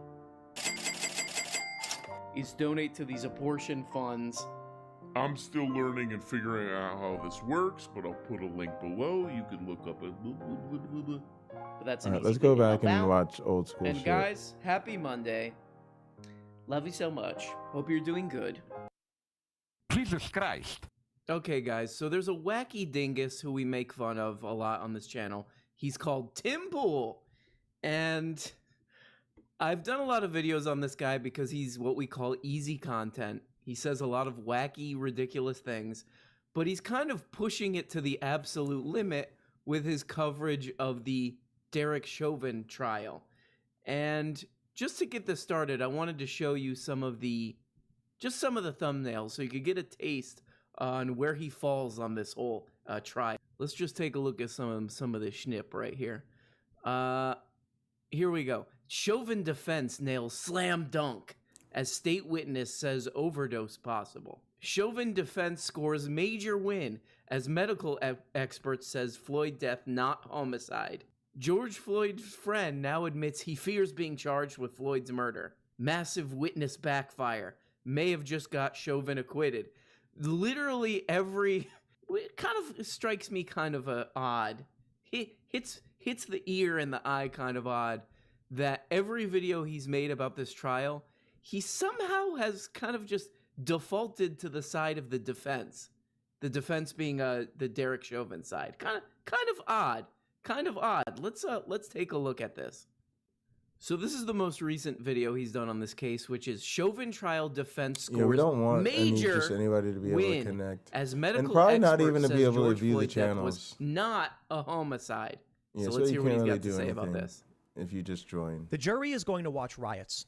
They likely already Everyone have can been. do nothing. They've likely been texted by friends and family saying, "Are you okay? I hope We you're probably safe." won't even know you're here. And then they're going to be sitting. But that's what He we gets want. very- I think that makes I it don't know like if he, secure. had It's like some locked. Twizzlers If you before just he get did the this, but link he somehow, seems or to you have get some in, kind of like and a you somehow buzz get around the during this. bot, He's you get he's nothing. really hopped up on sugar or something. Sitting there saying, "Well, I think there's reasonable doubt, but Now, they're going to once find you out who I become am a and they're going to hurt guest, me." What? And so they'll say guilty, and Chauvin you will go to can prison. request to That's speak. the point of terrorism. It's You can literally connect to the voice the channel to extremists hear know that if they can people. cause fear, they can drive a political victory. They want Chauvin in prison. They want to exert their authority and show you they control the system. So they threaten you with violence. Yeah, you can read If the message jurors are history. swayed by this, Chauvin is going to get convicted on all counts. And you can view even though channels. Murder 2 literally makes no sense if you've been watching anything. Okay. You can't so speak in even audio though channels. Murder 2, second-degree murder, makes no sense if you've been watching anything. Well, unfortunately for Tim, I have been watching anything, and I'll show you some clips here. Yeah, I that can still kind of unmute them if I want them go to speak, against but what they can't Tim's by saying here. default speak. Before Yes, we watch that's this clip, I perfect. just want to urge you to at least 'Cause I have mute watch by this one. I think like, you should watch permissions as much of and this trial as admins possible and because it is mods it's very and it's not just very co-host. important, but I'll the make a trial thing itself is for very co-host. interesting. There's a lot going on, and it's worth watching these testimonies. But and this maybe one, even if you only panelists. have like a little bit of time and you just want to watch one, this is pretty much the most important testimony. This might be the most important moment of the trial because it kind of summarizes the entire trial. And this is the medical examiner. This is the guy who determined the cause of death for George That's Floyd, great. which That's was perfect. homicide. And So they if can you connect watch to the this voice channel, entire but they can't speak or uploaded give their video. and I'll put a link to it. For some reason, the Star Tribune, which has somehow less subscribers than I do, was the only one I could find with this full testimony. But I'll give you a summary. We'll watch some clips, and I'll give you a summary. So the prosecutor, who's to just in short, he's the guy. What? He's the guy, arguing on behalf of George Floyd. He says, "What's the cause of death here?" And this guy says, "Homicide." I mean, that's a very short, dumbed down explanation, right? And that's about, let's see here, that's about 5-6 minutes. Then for basically almost an hour, the defense comes in. And the defense is the guy arguing on behalf of Derek Chauvin, the lawyer arguing for Derek Chauvin, defending him. And he comes out, and his job is to cast doubt on this whole thing. And he says, but what about there were drugs in his system? And this guy says, yes, there was. And then he says, what about the fact that he had serious heart problems? This guy says, yes, he did. He did have that. What about, whatever, the drugs and the heart problems could have, that could have worked together. This guy says, yeah. Then we'll watch the very end. So this goes on for an hour, almost an hour of the defense talking to this guy. Then the prosecutor comes back, and let's watch this. So, Dr. Baker, take into account the entire exchange you had with Mr. Nelson. All right, I like this. On Mr. Floyd's medical conditions. So you can connect. And whatever testimony you gave. You can read message history. I want to bring our attention back to what's reflected in Exhibit 193. And taking all of that into account, what today I'm going to say you can't remains read your message opinion history. as to the cause of death for Mr. Floyd? So my opinion remains unchanged. It's what I put on the death certificate last June. That's cardiopulmonary arrest, complicating law enforcement subdual restraint, and neck compression. That was my top line then. It would stay my top line now. And so if we look at the I'm trying to other decide if I want them to be able to contributing read the message history or not. those other contributing conditions. I guess it's are okay not if they can read conditions it, that you because they consider can't direct put any causes. messages Is that anywhere. true? They are not direct causes of Mr. Floyd's death. That's true. They're contributing causes. And in terms of manner of death, you found then, and do you stand by today, that the manner of death for Mr. Floyd was, as you would call it, homicide? Yes, I would still classify it as a homicide today. All right, I like Thank you, that. Dr. Baker. No further questions. If you remember, I gotta say, I don't want to make light of this case That's when because you honestly, get of course, it's a real tragedy privileges. You can and view it's the channels, based send around a really messages. sad subject. But that's kind of a baller move by the prosecution here. The defense comes in for an hour. And I urge you to watch this video. Here's the defense. Let's take a look at him. This is the defense. This is the guy defending Derek Chauvin.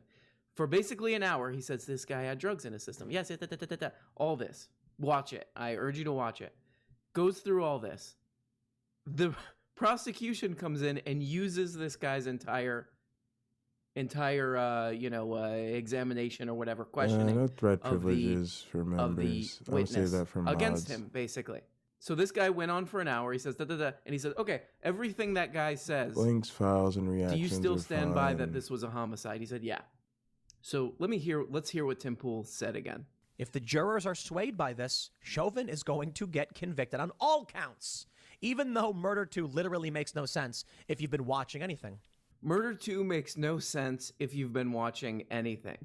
Let's read the definition of second-degree murder And no, from not everyone. Cornell Law Only, School mods can Dictionary. do that. Typically, second-degree murder is defined as murder that is not premeditated, Mods and not admins. premeditated, which is a mistake he makes early in the video too. I think he's like something like they're gonna have to show that he meant to do it, or murder that is caused by the offender's reckless conduct that displays an obvious lack of concern for human life. What? Oh! So there's lots more to this trial, and there's a lot more testimonies to watch, which I urge you to watch as much as you can. You know, it's on YouTube and the news, it really, like, this stuff gets oversaturated sometimes, and it's just, you start to look past it. But I would really urge you to watch at least some of these testimonies. If you haven't, maybe you already haven't. I'm just blah, blah, blah, blah, blah. He gets a little weird here. Like, I do think maybe he had like a soda or something before he recorded this, because he seems a little like a kind of energy that he can't control here. But so he's talking about how there's been protests and there's been civil unrest because of the latest police shooting of a during a traffic stop. And he's like, the jury's gonna see that and they're gonna be too scared. They're gonna be too scared for the they're going to be too scared for a verdict that he's already assuming is not guilty for some reason in this Chauvin trial. He's already assuming that for some reason he's not going to be guilty. But so the jury's already thinking not guilty, right? Because that's what his audience has to hear. So they're already thinking not guilty. But they're going to see the protests and stuff because there was another police shooting. There was a police shooting. They're going to see that the protests, and they're going to get scared, and they're just going to say not guilty because we're too scared of all these protests. These bad guys are protesting. So here he goes with this theory. Now, this is important because, like I said, and like you know, reasonable doubt is what matters in this case. But my friends, politics plays a role. It is entirely possible that what ends up happening, the jury is scared of what's to come. They're going to get to watch everything happen in real time over this weekend. Wait, what? What was that? Let's just go back a little bit. They're going to get to watch everything happen in real time over this week. What is wrong? This dude he got hit in the head. He fell off a skateboard or something. This is how he said that. If this is not tracking through, you're listening to this through audio or something, he goes, the jury's gonna see everything.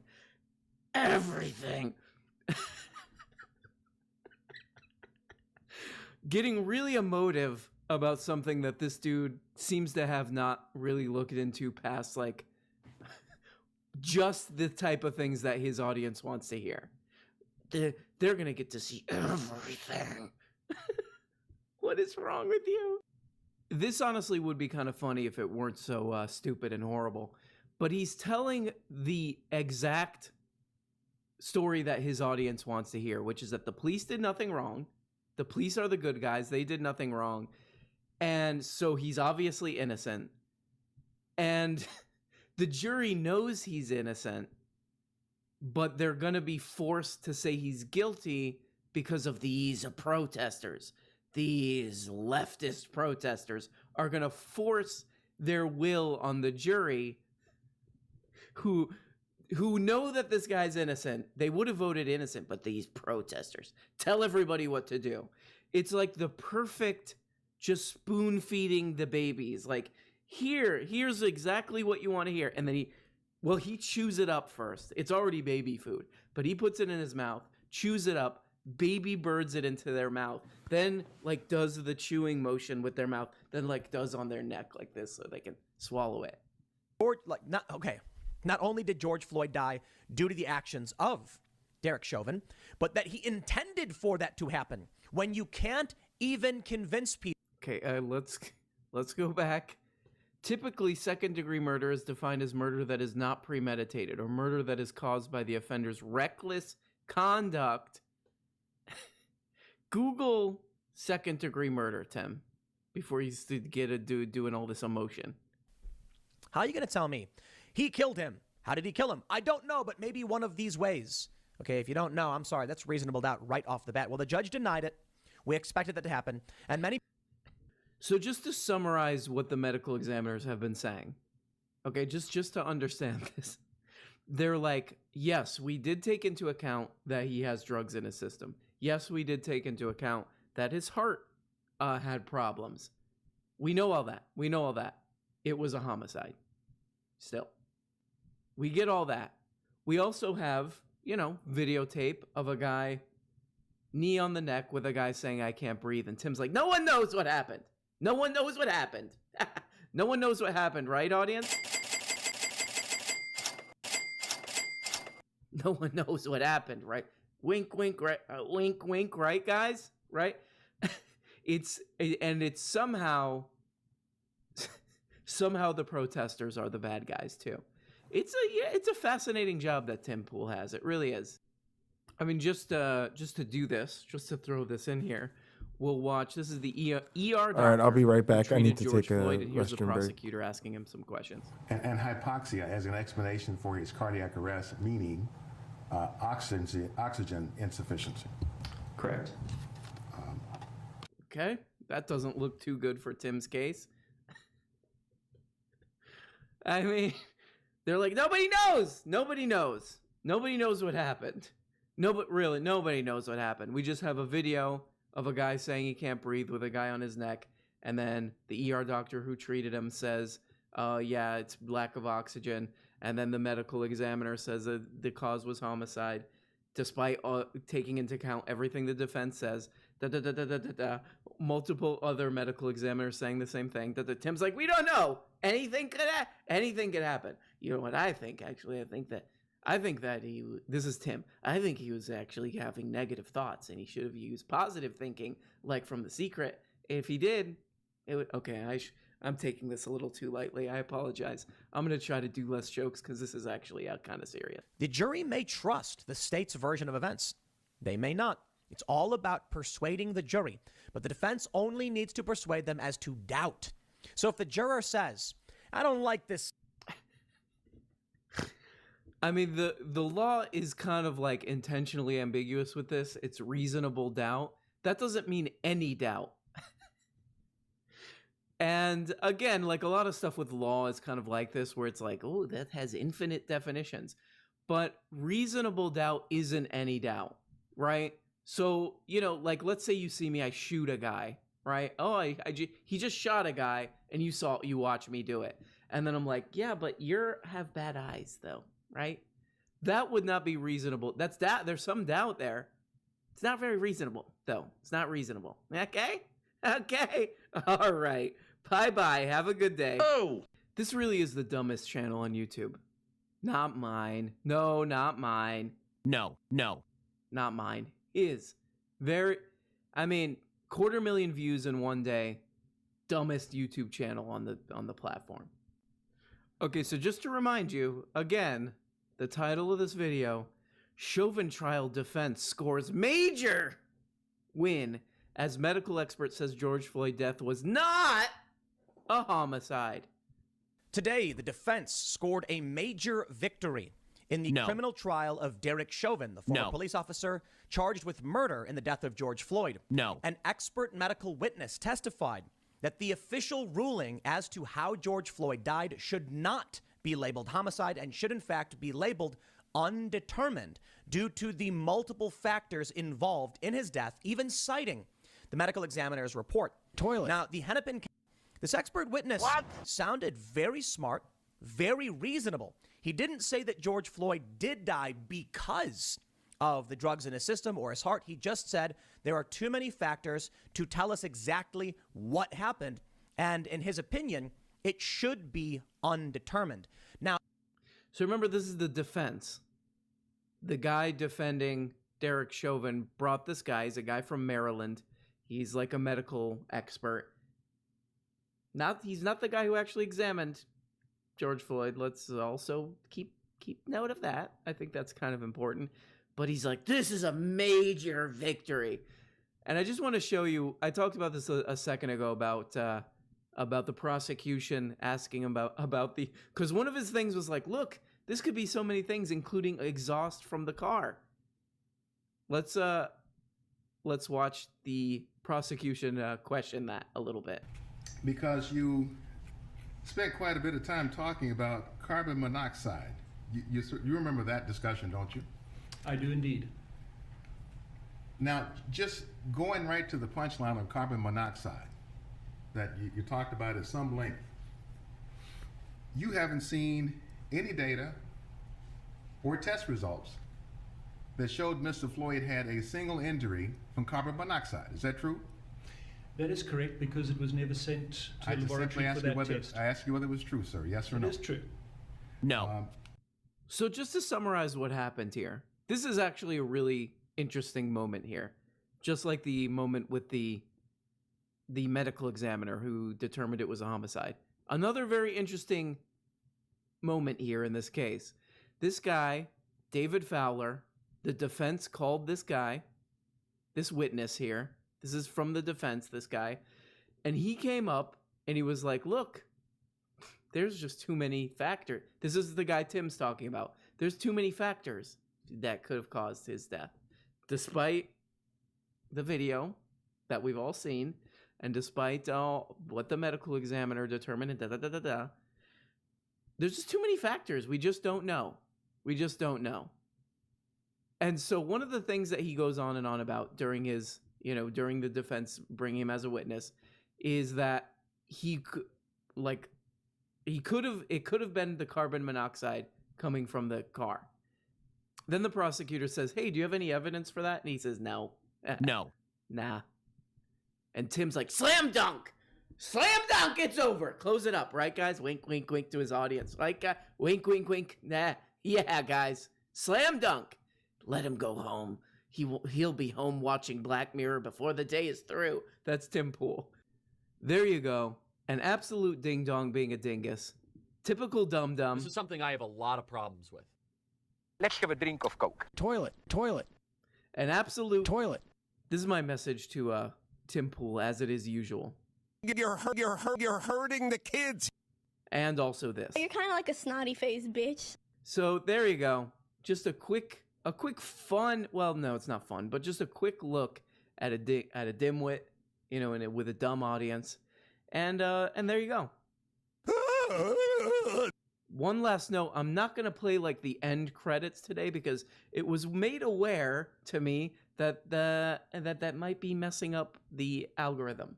So we're gonna try. You might not see it for a day or two, the end credits, while I figure out a better way to do that. Okay? Is that okay? No.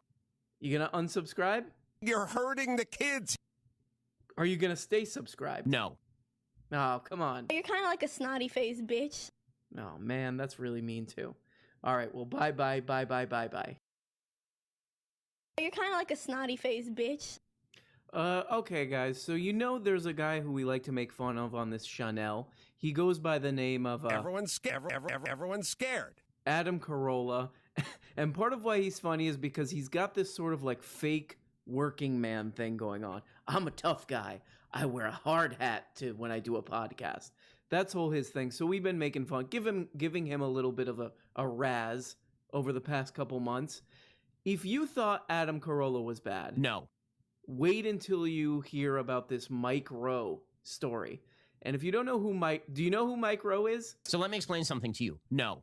Oh, okay. Mike Rowe is a guy who hosted a show for forever called Dirty Jobs on one of those channels that your mom watches. I remember Dirty Jobs. And one of those channels that your mom watches. By the way, perfectly Dirty described. Jobs is kind of. I bet if you looked at the demographic, I'm gonna make a prediction here that 90% of the people who have ever watched Dirty Jobs were in a waiting room of some kind. Okay. I noticed that people were giving this guy a hard time on Twitter. They were saying stuff like this to him. You're kind of like a snotty-faced bitch.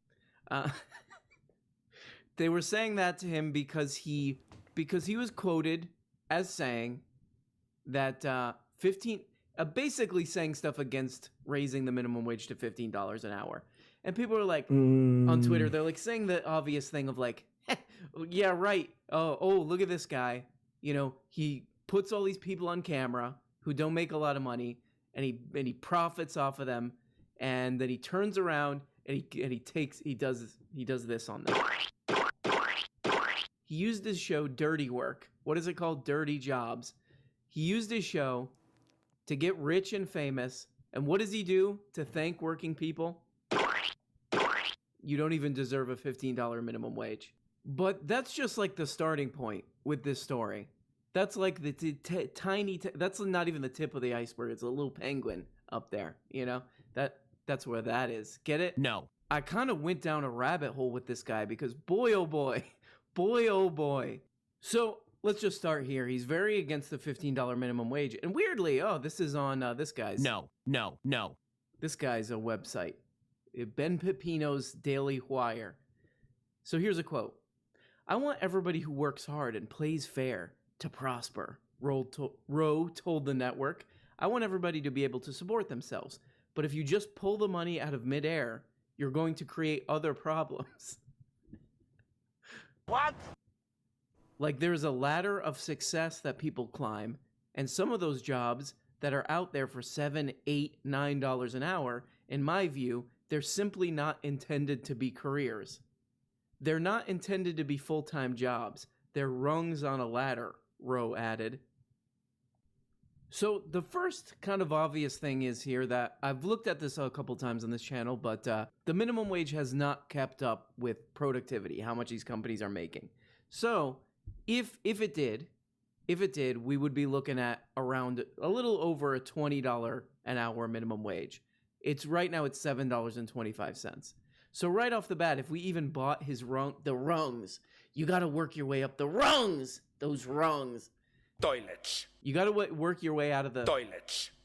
Okay, but still doesn't make any sense because the rungs are all f***ed up, dude. The rungs don't even make any sense. And somebody pointed out how the rungs don't make any sense here on Twitter. I think this is a really good summary of this. In 1980, and shout out to Jared Lipoff, responding to this post. In 1980, when Mike Rowe was 18, the minimum wage was $3.10 an hour.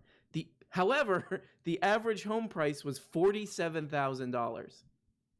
Average rent was $243 a month. I wish. Oh my God. That's what I would say when I'm signing my release. In 2021, the minimum wage is $7.25 an hour, which is a little over double the minimum wage in 1980 of $3.10. The average home price now is $389,000. And the average rent, and I know this because I was looking around at this, and this is probably a lowball estimate, is $1,098. So let's just look at the rent. The rent price has quintupled. Is quintupled a word? No. It's quintupled, but the minimum wage has just a little over doubled. Quintupled as opposed to doubled. So minimum wage is not keeping up with prices and all this.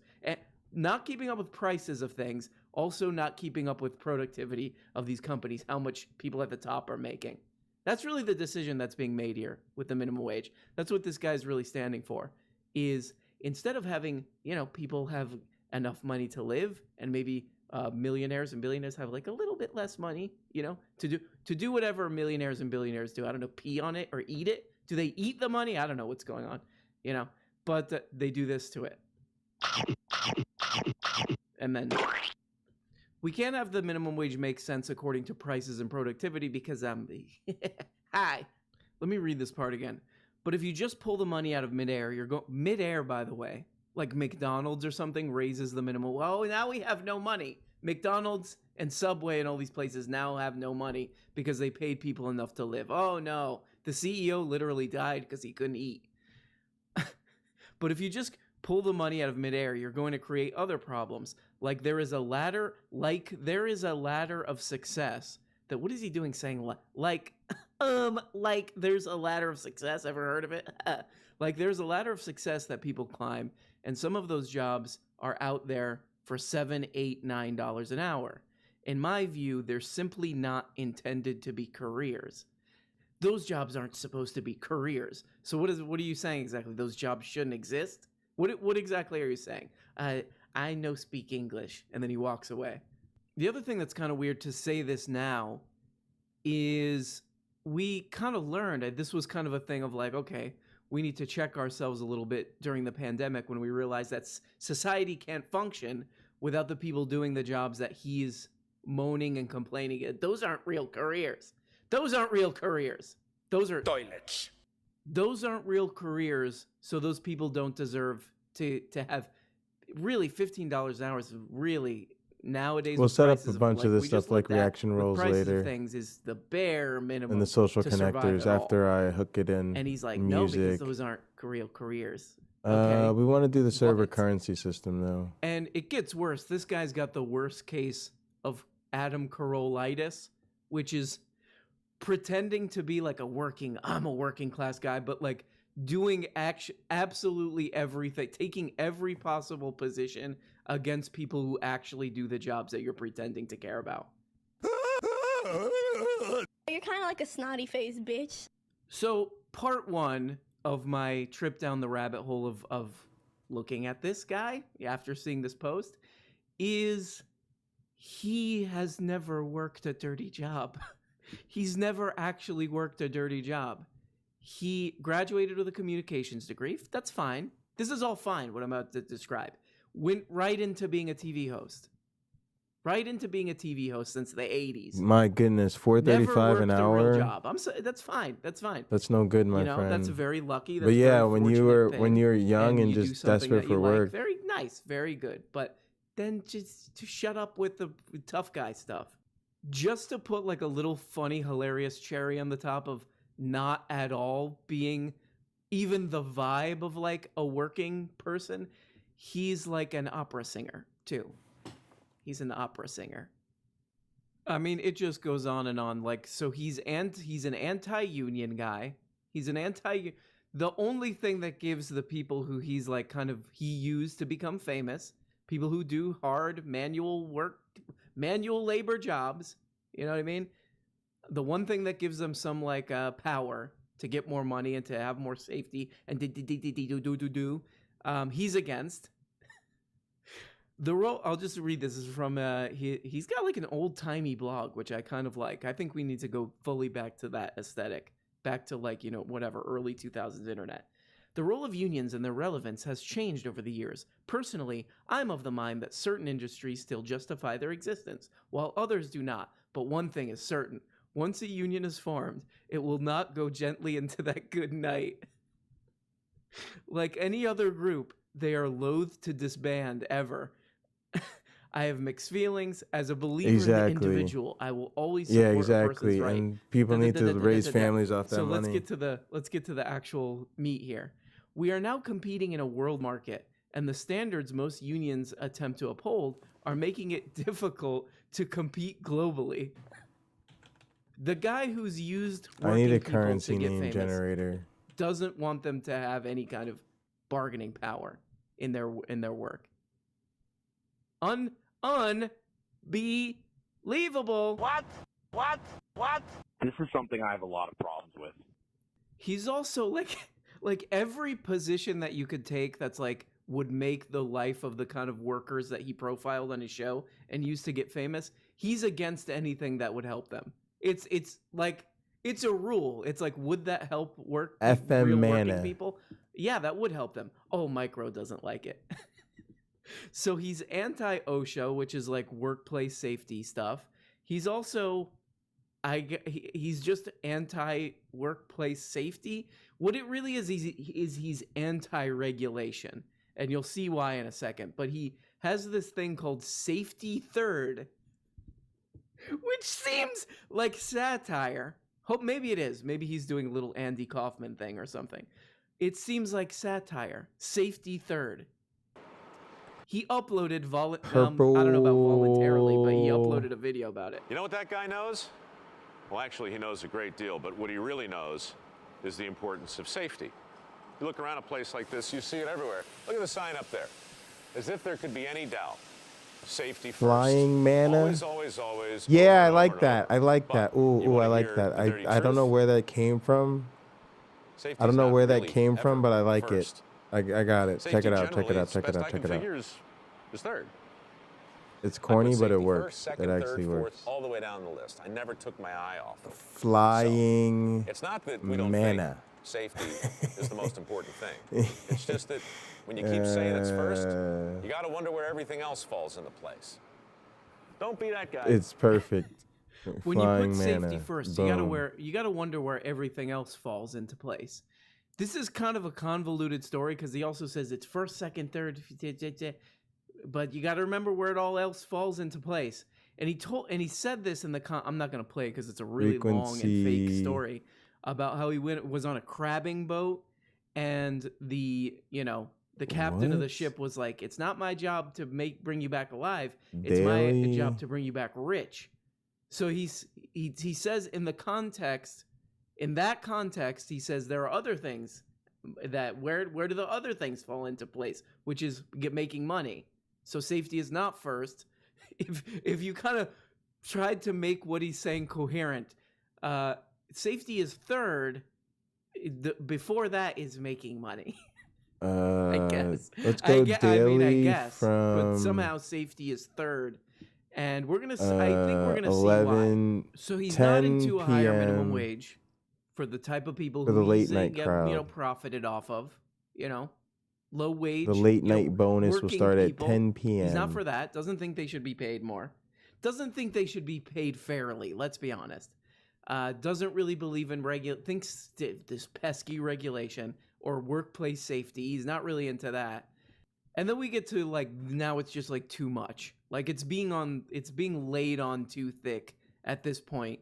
He works with the Koch brothers. He works with the most anti-worker. If you had to think of an anti-worker, like a villain or whatever, it would be What the hell those is guys. going on? And I uncovered this. I did a lot of people don't really know about this because they've hidden it very well. Oh no, wait. It's right there on CharlesKochFoundation.org.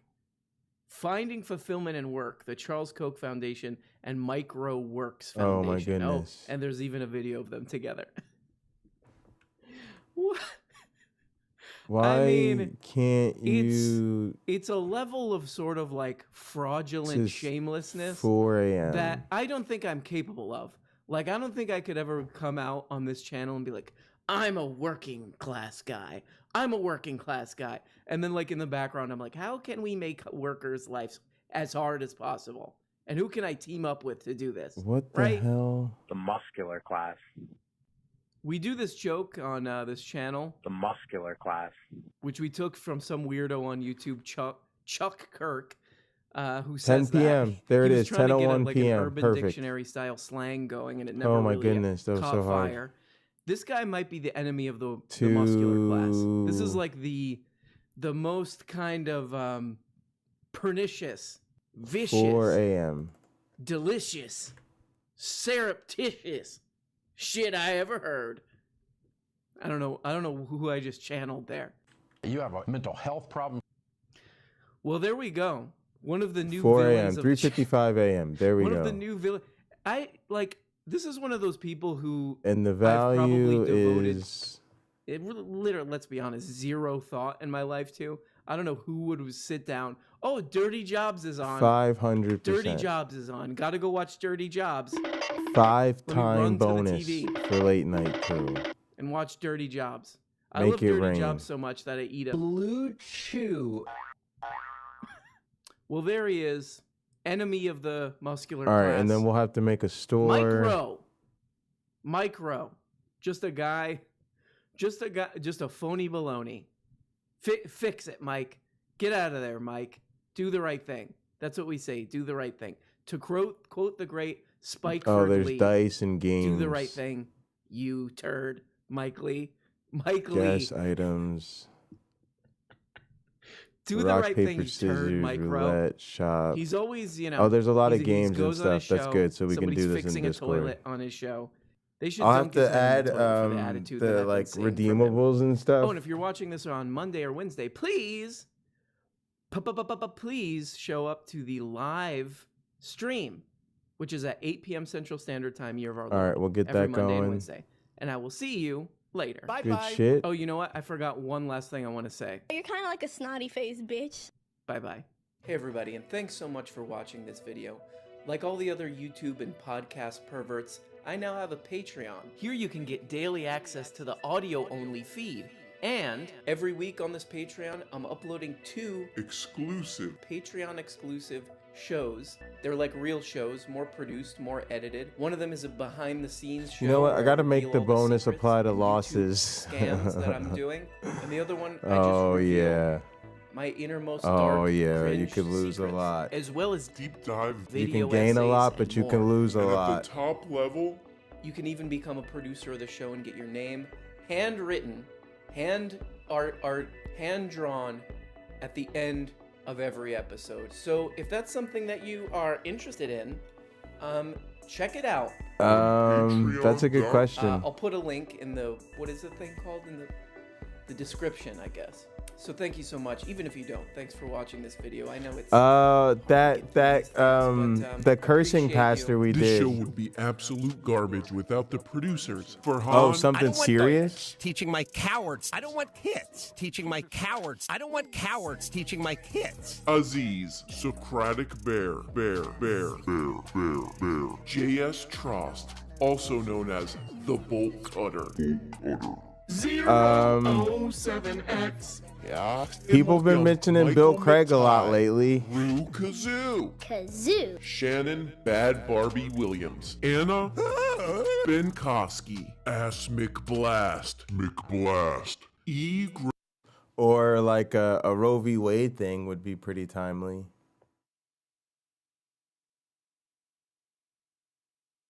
I play that a lot too. Wait, let's keep Gregory going with Hutto. this. What? Scott, let me tell you something. No Castle. Hey, you beautiful bastards. Does that guy still say that? He's still calling his fans bastards? Bad Barbie. I totally forgot that I still have a Daily Wire account. Like I a did movie Candace edit? I Owens, feel that. thing, watching her show, which is pretty funny. I forgot I had a subscription. I want to get back into editing forgot too. that I I just still want to have a get some of subscription. I this still got a couple days on channel the stuff done. subscription. And boy, oh boy. And then I has want to her work show on gotten Sacred, hopefully. Even better. Even better. And let's just get into it. F it. Let's just get into it. So I'll just skip to the best segment first, which is she does a. All right, we got the thing called currency Cancel going. Corner. I'll leave that for now. I don't know why she didn't call it Candace's Cancel Corner. So this is by far, I think, the best segment on this entire episode. I want to make sure that we get right into your story because it actually is an incredible one and one that I actually think is so super inspiring. So you were a junior at St. Margaret's School in Virginia, is that correct? Yes, ma'am. And you were tasked, you actually were a member of the Black Student Union because you wanted to diversify your opinions and the things that you knew. And you were tasked with? Gambling I was supposed maximum. to present actually on you. It was one person I was supposed to present on and then send out emails like it was a certain day that we were assigned to send out an email about 4 Black trailblazers. So you got to pick the Yes. Black. So let's just get this straight what happened here. This girl's a high school student, okay? She joined the high restrictions. school Yeah, I don't want the Black restrictions. Student Union. Okay? She joined that according to Candace's rundown, it was to diversify her opinions. So she joins the Black Student Union. And during Black History Month, as a Black trailblazer, she picks Candace Owens. Seriously. So let's just say non-Black, who's a high schooler, joins the Black Student Union. And the Black trailblazer she picks is a woman who says Black Lives Matter is a bunch of whiny toddlers who are, quote, pretending to be oppressed for attention, who, at a presentation somewhere, said that Hitler would have been fine if he just kept it in Germany, which is a classic Candace. A woman who spread tons of anti-trans, tons of Islamophobic crap, and on and on and on and on and on with Candace Owens. That's the Black trailblazer she picked after joining the Black Student Union. In other words, if high school teachers especially, job isn't already hard enough already. Later. Now they got to deal with this kind of Moderator, stuff. Candy Owens and the Daily Wire's war on teachers. Embeds. Some of the hardest working, lowest paid people in society, some of the most underappreciated people in society now got a new problem to deal with, which is mind-bendingly demented misinformation that specifically children, people whose BS radar hasn't been totally sharpened from years and years of dealing with bullcrap of dealing with this. Now teachers got to be like, yeah, actually, let's together look on the computer and do a little bit more research on this woman. It was a certain day that we were assigned to send out an email about 4 Black trailblazers. So you got to pick the Black trailblazers. You made the decision to pick me as the Black trailblazers, and that should have been okay. They probably... She picked this woman. So she joined the Black Student Union and picked the absolute worst grifter. All right, that's good. The absolute worst Birthdays. clickbait YouTube grifting lunatic Let's do she could birthdays. find to hold up as a black trailblazer. You know, I think probably young people are like actually pretty susceptible to this stuff because look at the set. You know, when you're a kid, you're just like, oh, authority. This is authority. It looks authoritative to me because it's a real set. Somebody had to pay for it. Yeah, let's so do you're birthdays. kind of just like, I guess it's also like, shouldn't you be able to trust adults if you're a kid? You know, and then you got Candace coming in and you're like, I guess this is normal. So I'll do a presentation on it. It could, I mean, just looking at that girl, I'm going to kind of guess that she's not as, maybe her parents are nefarious. You know, they own some, you know, boat dealership or something. This is child abuse, right? This is... You're hurting the kids. Because now this young woman is in a situation that she probably barely understands, if understands at all, which is it's such an absolute pretzel that she's in. It's such an absolute pickle that she's in that it's almost impossible to untangle. Hey, honey, yeah, like that person is a lunatic. That person is a lunatic right-wing grifter who kind of tricks people who are kind of slowly losing their minds, but they have a lot of money from oil billionaires. So it looks like a real show, sweetie, but let's just, come on, just go watch the anime or something. This next part is truly, I mean, I don't know. Cut this out and turn it into one of those NFT things, because this is perfect. That's the next step, is those people are the next ones on the chopping block, because eventually... Okay, by the way, they're talking about, like, how do I describe this? Okay, they're talking about basically how, like, wokeness is taking over everything, and you have to hire people just because they're trans. Like, companies are going to hire people just because they're trans, because they're forced to, because of political correctness, I guess. So here we go. They're going to want all the power. Right. They're already being given these little pieces of power to take over pillars of culture. But that's not going to be enough. At some point, they're going to want to make all the decisions. Not, you know, crazy old Joe Biden. They're going to want that spot. And they're going to want to dictate to everybody how they're going to live their lives. Yeah, I'm looking forward to the time when Goldman Sachs says, look at our trade floor. By the way, none of them know how to actually trade, but hey, at least they're all trans, right? Exactly. So we're getting something right. Oh, okay. Wait. No.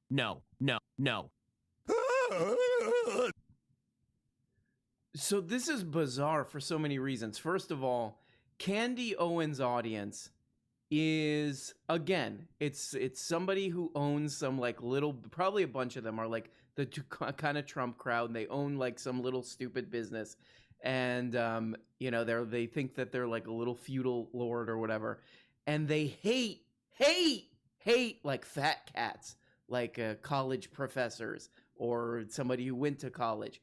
And I think that they probably hate people who work for Goldman Sachs too. So that's just right off the bat. I think that she might have improv'd a little bit and maybe made a mistake. But I also think that people probably aren't paying too close attention to this show, if anyone's watching this show. So the problem with Goldman Sachs, how Goldman Sachs is going to fall apart, is if they have a bunch of, in her words, trans people who don't know how to trade. That's the big problem. You might want to look a little bit into what's been going on with Goldman Sachs over the last forever. Here's just a little article. Here's just a fun little article that you might want to check out. Goldman Sachs to pay $5 billion for its role in the 2008 financial crisis. The settlement holds the bank accountable for its serious misconduct in falsely assuring investors that securities it sold were backed by sound mortgages. So, yeah, I think Goldman Sachs has some bigger problems. I think we as a civilization have some bigger problems with Goldman Sachs, and I think they got some bigger problems than trans people. Might want to look into that one, Candy. You're hurting the kids. We can't have Goldman Sachs just hiring people because of diversity. We need them to hire people who will do the most bad stuff. Who will do bad stuff the fastest. So we can't have them doing any diversity quotas or anything because some of those people might not be bad enough. Some of those people might not be out to crash the economy and, throw a bunch of people's lives into chaos quick enough. This is something I have a lot of problems with.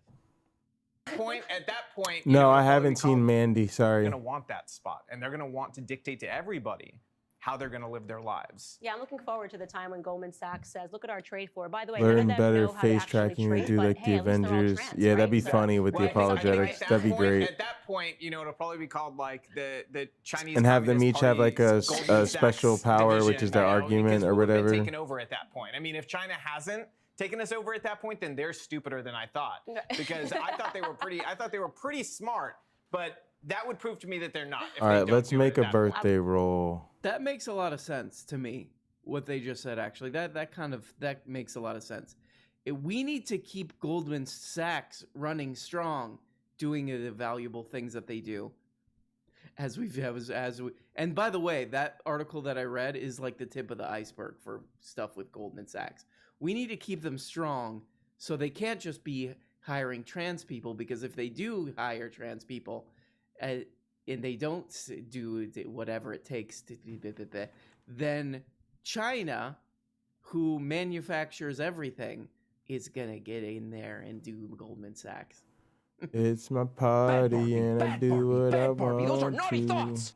It actually, I mean, for real though, like where does this come from, this content? And it really is like, you see those old like Simpsons episodes or whatever, they would cut to like a writing room. We'll make an icon and it for would be it. like little post-it notes on a wall or little 3x5 cards on a wall, and they just like throw darts at like different concepts. And it's like China, trans people, woke stuff. They put it together. Put it all together. Okay? No. This is pretty fun too. Here we go. Remember what we just talked about with all the Goldman Sachs stuff. Here we go. Guilty. And it's this whole corporate guilt mentality that we are all presumptively racist. There's a lot of this kind of stuff going on in these like They can put people in like timeout. right-wing YouTube things where it's like this corporate culture, they're pushing wokeness on people, which is kind of clever because it's like, yeah, everyone hates corporations, and they're like, yeah, corporations suck and all this. And then again, you just go a couple minutes forward and like, we need to keep Goldman Sachs strong. Like the absolute, like the cartoonish example of like a giant evil company, Goldman Sachs. But corporations are bad because they're pushing their agenda. So whatever, I'm watching this show and I'm like, okay, so this is really geared toward like kind of lunatics, kind of like people who are kind of losing it. Who, again, they own some kind of a small business and they're kind of losing their minds. That would be the demographic right there. They're kind of like, maybe they're even like upper middle class income or whatever, but they're thoroughly losing their minds. And this is kind of in the back of my head. And then she brings on her guest onto the show.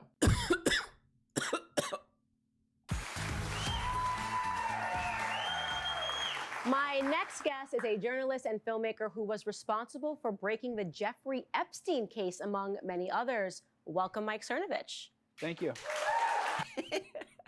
So, I mean, if you're like not obsessed with like internet lunatics, especially like right-wing internet lunatics, this guy's kind of that like should be fun. the master online right-wing internet lunatic. He's like... This guy's like an InfoWars guy.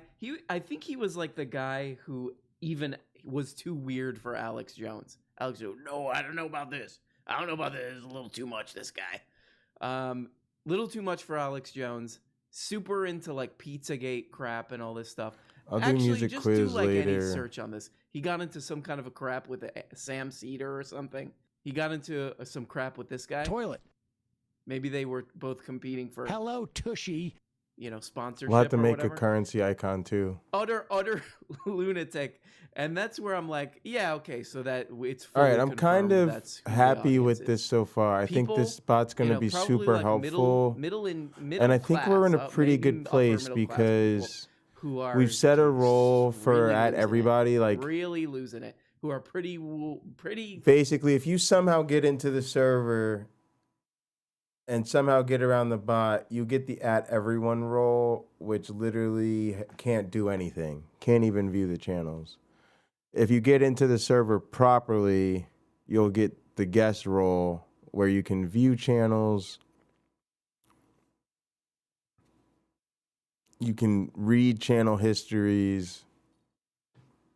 You can listen to voice channels.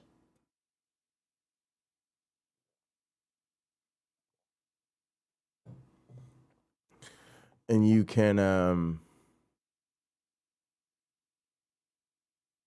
yeah, I think that's it. You can message on the guest channel and the welcome channel.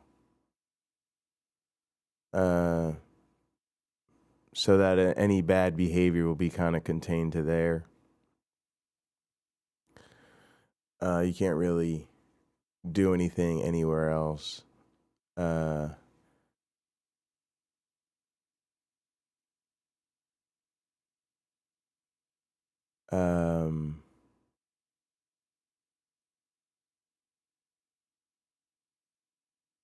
then we have to make you a member to be able to actually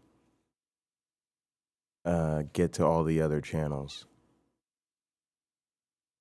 So if somebody penis bombs us, I'm trying to think. They could, in theory, penis bomb the. Well, see, they won't be able to share links. They won't be able to share pics or anything. They won't be able to turn on their cameras. They won't be able to. They will be able to send messages. That's the only kind of thing.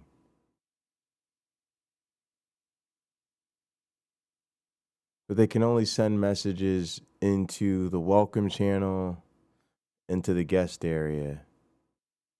So there's no advantage to doing so. They won't be able to get on stream or anything like that. And they won't be able to get in any voice channels.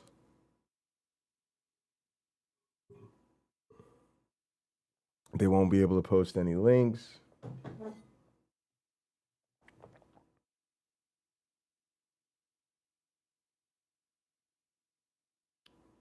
Yeah, I think that's kind of good.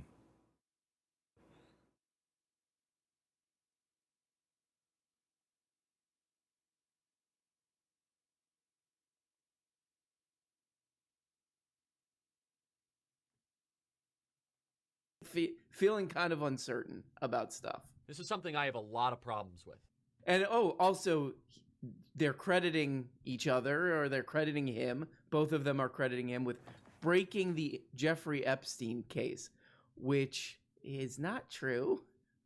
Which is playing pretty fast and loose with the truth, I would say.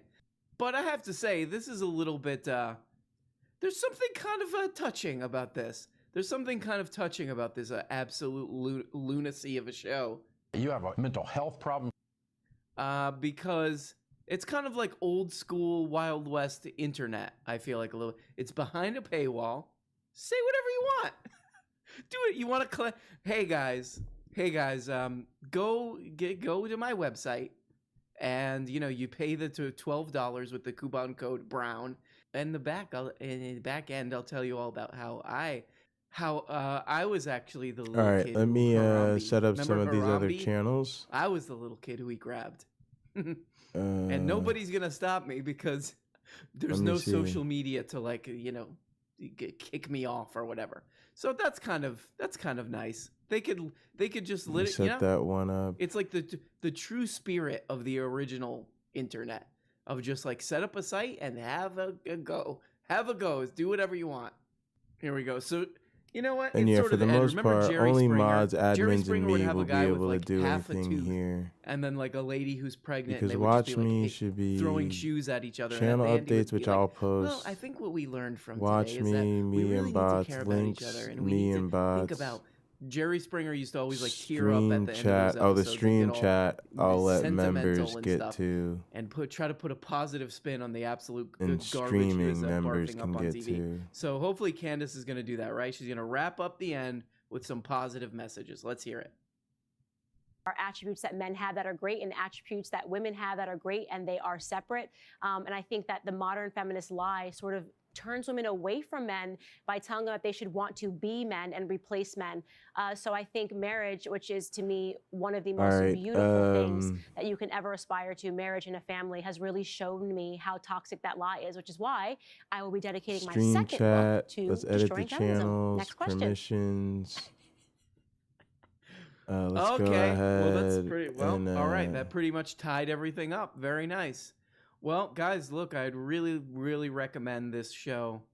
It is kind of where I get most of my. Oh wait, you know what? Get where most Oh of yeah, my I'm gonna news have to do this commentary because and I'm also, gonna like, make it so wanna members learn, can't hey, normally what's do going in on this with the Jeffrey category, Epstein case? but I'll I go want on them here to and I'll be be able like, to oh, on this no, channel. that's the So guy I have to who figured it override all it out. for Seems ship shape to me. I also think we got to figure out a way to get this in the members. classroom. Just is there a way we could just stream, get a deal going with the United States government and public schools that would just stream these Daily Wire programs directly in there? You're hurting the kids. So they can learn the truth. We could get around all this nonsense and learn the truth. Well, guys, there you go. There you go. If you were thinking about doing a Patreon for me or something like that, just go do Daily Wire. Get Daily Wire. You get this kind of you'll get this kind of very, like, you'll laugh your ass off. Ha ha ha ha. You'll say. It's very good. Bye-bye. Hey, everybody, and thanks so much for watching this video. Like all the other YouTube and podcast perverts, I now have a Patreon. Here you can get daily access to the audio-only feed. And every week on this Patreon, I'm uploading 2 exclusive Patreon-exclusive shows. They're like real shows, more produced, more edited. One of them is a behind-the-scenes show where I reveal all the secrets and YouTube scams that I'm doing. And the other one, I just reveal my innermost dark, cringe secrets, as well as deep dive video essays and more. And at the top level, you can even become a producer of the show and get your name handwritten, hand art, hand drawn at the end of every episode. So if that's something that you are interested in, check it out on Patreon. I'll put a link in the, what is the thing called, in the description, I guess. So thank you so much, even if you don't. Thanks for watching this video. I know it's hard to get through these things, but I appreciate you. This show would be absolute garbage without the producers. Socratic Bear, J.S. Trost, also known as the Bolt Cutter. 007X. Yeah, Michael McTighe. Rue Kazoo. Shannon Bad Barbie Williams. Anna Ben Koski. Ass McBlast. E. Gregory Hutto. What? Scott, let me tell you something. No Castle. Rerun 64. Mr. Feeney. Jamie and I may have a disagreement with Sam Cedar's pause button. Jenny Hart. Hey, Jenny Hart, it's me. Oh, she just ignored me. Winter the Muscular. Ethan Weaver. Vince Barbosa. He is pure ideology at its purest. Crouching Tiger flushing toilets. Elias Christo. The guy from the hamburger train. Cece LeBlanc. Nez Interlinks. Victor Sonny Duran. Kyle High Level Ideas. Hopper. Albert Ellers Ood. Kitty Hooch. Hi, I'm Kitty Hooch. Somebody just kind of check out and do a YouTube show where he has zero curiosity or any kind of intellectual connection or care for his audience whatsoever.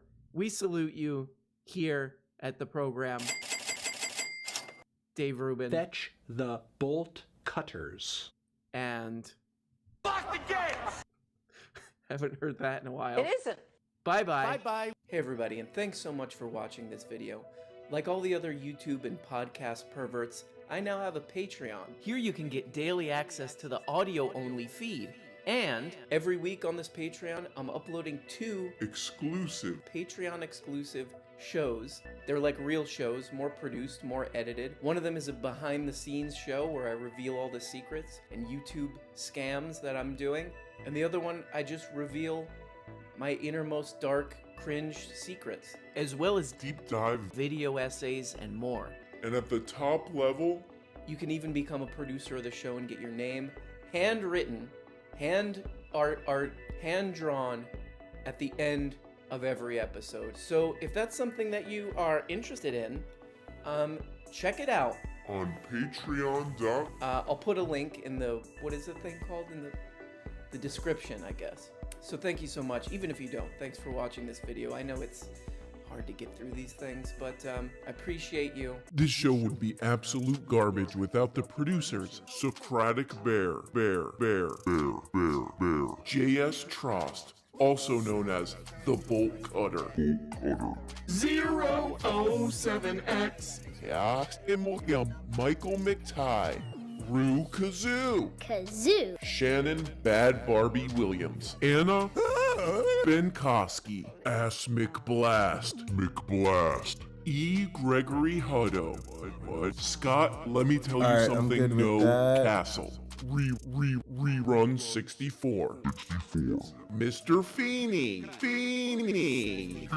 Jamie and I may have a disagreement with Sam Cedar's pause button. Jenny Hart. Hey, Jenny Hart, it's me. Oh, she just ignored me. Winter the Muscular. Ethan Weaver. Vince Barbosa, he is pure ideology at its purest. Crouching Tiger flushing toilets. Elias Christo. The guy from the hamburger train. Cece LeBlanc. Nez. Interlinks. Victor Sonny Duran. Kyle High Level Ideas. Hopper. Albert Ellers Ood. Kitty Hooch. Hi, I'm Kitty Hooch. Abby, I don't want cowards teaching my kid green. Tristan Dominic Guzman. Jane Spade. Jessica, a lot of problems stepping off. King Friday. Laura. What is up, everybody, and welcome to a very special episode of Robitech. This is... I don't want cowards teaching my kids. So there's this guy, he's been around forever and ever, Dennis Prager. He doesn't like gay people, doesn't like Muslims, says climate change is not real, says COVID-19 is not real. You kind of get what this guy does. But now his channel, which is called Praguester U, is like explicitly trying to get kids, I guess, to watch this crap. If you're an American, chances are you own an American flag. Here's what you need to know to be a successful flag owner. You'll need the help of a friend to do it properly. First, make sure your friend is not a communist. And he rips his jacket open, it says not a communist. Because if there's one thing that little kids are interested in, it's communism. I actually have a really disturbing video to show you here. And as you can see, over 3 million people watched this since 2017. And after kids saw this, this is really what's to blame for the kind of, I would call it a red tsunami, a red hurricane of communists in the United States after this video was released. Hey guys, your old pal Scenable here. And I want to make a video about why, to this day, after the time in history when it was founded, we still need communism. Now, I still laugh at that every time when he burps after he says that. I don't want kids teaching my cowards. And now, you know, I actually had a really disturbing interaction with a kid the other day. I saw this little kid on a bus, and he was reading this big book, and I just assumed it was like a Harry Potter or something. And I looked closer, Das Kapital. It was Das Kapital, dog. It was Das Kapital, homie. So this is what we're dealing with.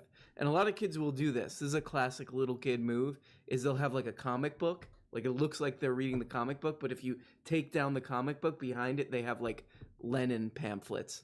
And they're just reading about, you know, they're reading about the end stages of capitalism. Stop watching those Slavoj Žižek lectures is a phrase that a lot of people utter to their young kids across this beautiful, mighty nation. You know, okay, so real talk a little bit. What I've noticed with, you know, friends who have kids and what we talk about is that it's actually the exact opposite. Like, of course, this is cartoonish and goofy. It's PragerU. It's like a silly channel paid for by demented oil billionaires. So it's a cartoon. But, you know, like, young children do get indoctrination, like, right off the bat. Like, right, and now it's even more insane, like, with the, like, I gotta get my kid into a good preschool or he'll die of hunger. And he won't climb up the ladder of being a CEO if he doesn't get into the correct preschool. He's a fetus. Hi, my kid's a fetus, and I need to train him to compete against the other fetuses right now. Actually, he was just conceived, literally like 4 minutes ago. Then start by pulling the flag taut. Fold the flag down the middle once, and again. Now that the flag is in a narrow strip, begin folding it triangularly. There should be...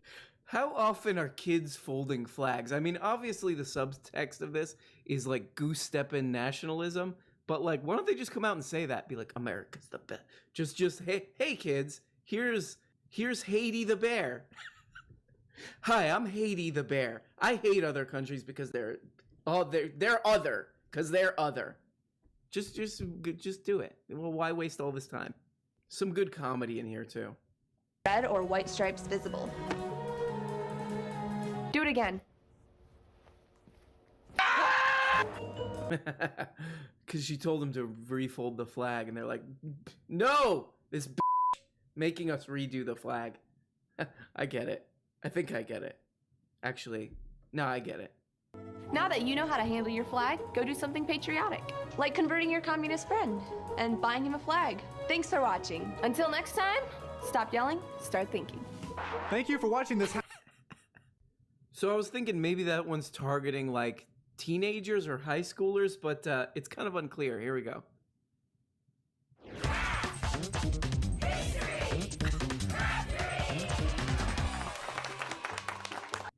You'll notice in the bottom here too, PragerU resources for educators and parents. So they're really trying to they're like PragerU for schools for little kids. All right, we're all here. Welcome, everybody. So the craft that we're going to be doing today is a military appreciation wreath. A good craft for little kids. A military appreciation wreath to show the United States military your appreciation with a wreath. To make a wreath to honor those who serve and protect in our military. Here's what That's what, yeah, and you know what? This is good because that's also what people in the military want. They want a wreath. Actually, can I have my college paid for? No, you get a wreath. Shut up and look at your wreath. I mean, how else to interpret this besides, hey kids, the military is good. The military is good, no matter what. Some little kid, he's like, well, actually, looks like there's some questionable things here. The Vietnam War, or Iraq War. Seems like actually they haven't been really doing anything very good for very, very long. Hey, get that wreath going. Get that wreath going. or camo print. I also got some red, white, and blue stars and stripes. This is not a flag. This is regular fabric. We've got some... She makes it very clear throughout this video that we're not cutting up a flag. That she went to Joann's Fabrics and got some stupid American flag themed fabric. Guys, because you know that the 98-year-old boomer watching this, he's like, shit, this Hispanic woman's cutting up a flag? Unsubscribe. And some very sharp fabric scissors that you're going to want to make sure you get a parent's help with. Yeah, because the little kids are definitely watching this alone. Little kids, they just flock to PragerU. Little kids are all... This is a phrase that you'll hear in kindergarten. This is a phrase that you'll hear in kindergartens across the country. What's Dinesh D'Souza think of this? What's Dinesh D'Souza got to say? Hi, I'm 5 years old, and I'm a huge fan of Dinesh D'Souza. Hey, I'm 5 years old, and I really want to hear what Jordan Peterson thinks about trans people. I was born a little too early. I was taken out a little too early.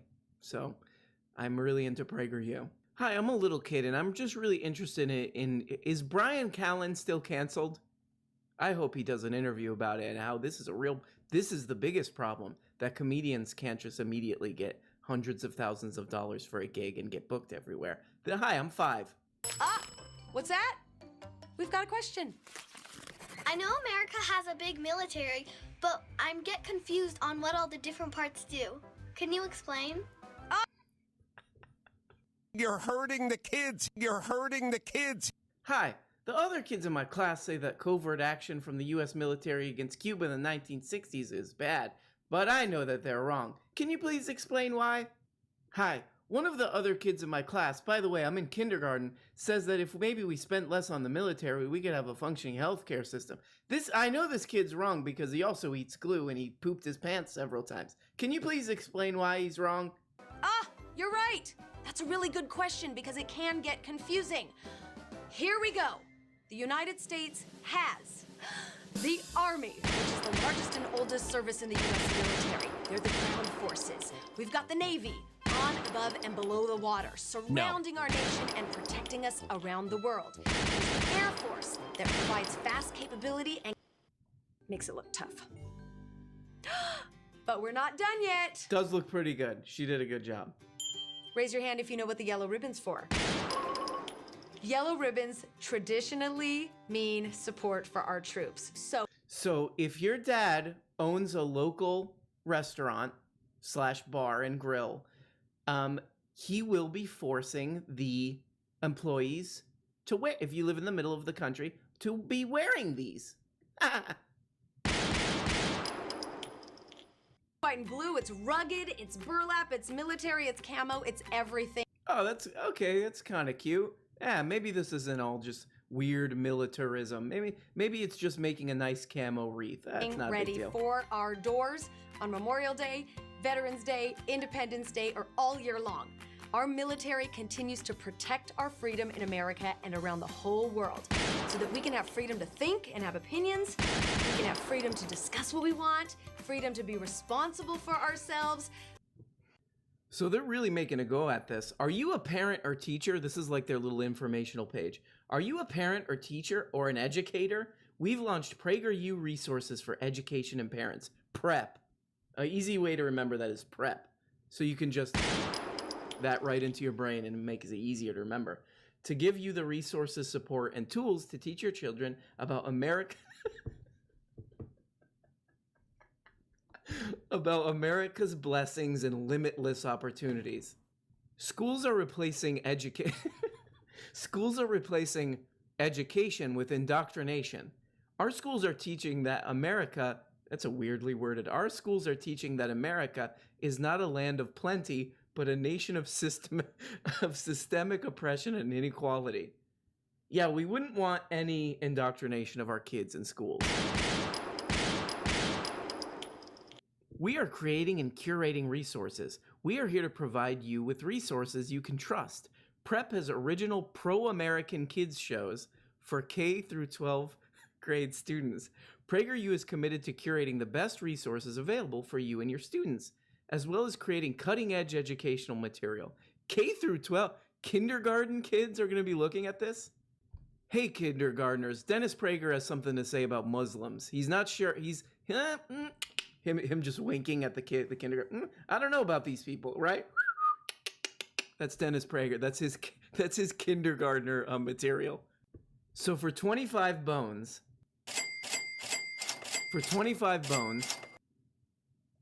you get high quality pro-America resources and educational content for students grade K through 12. A lot of these kindergartner kids are very anti-American, I've noticed. A lot of these kids are like, the Nordic model seems actually kind of interesting economically. I don't know. It's weird because I called my mom recently. I was like, when I was a kid, I was really into remember He-Man and Ninja Turtles and all that kind of crap, right? And she was like, no, actually, that's a misconception. You were actually really into Trotsky. You were really into reading Trotsky pamphlets. Actually, you know what? Like little kids, little kindergartners, I think they actually are anti-American because they're pretty much anti everything that's not shoving sweet treats into their mouth. Anything that's not staining their, white shirt with a red drink, a red sweet drink, they don't like it.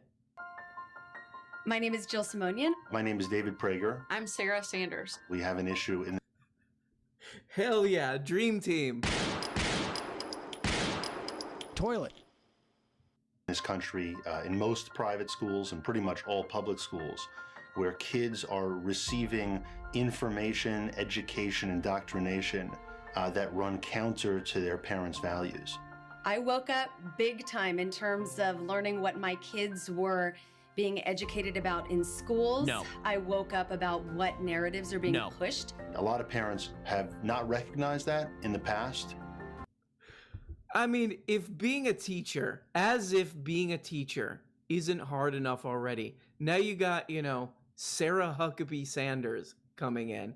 Now you got all these, whatever weird parent would watch PragerU channel on YouTube is waddling up to you. You're getting paid whatever, 28 grand a year to teach these little dirty little rats. And one of these parents who clearly just came from a Chipotle waddles up to you and is like, you're not teaching my kids that the military is good enough. You're not telling them enough that the military is cool. Do better. Do better. You're not telling them that trans people are all scary mutants enough. So you get this. How do you be a teacher and deal with what they're hoping to make teachers deal with this crap and not just say, it's not worth it. I'm just going to go do something else. I'm just going to go sell stuff. I'm just going to go sell crap on Etsy instead. This is just not worth it anymore. Bye-bye. Hi, I own the local 500,000-ton truck dealership here in town, and you're not teaching my kids that trans people are bad enough. You're not telling them that they're literally the cause of all my problems, personally. So you get this. Schools, I woke up about what narratives are being pushed. A lot of parents have not recognized that in the past, only until their kids grew up and had values that ran counter to them. Then their kids grew up and had values counter to them. And the image that they're showing is, it kind of appears to be a stock image of kids protesting. And one of the signs says, love, not hate.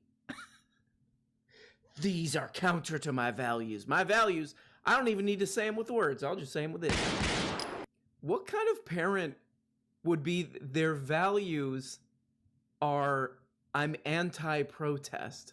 Like if something was wrong and my kid went out to protest it, what? They just Dennis Prager's like, why do they have to protest? Why can't they just sit in their saggy old leaking mansion that they got from oil billionaire money to, go do propaganda on the radio and now on YouTube? Why can't they just sit and sag around and choke their dipes? Hey, teacher, I own the local Hooters franchise, and I'm very pissed off at you because even though my kid's school got shot up the other week, they're out there protesting about it. Do fix this. And in the meantime, you get this.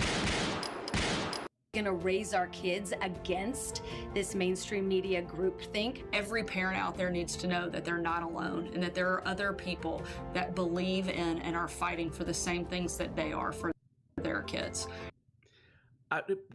They need to know that lots of parents out there are fighting for the same thing, that for the life that they want for their kids, which is to be able to say trans people are weird and Muslims are scary. We're really out there fighting for this. We're like the Che Guevara of fighting for causes. And and also one more. I got one more thing to say.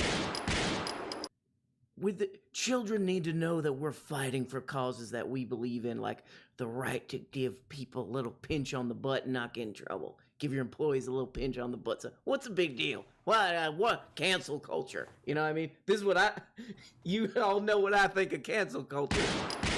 through how I can raise my kids and give them the American values that I treasure so greatly. I'm so proud of what they're doing through prep, and I'm honored to get to be a part of it.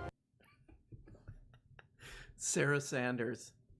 I'm honored to be a part. I'm really honored to be a part of it, and I chose this because I had lots of options. I was a Trump press secretary, and clearly I'm just there. My door is being banged down with offers for things, and this is clearly I really want to do this the prestigious PragerU. And it's not. I would do it not for the money. Even if there was no money involved, I would do this. And I got one more, I got one more thing to say. Okay, that's enough. Well, there we go, guys. So if anybody out there has kids, I would probably guarantee at this point that your kid's probably a dirty, dirty communist, probably some kind of a Trotskyite. He's probably watching videos online of somebody with cat ears, who he agrees with, who's talking about the difference between, Antonio Gramsci and some other guy. And guys, don't forget, if you're watching this on Monday or Wednesday, please come to the live program, 8 p.m. Central Standard Time, the year of our Lord, 2021. All praises due to him with a capital H. Bye-bye. Bye. Hey everybody, and thanks so much for watching this video. Like all the other YouTube and podcast perverts, I now have a Patreon. Here you can get daily access to the audio-only feed. And every week on this Patreon, I'm uploading 2 exclusive Patreon-exclusive shows. They're like real shows, more produced, more edited. One of them is a behind-the-scenes show where I reveal all the secrets and YouTube scams that I'm doing. And the other one, I just reveal my innermost dark, cringe secrets, as well as deep dive video essays and more. And at the top level, you can even become a producer of the show and get your name handwritten, hand art, hand drawn at the end of every episode. So if that's something that you are interested in, check it out on Patreon. I'll put a link in the, what is the thing called, in the description, I guess. So thank you so much, even if you don't. Thanks for watching this video. I know it's hard to get through these things, but I appreciate you. This show would be absolute garbage without the producers, J.S. Trost, also known as the Bolt Cutter. 007X. Yeah, Michael McTie. Rue Kazoo. Shannon Bad Barbie Williams. Anna. You have a mental health problem. So sometimes on YouTube, people just want to kind of dunk on people and be like, oh, this person's disgusting. This is a bad person. And then you think you gain points, go, oh, look, I'm better than this person. I feel like originally I was reading this Matt Gaetz thing and I'm like, everybody's like, what a creep, and da-da-da, and of course that's true. But now I'm reading these stories and I'm getting to that point where I'm like, this is a not well person. Of course, this is Florida. This is like Florida stuff. So we're kind of just dealing with Twin Peaks vibes right off the bat. So this story here is just like this whole thing getting weirder and weirder.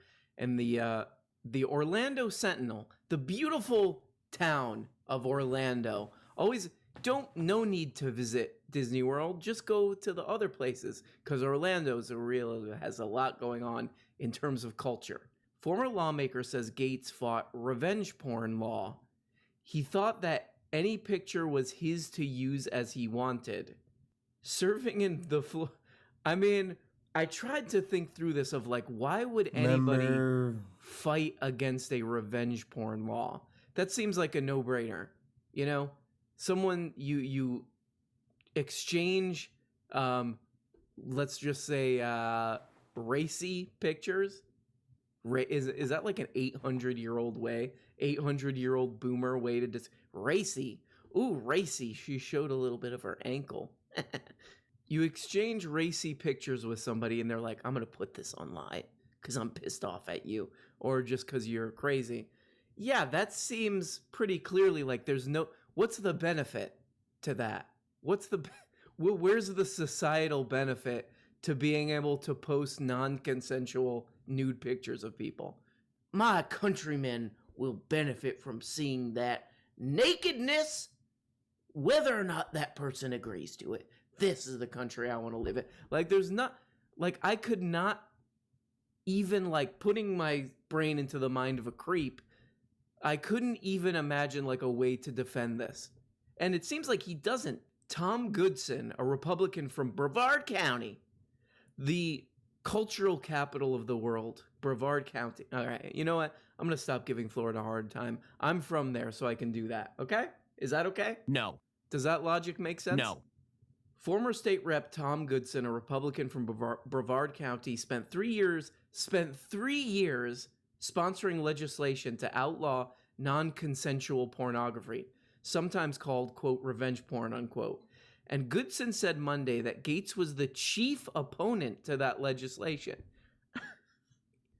Matt was absolutely against it. Imagine putting your, like, emotion, I will filibuster.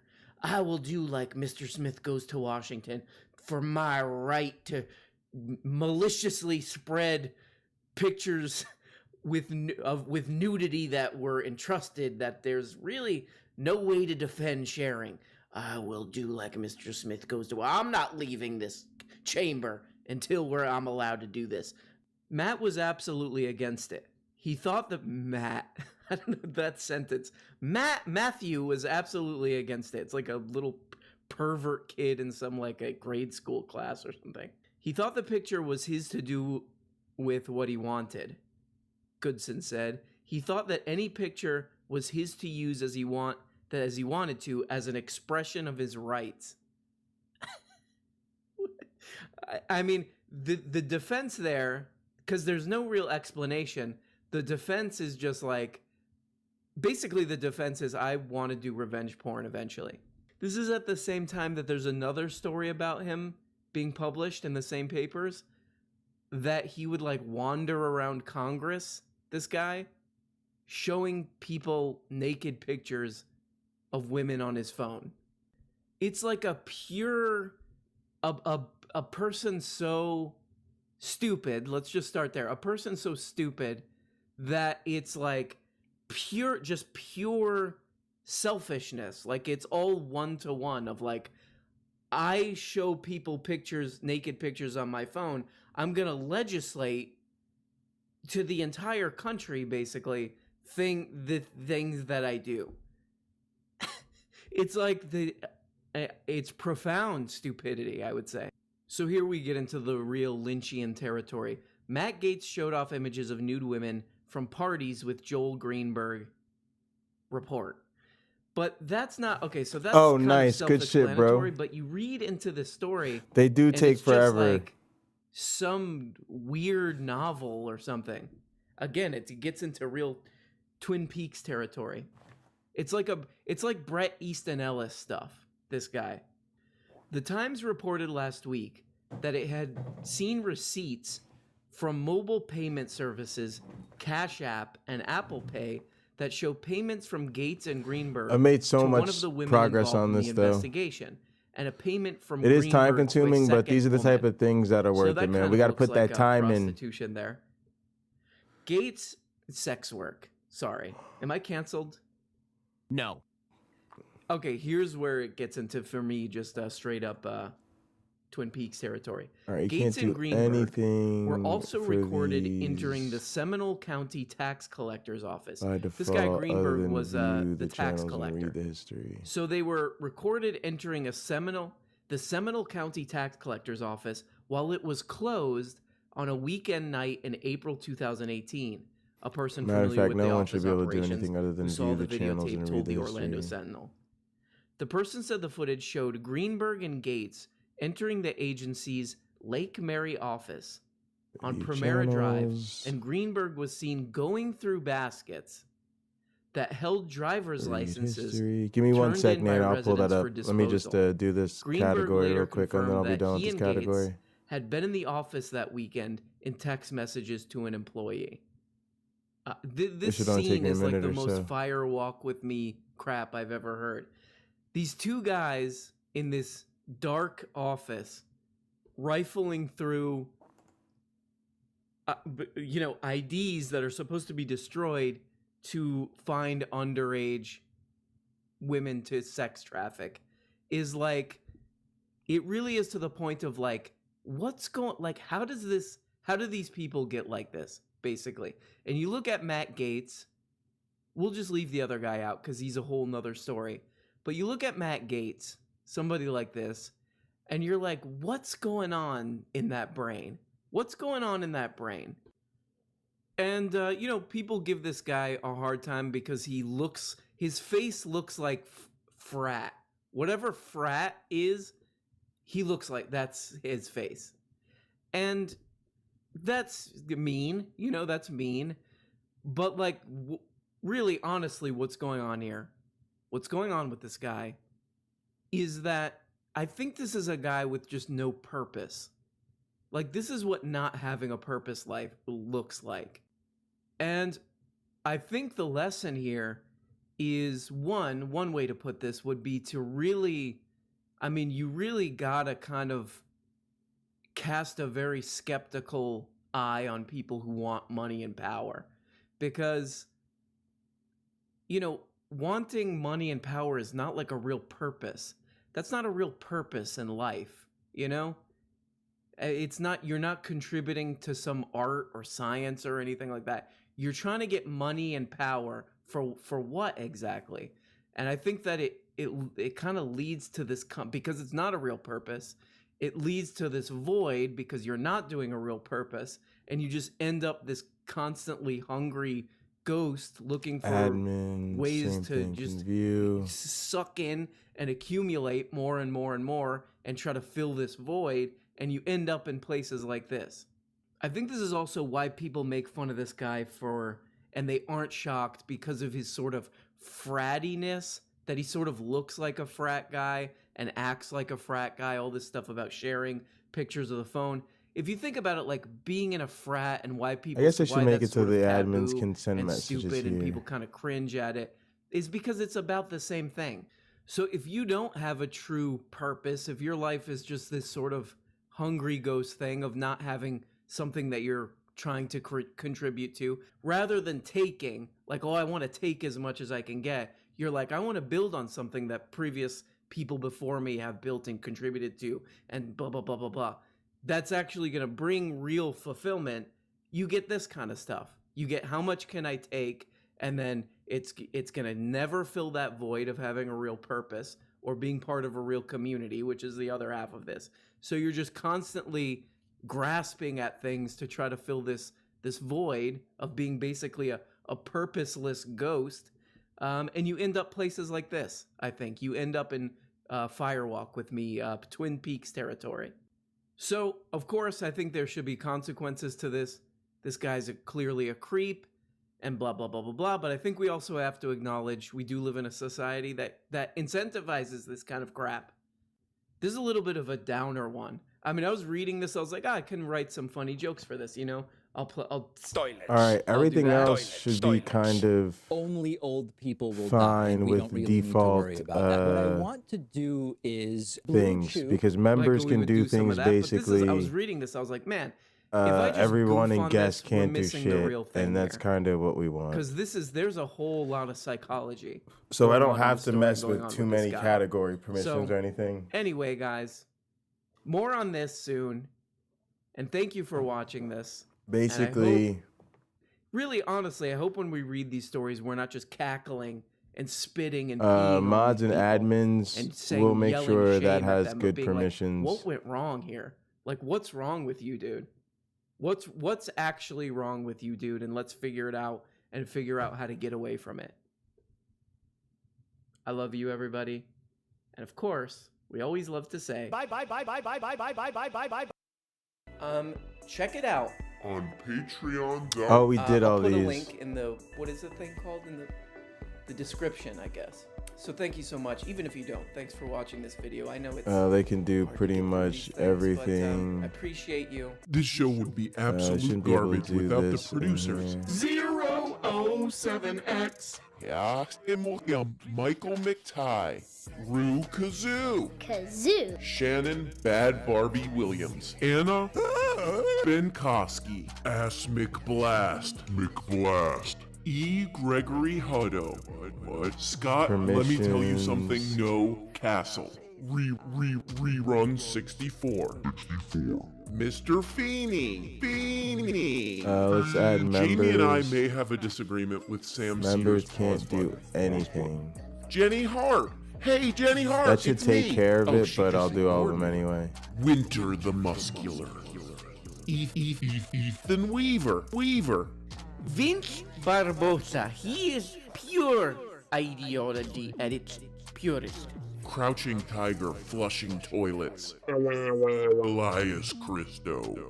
The guy from the hamburger train. Cece LeBlanc. Nez.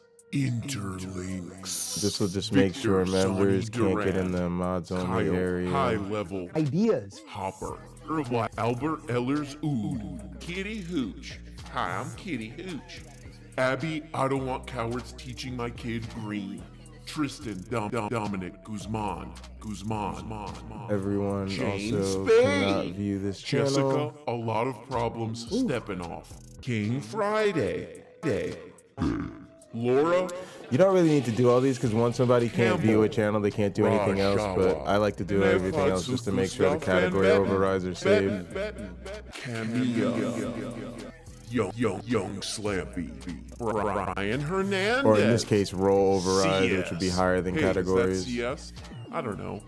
Oh wait, yeah, it is CS. Okay, great. In other words, if you Thugs turn and some of this kisses stuff on denigrate for your the dude. everybody role, you wouldn't want it on for the mods category.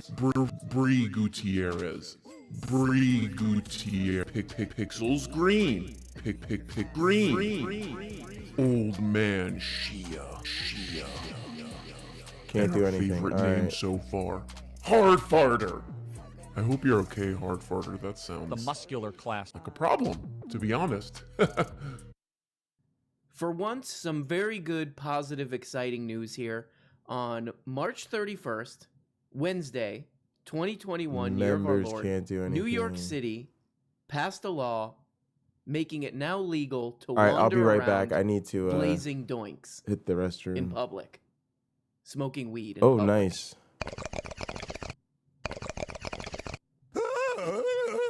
There's even more positive things to this story, amazing things to this story. Yeah, But I'm before making we get sure to all the that, permissions are tight so really I wanted can to reach out open up to the kids, the young links, people on so I can Reddit add the and Discord links Discord back to the and ask them, descriptions. what do To make young it easy to people join call the Discord, weed but and hard marijuana to nowadays? dick bomb So us. I got a bunch of replies, and I just want to read this to you. Maybe if you're a little bit of an old boomer like me, you can seem hip and like you're in the know. So here we go.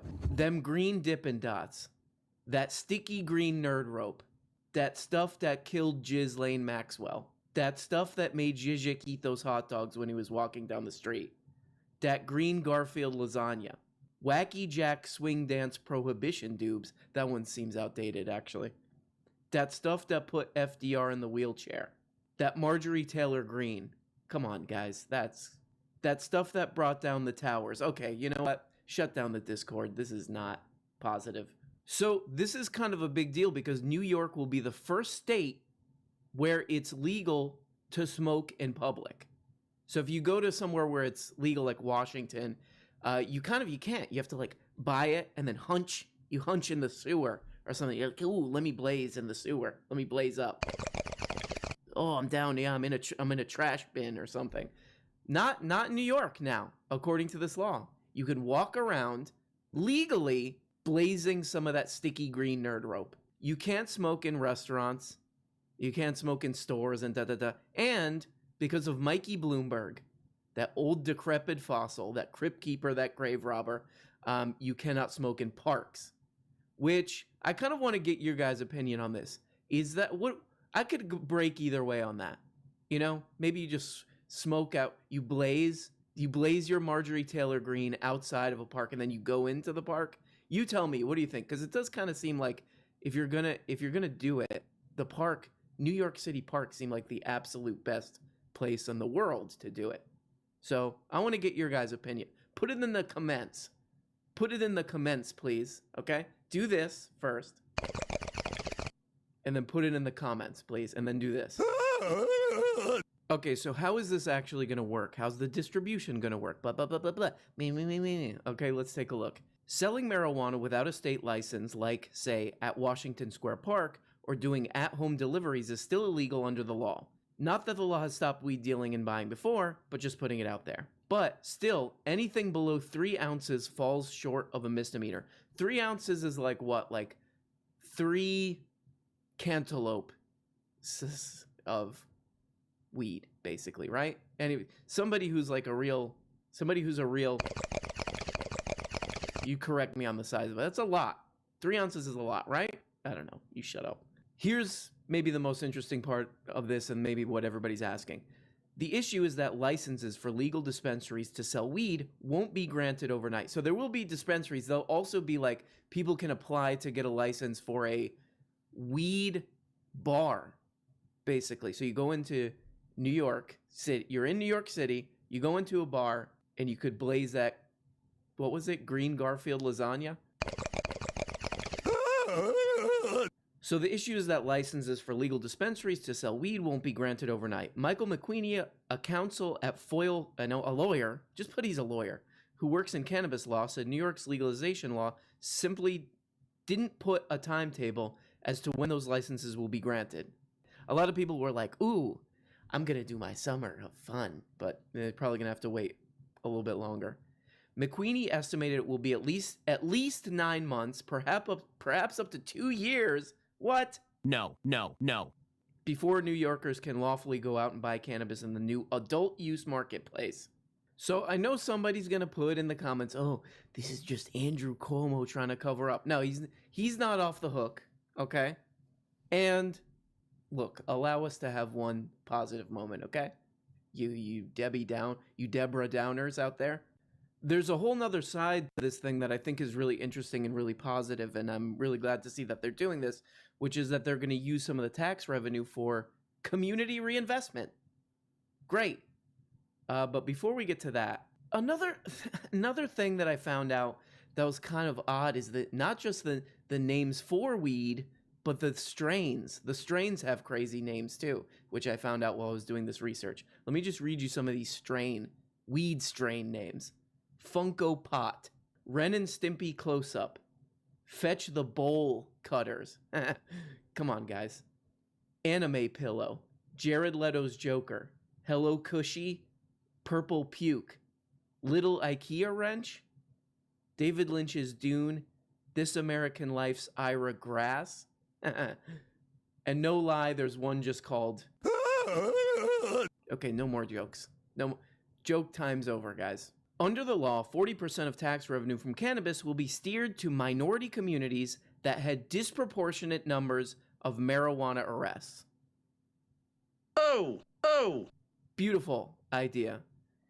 After years of stalled attempts, New York State has legalized the use of recreational marijuana, enacting a robust program that will reinvest millions of dollars of tax revenues from cannabis in minority communities ravaged by decades-long war on drugs.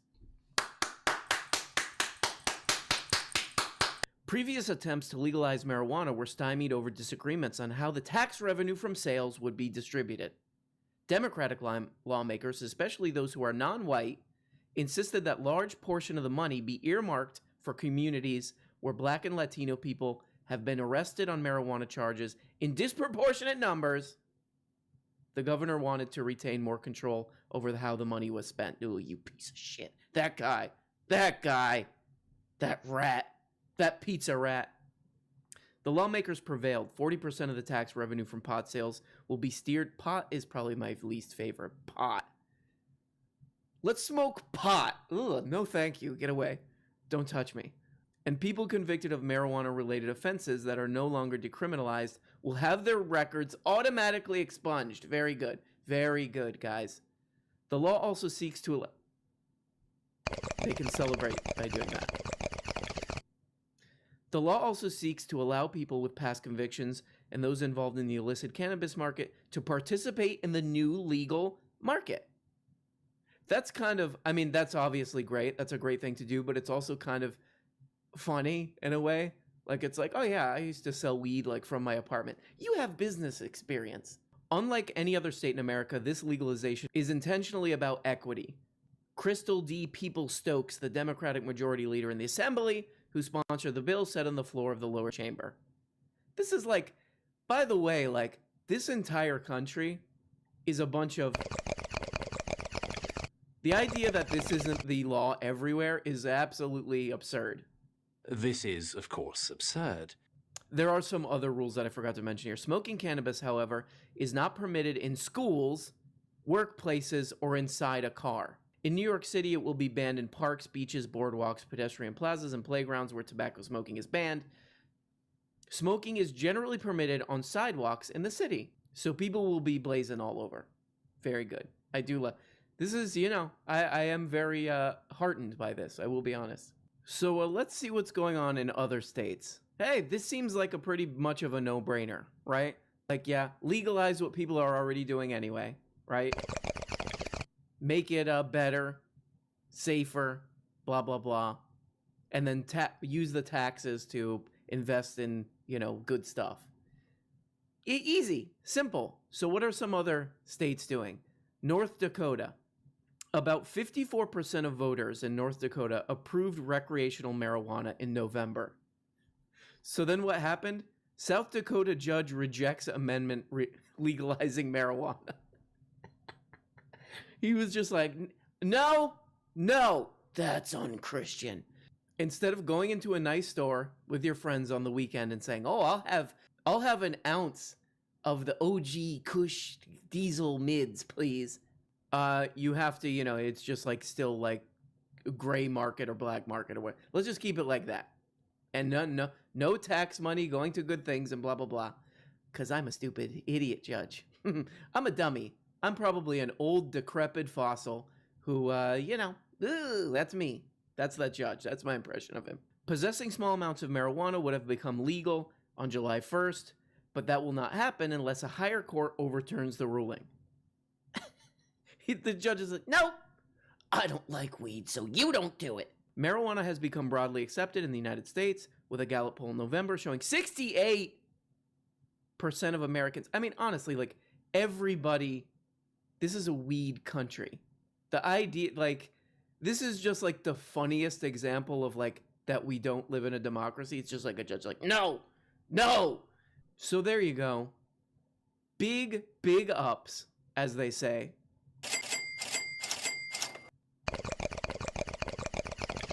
You can French kiss the guy next to you. Bad Barbie. Yelling, abolish the police.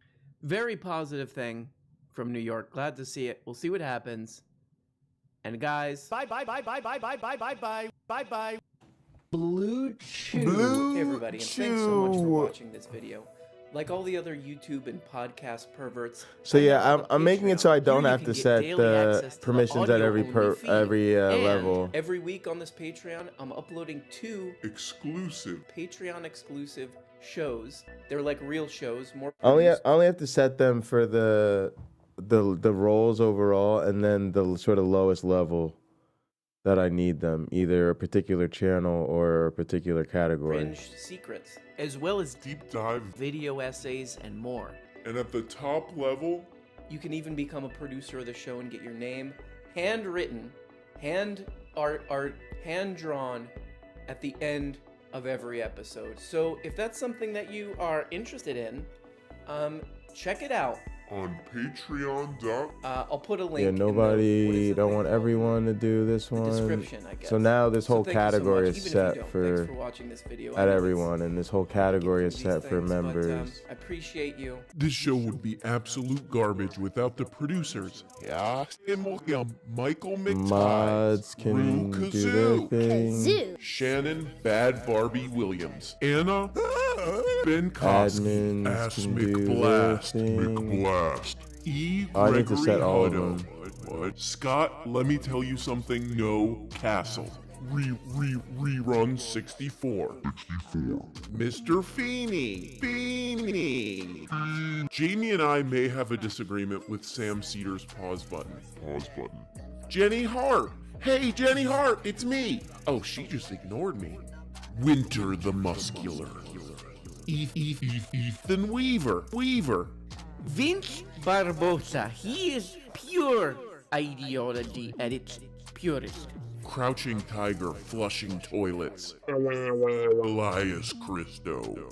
The guy from the hamburger train. Cece LeBlanc. Nez. Interlinks. Victor Sonny Duran. Kyle High Level. Ideas. Hopper. Albert Ellers Ood. Kitty Hooch. Hi, I'm Kitty Hooch. Abby, I don't want cowards teaching my kid green. Tristan Dominic Guzman. Jane Spade. Jessica, a lot of problems stepping off. King Friday. Laura Campbell. Rajawa. Nefatsu Gustav Van Betten. Camilla. Young Slampy. Brian Hernandez. CS. Hey, is that CS? I don't know. Oh wait, yeah, it is CS. Okay, great. Thugs and Kisses denigrates your dude. He's denigrating that dude. Blistered Thumb. Bree Gutierrez. Pixels Green. Pick Green. Old Man Shia. And our favorite name so far, Hard Farter. I hope you're okay, Hard Farter. That sounds... The muscular class. Like a problem, to be honest. And a very special thanks to Mr. Hey guys, today's episode is sponsored by Blue Chew Toilet. The Blue Chew Toilet. So if you're watching this on Tuesday, March 30th, 2021, year of our Lord, there's a big historic thing that's happening, which is these horrible, I would say frankly disgusting people who work at Amazon warehouses want the absurd, and I would say really just asking too much thing of having the ability, having the kind of bargaining power that's good to for be that treated category, like human beings. and now we just need to do Actually, not even be treated these like are human fine beings. for Be all of these treated except for Pocket slightly, Locker only. maybe a little bit more like human beings, and maybe work in slightly less horrible conditions, which is honestly just too much to ask. We just can't. I wish we could, but look at all this shit. We can't, man. So these sick people want to work in slightly less authoritarian conditions, just slightly, that's just sick. It's too much to ask. But it has been like a bizarre and like goofy, just a bunch of goofy stuff from Amazon over this thing. I mean, it's just like I picture Amazon now. I used to picture it as just like, oh, that's where I get, like a bulk thing of candy or something. But now it's like I picture Amazon as this big wet diaper. And now everything is teenager just off. who still wears diapers. Giant, just can't speak human language, just crying and dumping its pants and peeing its pants now. And a good summary of a lot of what's going on. Pocket Locker only is just a private channel that I use to send myself links and stuff. And I'll put a link to this, but it's just like, this story is truly bizarre. So I'll just read some of this, and we'll go through this together. I don't want anybody else to be able to see it. So let's all eat our Blue Chew and get ready for this one. Not even the bots. The official Amazon News Twitter account fired off several tweets criticizing Senators Bernard Sanders and Elizabeth Warren. And it turns out those tweets were on order from Amazon CEO Jeff Bezos himself. Reporting from Recode has found that Amazon co-founder complained in the past few weeks that the company wasn't aggressive enough toward its critics. Oh my God. This company's like monopolizing the world basically, and it's run by absolute lunatics. I mean, the ridiculousness of how Amazon is responding to this stuff and how they've been behaving for the past month or couple months is... where this comes from if you've ever worked at like a big company, when it's like somebody has some power or is a higher up or blah, blah, blah, blah, says something. They'll just say something. They'll be like, this sucks. To fix this sucks. And then the managers will all start losing their minds, and then they'll put that anxiety and insanity into whoever they're managing, and then things just kind of go from there. Things just kind of all fall apart from there. And that's what Amazon has clearly been doing. Everybody's doing this. This is hilarious. Like, this story, it's just... The company is so big that it's become like just tripping over its own giant feet. So Jeff Bezos is like, you guys better do something. Do something. So the Amazon News Twitter starts tweeting out all these angry tweets. The tweets were so off-brand, Recode found, that an Amazon security engineer wrote an internal support ticket noting that the Amazon News account's tweets were, quote, suspicious. He's like, they actually thought it was hacked, apparently. They thought it was hacked because it was going so insane. Over the past 2 days, there have been 2 threads by @Amazon News in response to comments made by U.S. government officials that have received considerable attention, the ticket said, according to Recode.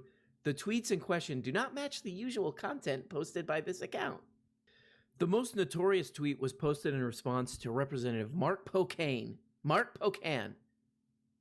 Democrat from Wisconsin, after Amazon executive Dave Clark bizarrely criticized Bernard Sanditino and called the company a, quote, progressive workplace. Pocan criticized the statement, saying, paying workers $15 an hour doesn't make you a progressive workplace when you union bust and make workers urinate in water bottles. This is where it gets really funny. I mean, you gotta just rats off to this one. The Amazon News account tweeted back at Pocan, apparently under orders from Jeff Bezos, you don't really believe the peeing in bottles thing, do you? The tweet inspired an enormous amount of backlash and inspired The Intercept to dig up internal documents showing that the company does indeed know that its drivers must urinate in bottles to keep up with its quotas. I mean, the little attitude of that, you don't really believe the peeing in bottles thing. Actually, we have a bunch of evidence. Yeah, right. Sure, Poindexter, whatever you say. You don't really believe in the peeing in bottle. It's like the most annoying type of attitude on a person. It's like, you know you're doing something wrong.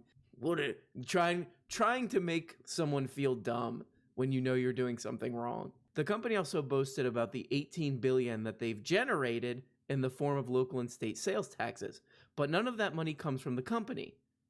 The money that they're bragging about comes out of the customers' pockets only when they place an order. Oh my God. Oh no, the boss, Jeff Bezos, said that we're doing everything wrong. Let's panic and make things even worse. I'm gonna pop a few Blue Chew and send off some tweets of people criticizing this giant monopolistic company, criticizing us for fighting our employees who just want to have a decent life and not be treated like they're under some crushing authoritarian regime during most of their time. The other goofy thing, and this is maybe even more goofy than having Twitter meltdowns directed by the boss. Oh, the boss says. This might even be more goofy, and Gizmodo did a really good little article about this. There's something fishy about Amazon's anti-union Twitter army. And they published this yesterday. Have you noticed a strange army of Amazon employees on Twitter recently, claiming that Amazon doesn't engage in union busting and disputing stories that workers sometimes have to go pee-pee and wee-wee in bottles and doo-doo? Many Twitter users are wondering whether they have to do this in bottles, by the way. And they don't get to do this. Because bottles don't do that, okay? Amazon has an entire... Many Twitter users are wondering whether the people are even real. And while there's some evidence these people could be real, this anti-union Twitter army, at least one of their photos appear to be fake. Oh, Lord. Amazon has an entire program where employees at so-called fulfillment centers, which is to say warehouses, can sign up to defend the company online. I mean, I would probably do that if I were, horking boxes around all day and they're like, you could do that. Or you could go lie for us on Twitter. I guess I'll do the lying thing. I don't know. I'm pretty tired. They can sign up to defend the company online. What do the employees get out of it?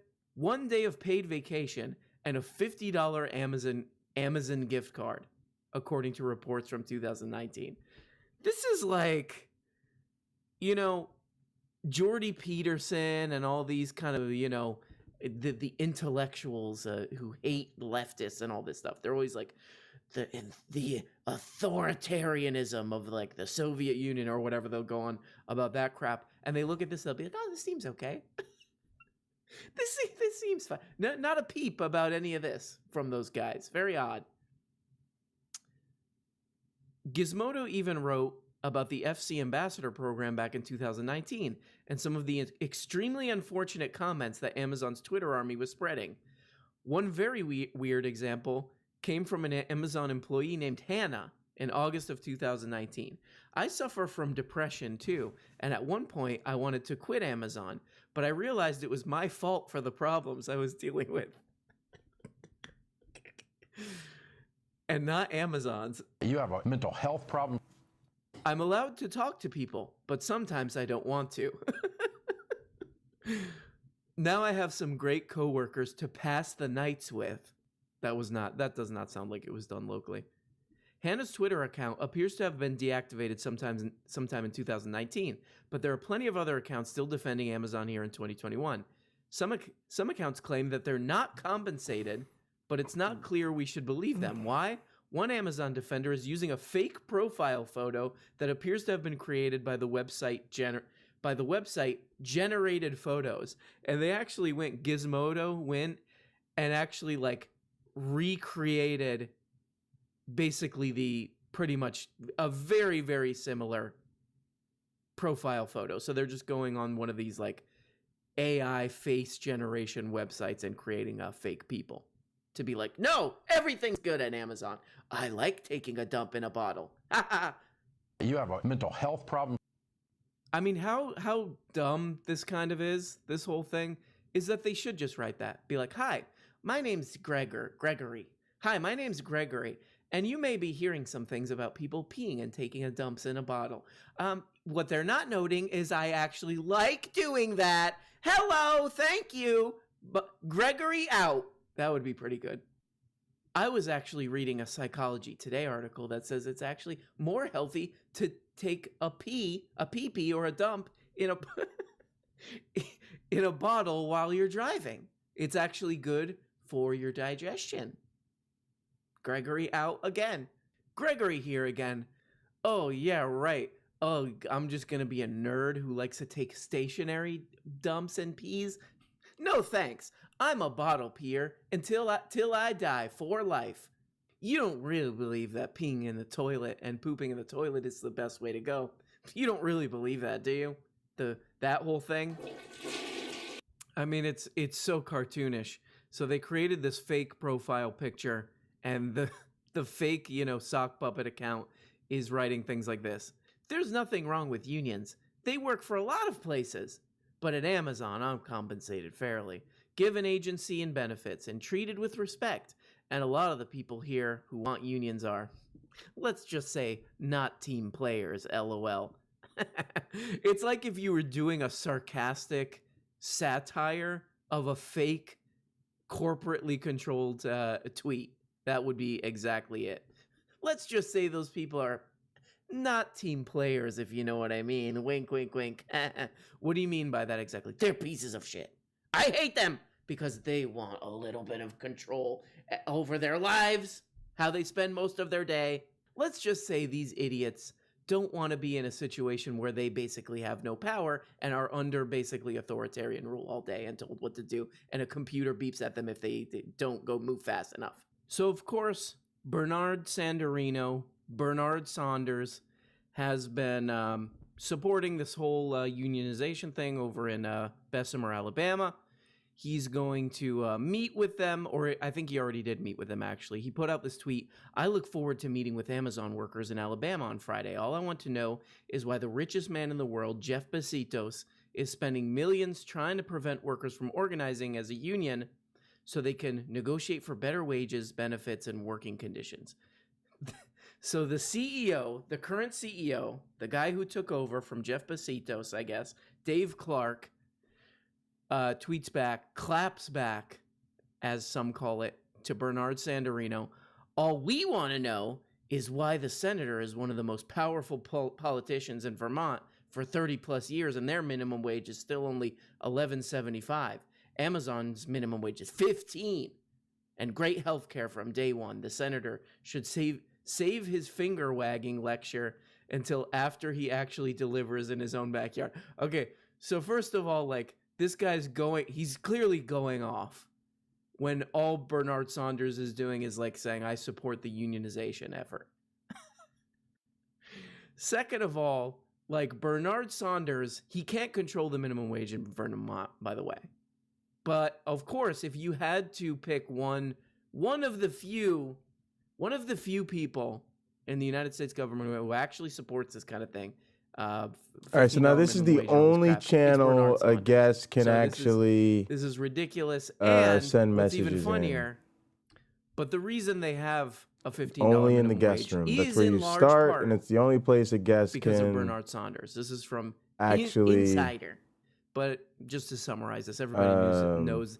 Everybody was aware of this when this was going it's on. the only place Amazon is raising its minimum wage to $15 following they can do that. pressure All right, from and then I'm going to Bernard look at that Sanders. video that Nano sent me. This guy, man. What's this guy's name again? He has a very exotic name. Dave Clark. Right, guests can And view somebody put this in the channels. comments. I can't believe this is real, so I had to look this up. And They Fortune can read magazine, message a couple of these history. big business They magazines can reported connect on to a this. voice channel. Amazon's new retail chief, They can Dave request to Clark, speak at an has event. an unusual That's nickname, it. the Sniper. They cannot send messages. They can view channels. Toilet. I snipe people who are trying to use the They toilet. can't send messages. Underlings gave Clark, They can who read has worked message at Amazon history, during almost all of his career, and they can that connect, moniker after he and they told can them request that to early speak. in his tenure he would hide in the shadows at warehouses Now, when seeking you to become a catch lazy member, workers slacking off who he could fire. all of a sudden you can do all these This other company things. is run by insane people. Like, this is View channels. This is not good. This is not good, guys. I mean, these people who work their fingers to the bone doing this stuff, you know, running around warehouses all day, peeing and pooping in bottles. And this guy who, you know, in his stupid office is, I'll be watching you. I'll be watching. Are you a cartoon They can villain, manage you idiot? server. You dummy. They can't create any invites. Toilet. You But They can toilet. send messages and threads. So all support and all praise is due to the people who are trying to, you know, fight for better working conditions over They there. can do and links Amazon and files trying to, you know, and- get some power over their situation. They I can't add support you. reactions by default. Tear these people a new ass, these people, and you know, and then go like this. Do that in the bathroom and not in bottles. We're fighting these people who we blessed.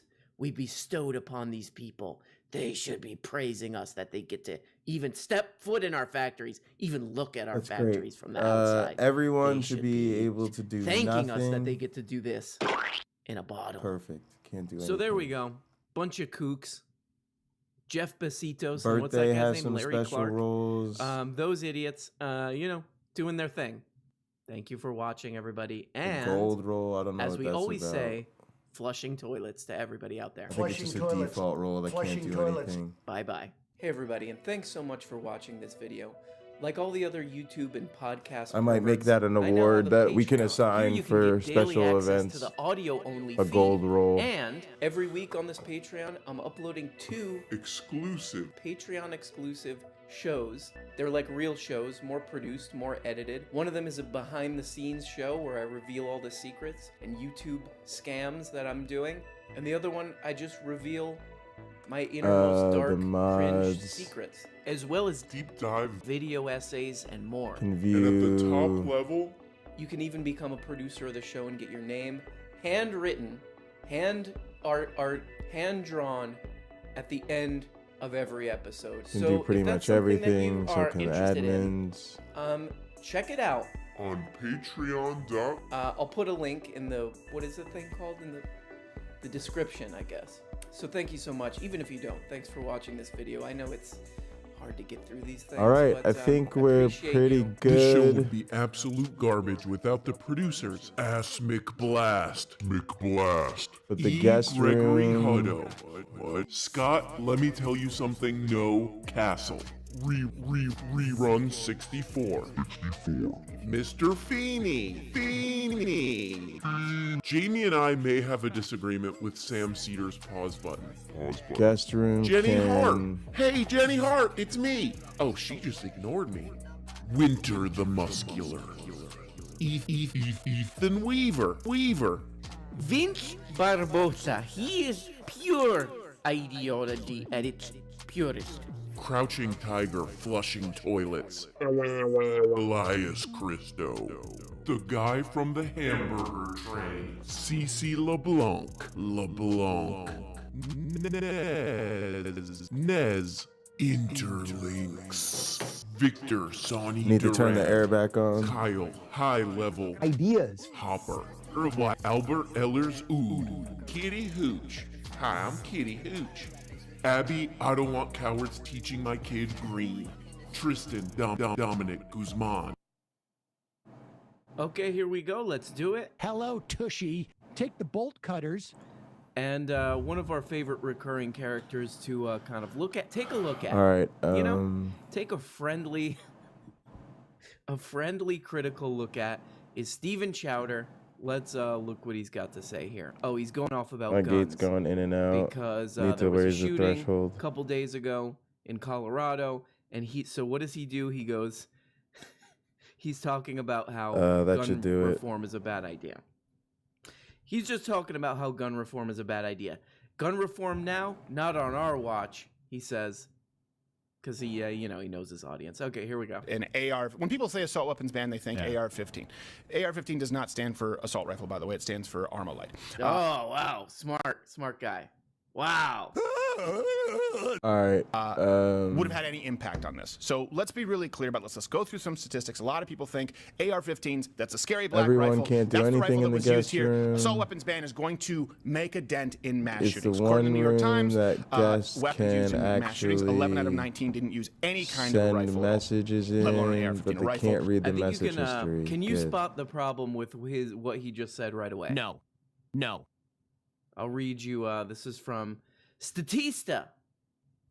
This is a website that gives you a bunch of statistics. I'll put a link to it. 47 mass shootings involved rifles, mostly semi-automatics. This figure is underreported, though, as it excludes the multiple semi-automatic and fully automatic rifles used in the 2017 Las Vegas Strip massacre, the worst mass shooting in U.S. history, killing 58 and wounding And also, I'm going to 546. change. In fact, here's the important part, which gives away the trick here that he's doing. In fact, semi-automatic rifles were featured in 4 of the 5 deadliest mass shootings being used in the Orlando nightclub massacre, Sandy Hook Elementary massacre, and Texas First Baptist Church massacre. In other words, yes, more of them are done with handguns because handguns are easy to get and easy to hide and da-da-da. But just think about it. Just take the next logical step here. If you have a semi-automatic rifle, Now like go the dude in to Las Vegas AR. did, you can kill a lot AR, more listen to me. people. Uh-oh. And I live in Texas, and I shoot guns all the time. Go and to server settings. Honestly, I have fun shooting guns. Roles. Okay? But I will say, like, if I had to Check forego, this out. and this is based on the video I did yesterday, the actual facts, the statistics about Make it how so guests don't guns actually have protect permission to people. read the Are you history. actually protecting your family when you buy a gun? You might want to watch that video. If I have to forego my ability to, I guess, quickly buy Actually, I want guests to be able to do semi-automatic that. or automatic rifle, if I have to forego that to reduce mass shootings, yeah, I'll do it. Of course. I'm not a lunatic. So when I was researching this, one thing that was brought up that he totally doesn't even consider is sort of what we just looked at. You want to reduce the amount, but you also want to reduce the severity of mass shootings, which is what Australia did. And it's part of how you would reduce severity. And there's a bunch of different ways to do this. I mean, the thing about the United States is they're like, we don't want anything because Jesus said Jesus loved two things: wine and guns and sandals. It's actually three. Okay, you might not know the story, so why don't we just go into it? You know, whatever. This is what I have to say about it. Yeah, I only want them to be able to read certain message histories. You know, I mean, like, are you going to get really excited by this? I guess the guys can read the history. Well, you might I'm learn fine something, with that. okay? So please for now. Stop it. So this is about Australia. We'll read a little bit about the Australia gun control situation. Just because a lot of this is even counterintuitive to me. Like, if you just left me in a room by myself and you're like, what do we do about guns in the country? Here's a little bit of information. I would be like, I guess just leave them all. People can get as much as they want. That's probably what I would just intuitively think. But you got to look at things. So there was a mass shooting in Australia in 1996.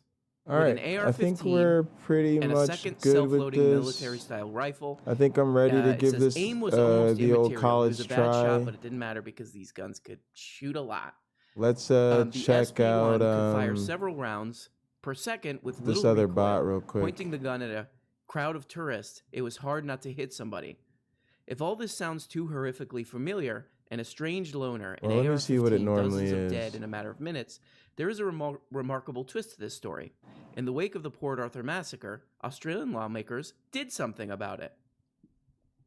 Within just weeks of that tragedy, elected officials in each of Australia's 6 states and 2 mainland territories, pressed forward by police chiefs across the continent, 24/7 they banned playback, semi-automatic autoplay, and other audio military-style effects, weapons across the country. access Here's to another more interesting part of this hydras, that we unlimited say, saved those playlists. idiots. A lot of people are going to watch this. They'll be like, those idiots. A land of roughneck pioneers and outback settlers. You guys might have seen a little documentary called Crocodile Dundee about a guy. He's trying to adjust to the big city. It's a fish out of water story, okay? Sorry, I drank a lot of soda, okay? Australia had never... I'm literally the worst YouTuber on the planet. Australia had never embraced much government regulation, certainly not about their guns. Oh, here's a little joke. This is from Fortune magazine. Here's a little joke they do. Here, even the kangaroos box. But Port Arthur had followed too many prior deadly shooting sprees, and Australians were clearly sick to death from them. So what happened after the assault weapon ban? Well, therein lies the other half of the story twist, noted above. Nothing. Nothing, that is, in a good way. Australian independence did not end. Tyranny didn't come. Australians still hunted and explored, and big waves surfed their hearts think we till their hearts invited it. content. Their economy didn't crash. Invaders never arrived. Violence in many forms went down across the country, not up. Somehow lawmakers on either side of the gun debate managed to get along and legislate. And as for mass killings, there was no more. Not one in the past. All right, I'll 22 configure years. this later. And this article was published in 2000. I'm not worried about these bots. This is where like an idiot like Steven Crowder and whatever, you know, he whatever, he got. I dropped want on his all head this or because I something. want like the Not trying to stealing give and him the a hard time. pets Maybe he doesn't and even know this stuff. You know, all these or other whatever. features, but Dennis it's 4 Prager o'clock in the prints it morning, out of so I paper just or want to whoever, get it and going he just has now. to read it. So you know, whatever. But this is the part that he misses. I think from what we were now talking what I about can earlier. do. In 2002, a mentally impaired student at Monash University in Is Melbourne create shot 2 people dead link. and injured 5 others. He came to his rampage with 6 handguns. Ooh, very interesting. See, this is where the actual information, the actual real world starts All right, to we go interfere never with your fantasy. expires. 6 handguns, not an assault rifle. No limit of Had uses. he been carrying an AR-15, the toll would have been far worse. So it didn't even count as a mass shooting because he only killed 2 people. But even so, Australian lawmakers added a new national handgun agreement. Grant a separate temporary buyback act, membership. Temporary and a members are reformulated gun automatically trafficking kicked policy when to they their legislative disconnect arsenal. unless a role There's has been no assigned. similar Yes. shooting spree since. Let's do that. There And it is. generate a Facts new don't lie, link. my dudes. And look, There it is. you know, again, I'm going to get these comments where people are like, well, I'm a leftist. I'm a leftist, and I just got done finishing Das Cat. All right, let me. And I'm shooting it with my gun as well. After I finished each page of Das Kapital, I shot it with my gun. Hi, I'm a leftist. I got a lot of those on the last gun video. And look, I'm not saying Discord like link. we're gonna take away every gun and you can't shoot guns and all that. But literally, I went to a gun range / gun buying gun store with a coworker of mine a while back, like a year ago. And it is ridiculously easy to buy a gun. It's lickety split to 15 minutes to buy a gun. And I'm thinking maybe we just need to kind of have a little bit more. Just a little, maybe just a little bit more.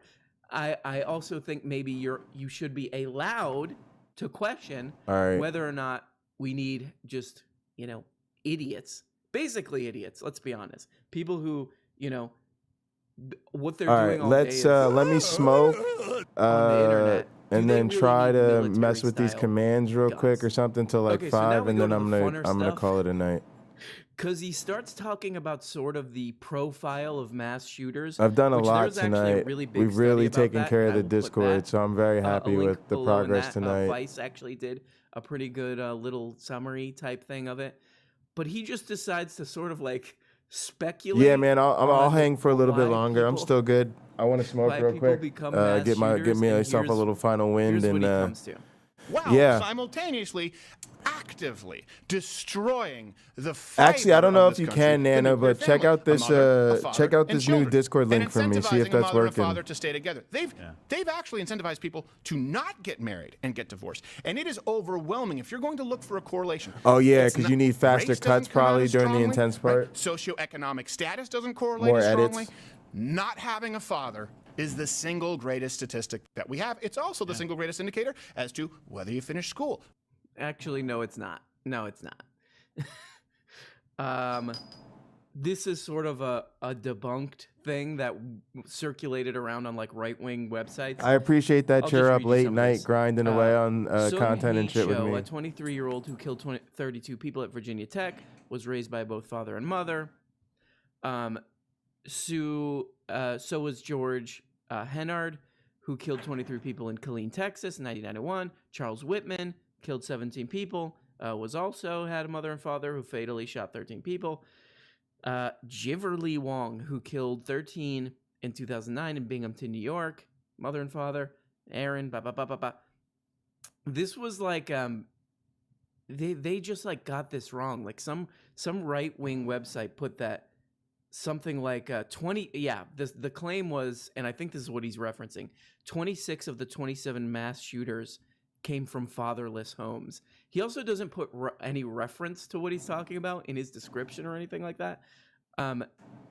What he's if he's talking about, Yeah, that, is it the 26 working? and 27 Yeah, mass yeah, shooters pretty came much. from fatherless homes. This is just like a debunk. Does it get you right to the server? And what is But it? Where also, does it he take goes on you? this whole crazy rant of like, hey, look, you're having problems? Just get married.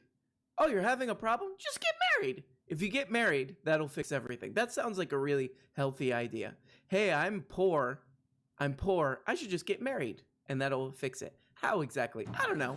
It We'll just have to will. get some They actual never new really people to explain, try like, it. Oh, to see what role they get you'll be like, assigned "I'm and married." stuff. You go into a job place, you'll go into Little Caesars, and you're like, I want a job here. Are you married? Yeah, I have a wife. She's cute. And you show them a picture, and they're like, you're hired as manager. 69% of people in low-income families with children who receive means-tested benefits that supplement low incomes are in married, couple, or domestic partner families. In other words, this whole theory is bye-bye, as they say. As a wise man once said, he said, Bye-bye, bye-bye, bye-bye, bye. And here's the thing, like, Guess it's working. this whole theory, and you'll see this on a lot of right-wing YouTube. They're like, get married. Get married. That's the way to solve the problems. What about like things that actually work? Like if we actually look at economies that do really well, that do better than us. What about if we looked at that? No. Just get married. Just get married, you little rat. But I can't find a wife. Just do it. This is like an echo through the right-wing YouTube. Yeah, it just opened your Discord to the everything will channel. I mean, that's basically be pretty solved much what it's supposed to be by doing, though. getting So married. And that's not a the bad funny thing. thing is Thank I'm you. older than Stevie Chowder. Little Stevie Chowder, I'm older than him, okay? So I have dominance of him. Many would say. I have a belief system that where if I'm older than somebody, I get to tell them what to do. So Steven Chowder, from now on, you have to eat off the floor like a dog. You have to eat out off the floor. It says you have been invited to join a server, Pocketlocker86, and it takes you to rules. And then one for your I guess that's okay. okay? I guess it's So okay that's to what take you have you to to do. rules to start. And then I'll go to Is from that nice? rules It to isn't, welcome. But it's what he's got to do because I'm older. I get to tell him what to do. George W. Bush tried this. He tried to incentivize people getting married with a whole bunch of Because by money, taking you to the taxpayer rules money. page, I'll be able to tell you what federal the government- rules okay, So this is are, from the LA Times. and maybe even there Let's link get a you date to on the this bad boy, 2014. So this the was guest the Bush room administration page. did this. The Bush administration, a lot of the things that little 'Cause Stevie you'll start Chowder, here in talks about, they rules. actually put this crap into practice. The federal government And spent then, roughly $800 million on its Healthy Marriage Initiative. You'll want to go from there to they guest believe room. all the things that Chowder, just get married and everything will work out right. And this was how they put this into action. According to the, so it spent $800 million on its I Healthy need to do. Marriage I need to do Initiative. that. By the Yeah, end that's of what I the need to federal figure fiscal year, out. The according to accept Federal rules. Administration for Pop children up. and families. Yeah. The money drawn from the welfare budget. That's has funded exactly a what we range of wanna do. programs to help couples have better marriages. So this is all about we're going to support marriage because we believe what Chowder believes, which is that I can make you just a get mod. married and that'll solve everything. But the initiative does not seem to have changed. We spent $800 million on this. But the initiative does not seem to have changed state marriage or divorce rates.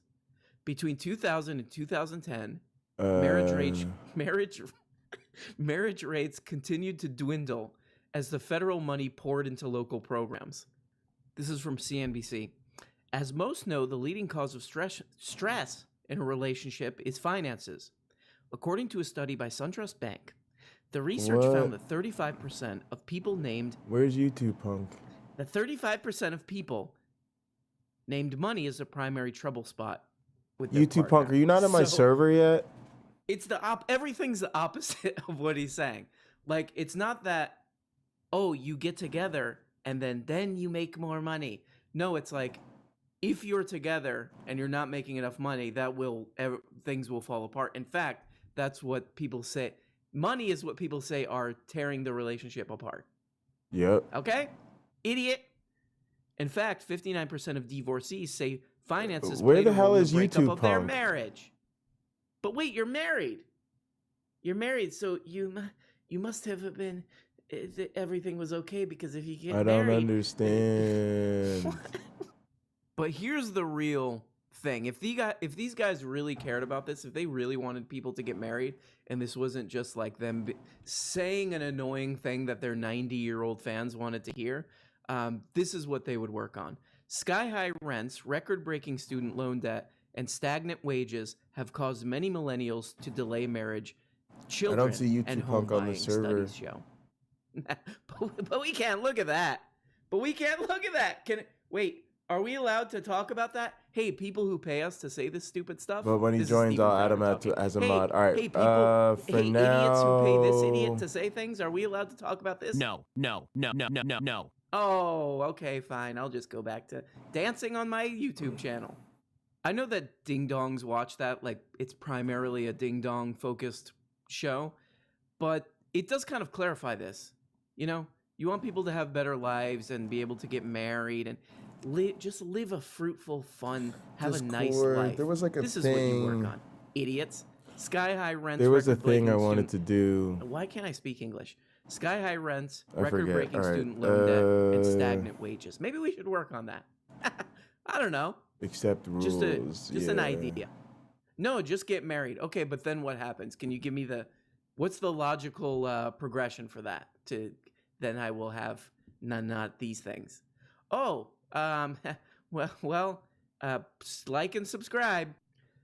I mean, that's what all this really comes down to. That's what's really going on here, is just putting up a smoke screen to avoid this stuff. That's what all these idiots, Benny Pepino, Goo, or whatever these idiots' name is. Granting a Steven role to a Chowder. new member will Their bypass this only requirement. real purpose, what they're really paid to do, is to avoid this stuff. These real problems. And, you know, like people like Joe Biden and kind of like, you know, these kind of like, oh, no, I'm not a Republican. I have a different title. Like those people too. It's like, it's all about not looking at these problems. I know I'm going to get in the comments. A lot of people doing this. They're like, what about my freedom? They're going to take away the guns. Oh, don't say this. Well, I'm planning to start a revolution, actually. I'm trying to plan a revolution for the workers of the world, unite, and I need my gun. I feel like I'm going to get a lot of that too, because there are some YouTubers who are leftish, but are very, very pro-gun. And I get it. I get what you're saying. But hey, I'm just looking at the data. I'm just looking at the information here, and I'm looking at other countries, and it's looking like making the bare minimum would probably help us. Just, hey, maybe it takes you a little bit of time to get a rapid firing war machine weapon. Maybe it just takes you a couple of days or something. Roll gate, you know, maybe you have to wait a month and mull it over before you run out of a gun shop, probably dropping the clips and all the bullets because you have a shake and you have a Sonic nerds filled drink in the other hand. You know, maybe you could wait like a couple weeks for that or something. We kind of know what works. We're dealing with some real kooks, and somebody like, what's this guy's name again? Chowder likes to foam them up and get them all worked up and excited. Just like when the buying spree of guns happened when Obama became president, they were like, he's gonna make guns not illegal. He's gonna make guns not legal so he could put us all in the hole, and he's gonna spray us with a hose. That guy. Okay, anyway, blah, blah, blah.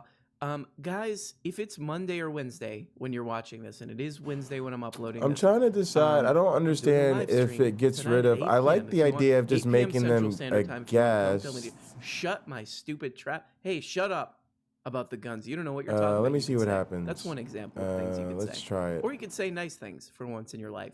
But anyway, I'll see you there, hopefully. And toilet. Dunk your head. But in it the says toilet. assigning them a role will override it. So if the bot assigns them Hey everybody, to thanks so much for watching this video. Like all the other YouTube and guess, podcast then they perverts, won't I now have to do the Patreon. rules. Here you can get daily access to the audio-only feed. And every week on this Patreon, I'm uploading 2 exclusive Patreon-exclusive shows. They're like real shows, more produced, more edited. One of them is a behind-the-scenes show where I reveal all the secrets and YouTube scams that I'm doing. And the other one, I just reveal my innermost dark, cringe secrets, as well as deep dive video essays and more. And at the top level, you can even become a producer of the show and get your name handwritten, hand art, hand drawn at the end of every episode. So if that's something that you are interested in, check it out on Patreon. I'll put a link in the, what is the thing called, in the description, I guess. So thank you so much, even if you don't. Thanks for watching this video. I know it's hard to get through these things, but I appreciate you. This show would be absolute garbage without the producers. Scott, let me tell you something, no Castle. Rerun 64. Mr. Feeney. Jamie and I may have a disagreement with Sam Cedar's pause button. Jenny Hart. Hey, Jenny Hart, it's me. Oh, she just ignored me. Winter the Muscular. Ethan Weaver. Vince Barbosa. He is pure ideology at its purest. Crouching Tiger flushing toilets. Elias Christo. The guy from the hamburger train. Cece LeBlanc. Nez. Interlinks. Victor Sonny Duran. Kyle High Level. Ideas. Hopper. Albert Ellers Ood. Kitty Hooch. Hi, I'm Kitty Hooch. Abby, I don't want cowards teaching my kid green. Tristan, Dominic, Guzman. Jane Spade. Jessica, a lot of problems stepping off. King Friday. Day. Laura Campbell. Rajawa. Nefatsu Gustav Van Betten. Camilla. Young Slampy. Brian Hernandez. CS. Hey, is that CS? I don't know. Oh wait, yeah, it is CS. Okay, great. Thugs and Kisses denigrates your dude. He's denigrating that dude. Blistered Thumb. Bree Gutierrez. Pixels Green. Pick Green. Old Man Shia. And our favorite name so far, Hard Farter. I hope you're okay, Hard Farter. That sounds The muscular class. like a problem, to be honest. And a very special thanks to Mr. Quarth, Micah G, Mike Mort Calypso, Roberto Vera. Who's that? What? Oh, it's Carl Hochmuth, or Hochmuth. I don't know, Carl, tell me how to say it. Love you! Terza. And don't cancel me for, I'm just reading a name, okay?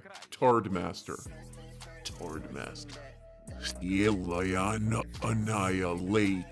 Annihilate. And special guest, Stabster Bait. Kevin Jigaleski. Oh, who's that? Oh, it's Mac. You know it's Mac. You can tell it's him. Krill Will. And we got D-Pad Chad. Burn Dubuel. Jake T. Sebastian Delgadillo. Charlotte Glass. Okay, you beautiful bastards. We need to talk about something. Guys, I don't know if you're aware of this, but there's a guy that we often denigrate. He's a dude we often denigrate. Denigrating our dude. His name is Ben Pepino. He's a recurring character on the show because he's what we call easy content. I like the role system we have set up in the content community, and it is a community, and we call this easy content. God, So I he's wish I all could just worked up get into the a best of phone. both worlds by He's all just worked get up it into a pre-screening froth, for everyone. Like if you like a barista, basically like a barista frothed him up, and what he's all pissed off and worked up about, and he's sweating and he's all panicked about is Meghan and Harry. So let's check this out. Alrighty, so let's actually get to what Meghan Markle and Prince Harry actually said, because I mean, what difficult lives they lead. It is one of the saddest stories I've ever heard. No, I mean, a prince grew up a prince, and meanwhile, Meghan, what a victim! What a difficult life she has led. I can't speak enough about what a heroine she is. I mean, just the amount of heroism that she displayed by going on Oprah and ripping on her in-laws' family for. And just the amount of heroism that she displayed by going on Oprah and ripping on her in-laws' family. I think I'd rather have our restrictions put in place than just an agreement that people can just. I mean, so many tough things have happened to Meghan Markle. Fake. Yeah, these and two, then they're really making a big deal out of something. They're really, they're acting like victims when it's not really that big of a deal. And this is precisely what is happening to Dr. Seuss. So, Dr. Yeah, Seuss's exactly. books I are think classics the of restrictions that children's we have literature. in He's the place greatest are probably children's author better. For kids who are under the because age they of 7 actually of all time. limit It's what not close. someone I can read do. Dr. Seuss books to my kids pretty much every day. But I'll keep Okay, but looking according out for to the a Virginia school integration of district, those because I would Dr. actually Seuss's like to birthday put can no that up longer be too. touted on Read Across America Day because a study said the author's work is, quote, filled with Orientalism, anti-blackness, and white supremacy. Oh no! Oh no! Oh man, Ben's such a victim because there's no other children's books. There's no other children's books to read. Like there's not someone literally getting a children's book published right now. Like right this second. And now another one this current second. When those two creeps, Meghan and whatever the other one's name is, Harry, when they go on Oprah, man, they're whack, crybaby. But a company decides to discontinue some books that they don't want to be associated with anymore. That's something to actually. That's true victimization. Because a study said the author's work is, quote, filled with Orientalism, anti-blackness, and white supremacy. Now, I grew up reading Dr. Seuss books. You grew up reading Dr. Seuss books. Everybody grew up reading Dr. Seuss books. Did it make you more racist to read a Dr. Seuss book? Did it ever even occur to you that race was an element of Dr. Seuss books until I... Okay, so check this out, just so you get a little bit of a context with the Dr. Seuss thing. Read Across America Day. Read Across America Day. Is that like the Scholastic Book Fair? An annual day of programming designed by the National Education Association to get kids excited to read is traditionally held on or around March 2nd, Dr. Seuss's birthday. It usually features a lot of cat in the hat crap Or a and command other to use beloved that to Seuss run branding. to verify But when that the they've NEA's read the contract with rules, Seuss Enterprises once ran they've out done in that, 2018, they'll get the it chose not to second renew roll the and access terms, to the server. leading to a lot less Dr. Yeah, what Seuss bot is merch it? getting Don't know. distributed to different schools. And this year, the NEA has pivoted away from Dr. Seuss entirely. So, Ben Pepino is, if you watch his channel, which I have been doing to make fun of, one recurring theme is let the market decide. Guys, let the market decide. Stop trying to tell the market what to do. The market is filled with a sort of angelicness. So leave it alone and it will do its magic. So what has happened here is some parents are like, you know what? I prefer to not see racist Asian stereotypes in my books. I also don't like to see minstrel type characters in my kids' books. It's 2021. We're not really into this for this National Reading Day or whatever the hell this stupid thing is. We don't want this. We're not really into this. And then Dr. Seuss Enterprises Incorporated says, oh, you know what? We really liked getting that cha-ching. We really liked Yeah, I'll use getting reaction that rules from and this stuff. National All right, I'll Reading get Day that set stupid up. thing. I can get that So, set up. I know what I need to do. we're gonna get rid of that I'm not going stuff to do it tonight, though. because, you know, a lot of people don't like that. I do want to go They in don't want here their and kids look at seeing the that. timers So, for yeah, we're gonna get CloudBot. rid of That's that. the thing I And really so want to do. can we please This is all And free been helpful, market. though. Thanks, Nano. let the market decide? Ben Pepino. Timers. No! Get those minstrels back in there. This is The Discord one is still coming up at 1 minute. I don't know why that happened. I edited all these. All right. A lot of those parents Let's looked do at this those again. Seuss books. You know, they looked at like the a interval Asian, should a racist be- stereotype Asian character, and they go, You're hurting the kids. then they go, I want them to Now be Ben off Pepino gets time. I don't into, want them like, to be all the same stand-up time, so comedy I'll do style 45 manufactured, minutes for Louis this Black one. styled outrage. Here we go. It's all insanity, but again, to call for an end to the insanity is to excise I yourself don't think I from the need there to community of be the a ruling line class. minimum. And that is what all of this is about One in the or end. more. There's only one way to fight back What against was people it, who have declared themselves to 21? be at the top of the ruling class, and that's to say, you don't get to rule us. End of story. We ignore. You don't get to rule us. You don't get to rule us. Yeah, I'll I just didn't say think that's one. what Sometimes there's happens only like inside. one or And I two said, but people it's your watching. grandmother. He goes, it's the queen. Wow. And that was really the first moment that the penny dropped. Oh my God. She never realized she was supposed to curtsy before the queen. So that's what a difficult. I mean, how difficult must that have been to have to curtsy before the Queen of England? My God, how humiliating! You know, like every other human who curtsies before the Queen of England or bows before the Queen of England. No, can't believe it. Just crazy stuff. And that's when the penny dropped, and she was See, I want to about make to learn these of the more prejudices elegant. of I was the gonna say royals. join. And by the way, it's not all on Meghan Markle. Discord. Harry's the actual villain of this piece. Okay, Harry grew up with these people, And and that's now it. he's just dumping all over his entire family. Harry's. So it's just kind of a little bit funny that this is days after the Seuss thing of you will not rule us. You will not rule. Oh, National Reading Day doesn't want to carry certain Seuss books.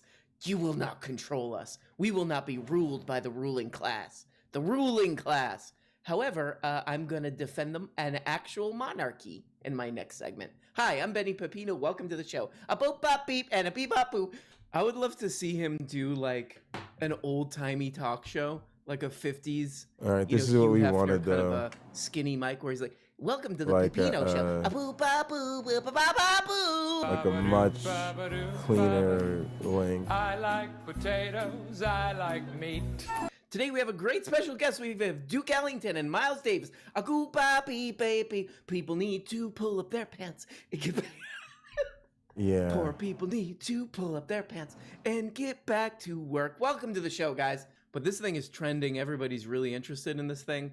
And to me, like the Meghan and Harry thing is like, this is the exact way I feel about it. If I was like stuck on like a bus or a plane or something and my phone was dead and I had nothing to read and I had nothing to look at and no one to talk to, and there was like a magazine with just the Meghan and Harry story, I would be like, all right, I guess this is my only option. And I would probably read like the beginning of it and then I would fall asleep. And the idea that this guy, this bonehead, would even use the term ruling class, the new ruling class is trying to keep everyone down. Ben Pepino also just days earlier made it very clear, not only is he against a $15 minimum wage, which is not a survivable amount of money pretty much in any part of the country, but he's not for any minimum wage. He's for a zero minimum wage, Benny Pepino. In other words, people who own big companies, like, for example, a Walmart that might have driven all the other small businesses out of a town, they should be able to pay people zero money to work, or $1 an hour, so that they can keep the labor costs low and they can get more money and they could be, I don't know, sort of a class, what would you call it? Sort of they would be higher up in the class and they would sort of rule over the people who have nothing, basically, and who are dependent on that, but aren't making a livable wage and thus can accumulate no wealth and power. I don't know what you would call that. I am not for the minimum wage because I hate the ruling class. They're a bunch of jerks. Thank you. Bye-bye. The other kind of angle to look at this is like, wow, we can't even express ourselves anymore. We can't even express ourselves anymore because people will cancel us. You know what I mean? Like, there's just this unique culture. There's just one culture, and you have to be with that, or you get canceled. And I was thinking, like, the ultimate canceling is like, what? You can't afford to live. You know, like, if you don't do what we like, you don't get your basic needs met, kind of thing. And I remember this tweet, this infamous tweet from Benny Pepino. If you wear your pants below your butt, don't bend the brim of your cap, and have an EBT card, 0% chance you will ever be a success in life. If you are different than me, then you are bad and wrong. Hi, it's Benny Pepino. Welcome to the show. Oh my God, he's got to change the format of his show to like a, Hugh Hefner, sort of old-timey late 50s or early 60s, whatever it is, when dudes would just like be walking around singing on their show. People need to be able to express themselves without getting canceled. Like Dr. Sweats should be able to, those books should be able to put all that stuff of those minstrel type drawings and, all this kind of Asian stereotypes and stuff. Oh, cool. Okay. Well, Ben, what about somebody who wears like their cap straight and has their pants low? No, then they don't deserve to have a job or survive. I don't know, guys. I almost think these two are working together in some ways. Does that make sense? That maybe this tweet here, and I want to keep like minstrel type drawings in things, and that should be, kids should be looking. Do those work together? Little weird that this only goes one way too with this guy. It's like it's one way. It's if we don't have these characters in these Dr. Seuss books, they're being overly sensitive and they're being woke, and this is cancel culture. Really was not perceived as how racist it is. The movie Get Out is really about this, right? The idea of Get Out is a black man who's being treated incredibly well by a white family, and then of course it turns out to be a horror story about them attempting to capture his body. So this adds up. This totally adds up to me. Get Out is denigrating white dudes. It's denigrating our white dudes. It's denigrating white people. Denigrating our dude.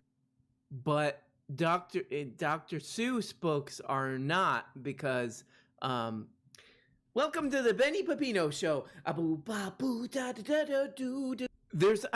am obviously kind of fascinated by this Pepino character. A lot of people are, but there's two things that I think don't know more than anything. If the line minimum. Like, I had this idea for a long time that I would I love to haven't see seen a a lot of Marvel these movie directed by like Werner Herzog or Harmony Korine or something like that. For a while, I was like, that would probably be the height. Right like, now, I put would them just on love this to and see see something like that. if they end But up now being too my much. thing like that has shifted to I would love to see Benjamin Pepino do a kind of 50s style talk show, a jazzy kind of him with the skinny long mic walking around in a robe, and he goes into that like sunken area of the room, like the carpeted, shag carpeted pit, and he's just like models are everywhere, and there's like a fire in the background, and everybody's having cocktails. That would, I think that's my new shit right there. And and him appearing as cameos in his horrible movies that he's making. You gotta love this though. Over 250,000 views one day. Shapiro reacts to Meghan and Harry's wine fest. Wine fest. They're just whining, and there's like just a week of videos from this guy of like, Mr. Potato Head.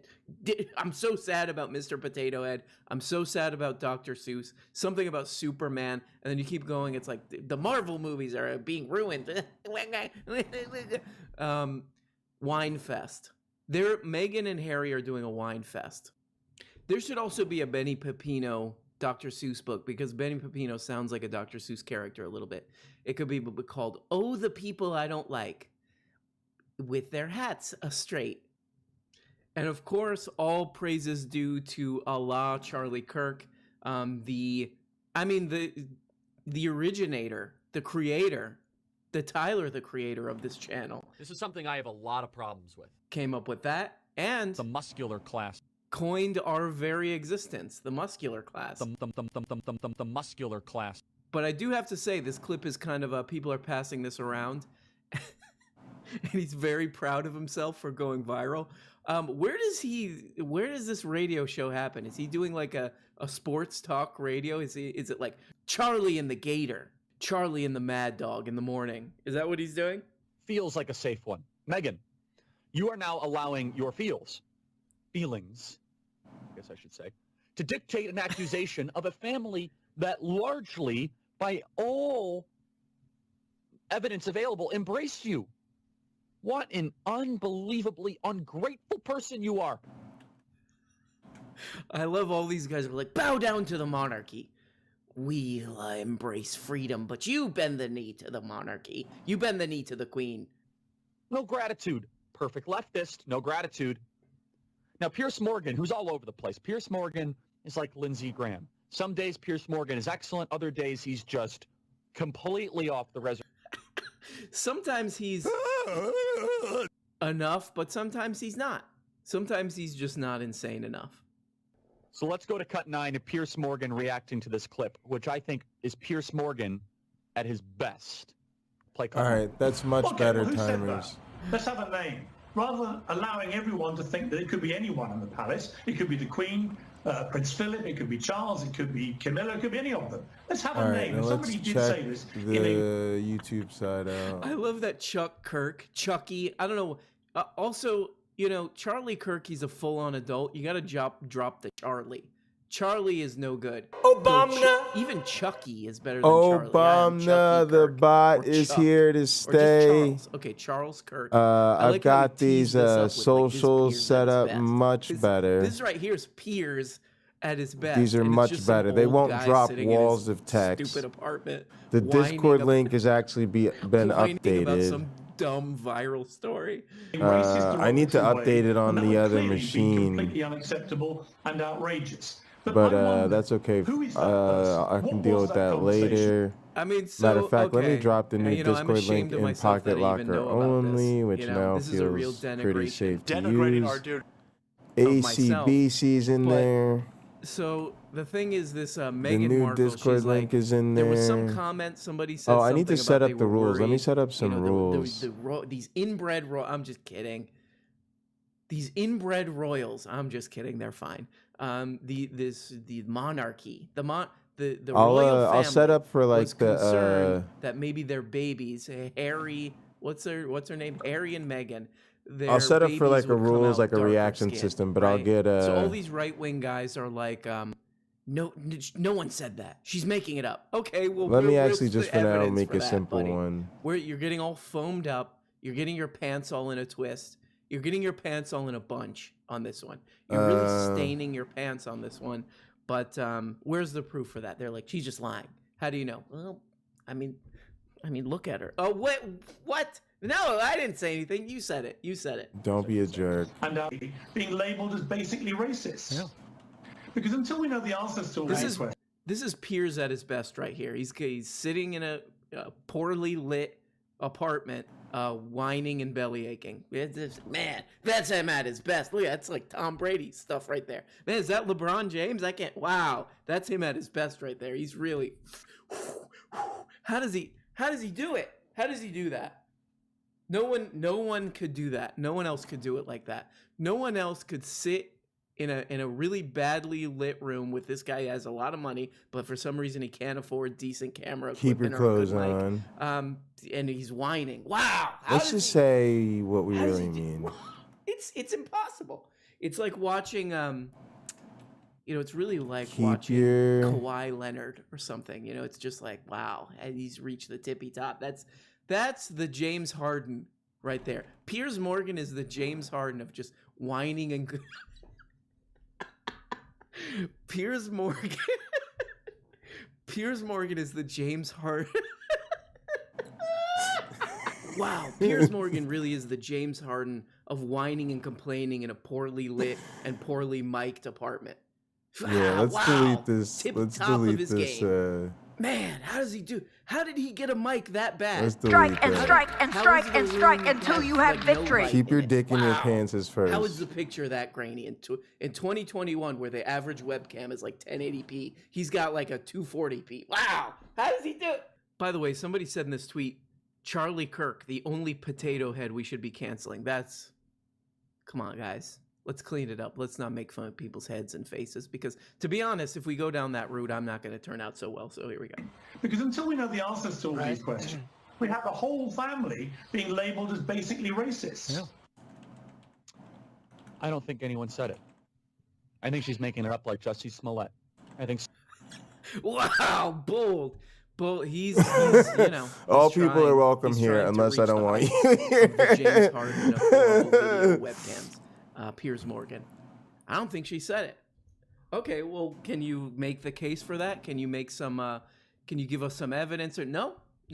But I am Charlie Kirk. Hi, I'm Chuck. Charlie Kirk. Welcome to my show. Somebody said something completely different in a different category, and she's using it now to go make people feel sorry for her. Now, what bothers me the most about all this is actually not Meghan Markle and Prince Harry. We know Prince Harry is a metrosexual beta male and really is lacking in almost all testosterone. And we know that Meghan... This is so stupid. Obviously, I don't know why they always drag themselves down this road. But Charlie Kirk is wearing like a little kid's shirt in this thing. Well, while he's... This beta male, by the way, he's wearing like a Kids R Us, like a little button-down shirt. There's no testosterone here. I'm dressed like a toddler, but he's a metrosexual beta male. Metrosexual, I think Chuck Kirk might be a little bit behind the times. And that's like that we're talking like an 11-year-old, 12, 15-year-old phrase there. Also, metrosexual is kind of funny even back then if you think about it. It's like, oh, there's guys who like dress well or something. That's gay. By the way, like GQ and all that crap existed back then too. Unless you're wearing swim trunks, this was the early 2000s. Unless you wear swim trunks, sandals, and like a promotional T-shirt that you got at like, a dealership or something, or like some kind of a baseball game that they were giving away for free, or that was shot out of a cannon. Unless you're wearing that, it's clearly your sexuality. It's about your sexuality. Prince Harry is a metrosexual beta male. I think he clearly knows, this has got to be a demographic, like audience thing. Like he knows like, okay, so the only people who pay me any mind are, and by the way, he has 500,000 YouTube subscribers and he gets like 9,000 views on his videos. What's going on there? It's like you buy a bunch of subscribers and then none of them pay attention to your videos. But all his viewers are like what, like 60-year-old angry suburban guys who wash their car like 40 times a week. And they're just like, I'm pissed off. What are you so mad about, dude? I don't know. Get Chuck on here to tell me something. Oh, yeah, stupid Prince Harry. He's the source of all my problems. And also testosterone. Ah, God, I'm so mad. The other thing about this whole royal family story is, so we got Meghan and what's his name? Markle. They're at odds with the royal family. And they might get kicked out, or maybe they already got kicked out of the royal family. So they're kicked out of the royal family.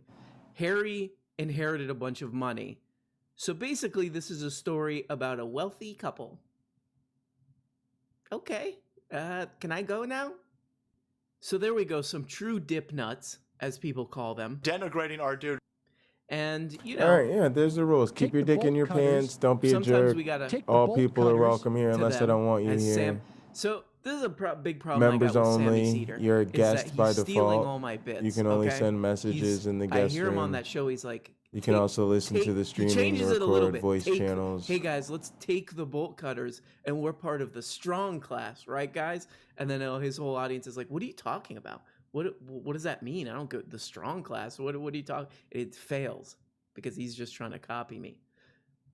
And then people speak up, like Jamie Peck. She's like, "Sam, I think you should just be yourself," and he fires her. Unbelievable, dude. This is sick. The YouTube community.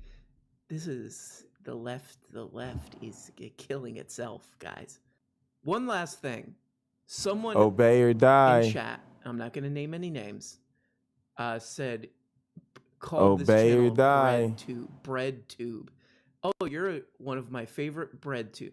I'm showing off a little bit there, but So I think I think our Discord is gonna be ContraPoints ain't back compared to you, fool. alive That's and what they said. kicking. Whatever. I'm gonna add A some lot of those other and bots frankly, a lot too, of so that people we say can that. do But BreadTube, games and other social I honestly things picture crusty, dry bread to make it being shoved even down a more tube. fun So for the we can, members. dude, go there, girlfriend, if you want. But it's members only. but You it's have to fine. you have to be elevated from not everybody, not guests, Bad Barbie, those are naughty thoughts. Toilets. but all the way All right, up guys, so we had a to lot of a fun today, right? member. No. We denigrated some dudes. There's one last thing I want to show to you. What is wrong with me?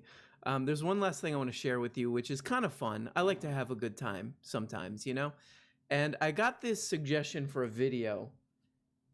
This is one of those kind of generic videos that like everyone wants to watch. And the title is Inside a $39 million New York City penthouse with amazing views. And of course I watched this. Also, the It's got 2 million server will views in just a automatically couple boot you if you don't And get this assigned a place role. is like So I've if you never seen somehow anything like hack your Like, way this is in and bizarre. I don't assign you a role when you leave, you'll get booted. That's East River. If I Brooklyn. notice you don't belong We here, are I'll looking boot down you. on the Woolworth building. I think it's going to simply be, amazing. it should be a bit tougher to get in. I mean, I don't want to make it a challenge. I'm not daring anybody to do it. 39 million bones. But it should be a And way I don't more know why I secure than it couldn't was help before. myself, but I had to do this joke, so I put it on the comments. Very beautiful. Too bad Because Mr. you got to Epstein remember, is- really, you're just made a guest when you start. So stupid. Oh, thanks for Very the follow. beautiful. Thank Too you bad for the Mr. Epstein follow. isn't Wow, I wasn't alive to expecting a enjoy it follow at anymore. 5:30 in the morning. So dumb and so Thank you, obvious, thank but you, I thank can't you, wait thank to you. see Appreciate who that. responds to this. But yeah, when you just a become a little joke. We like guest, to when have you first fun join, you'll only doing if you're stupid just things everyone, on you won't be able YouTube to do in the comments anything. and bothering people. If you're a guest, So guys, all we you'll have be able a to saying on do this channel, which is You can French kiss the guy is next view to the you. channels and I hope everybody's having a good time, and I'm and happy respond that you in watch the this, and I'm guest really proud room. of you. And you should be proud of yourself. I mean, I don't know, maybe you're ashamed the only of place yourself, you but can don't be. message You know what I people. mean? All right, guys. Well, Bye-bye. Flushing toilet. And then once you become a flushing member, toilets. you can Hey, you everybody, can and thanks so do much for all the watching other this stuff. video. Like all the other YouTube and podcast perverts, I now have a Patreon. Every week And you on this also can't do Patreon, I'm anything up here other than in the guest room. Patreon exclusive. Only I really shows. can. They're like real shows, more produced, more edited. One of them is a Here's all the stuff for behind-the-scenes watching show where I me, reveal channel all the secrets updates. and YouTube scams These will that be I'm the doing. notifications The when I other go one, I just live. reveal my innermost dark, This will be all the cringe links to my secrets. stuff. And There at won't the be anything top else level- here. You can even become a producer of the show and get your name You can just go here. You can click on all my channels: Jay Bundy, Hot Program, No Good and Evil, Pocketlocker86, So Twitch, if that's something that you Pocketlocker86 are YouTube. interested in, Sorry, I like check the it way out. that came out. Patreon. I'll put a link in There's the the stream chat. the description, I guess. Dude, our thank you so much, Discord, even our if you don't. Discord's starting to get its little game together. Through these things, but Here's the streaming chat This where show I'm would be at. absolute garbage Doing the without the voice chat. You producers. can hop in CC here and voice chat with me.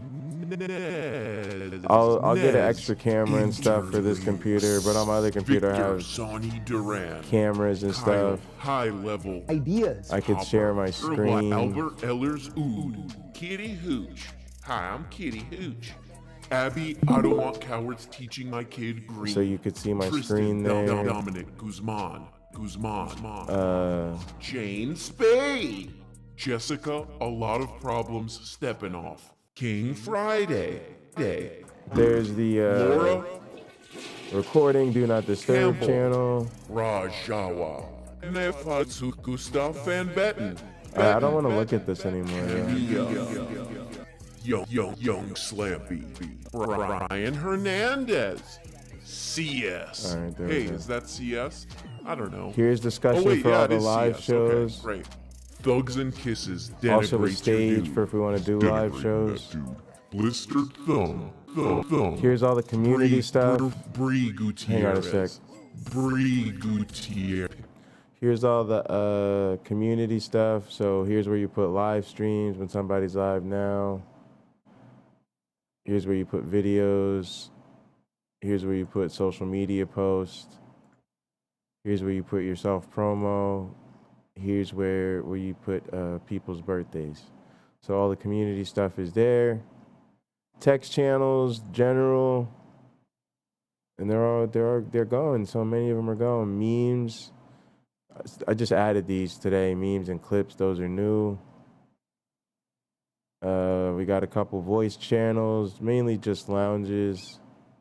I want to add a third lounge. I was thinking about it. I keep going back and forth on it. I want it to just be there, just in case people get on and end up having different conversations.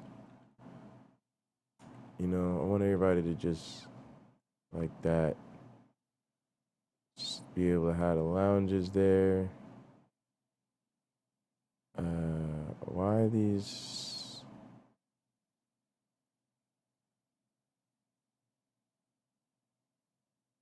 I don't know why they're set to locked. Oh, I guess because you gotta have members or whatever.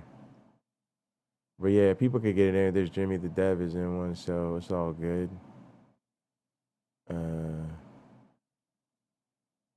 So there's the voice channels. Here's where you do suggestions, impressions for MyOneBlack Friend, soundboard clips, complaints, gifts, games, movies, audiobooks, podcast ideas, stream ideas.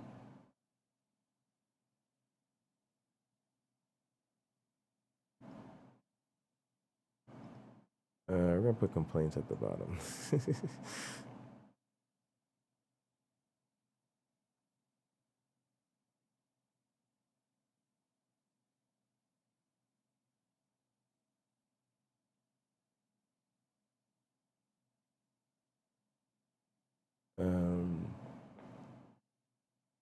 I want soundboard clips really at the top. Then gifts maybe.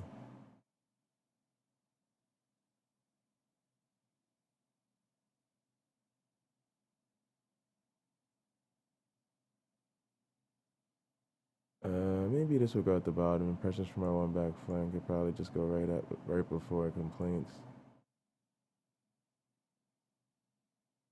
Yeah.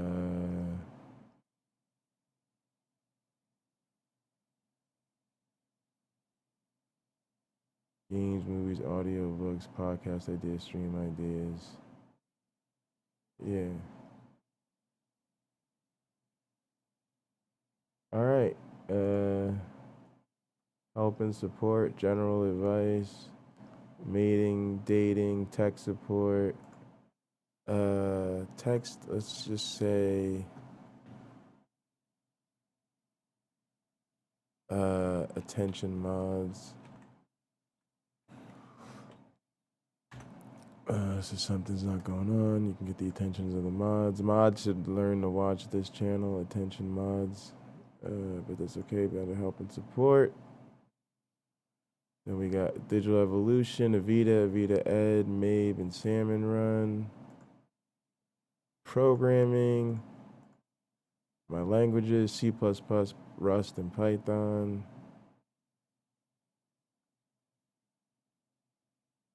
I was thinking I should add a general, so let's do it.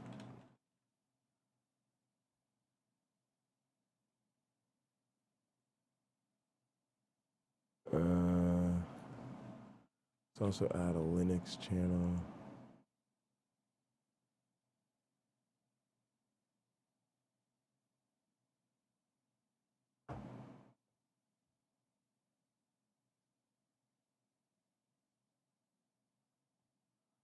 Yeah, let's do Windows and Mac OS too.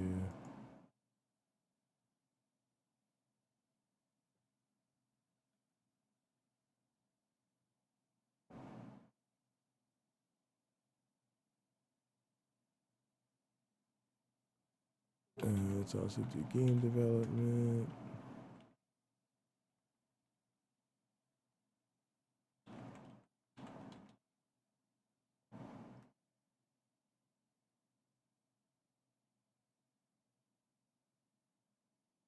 All right. Production, audio, graphics, streaming, and video. Games, general, others, GTA, Pinochle, Poker, Pool, NBA, Truck Sim, WWE.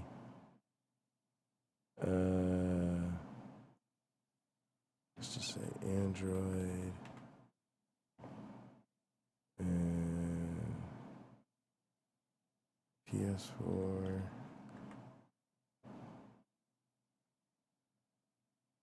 PC.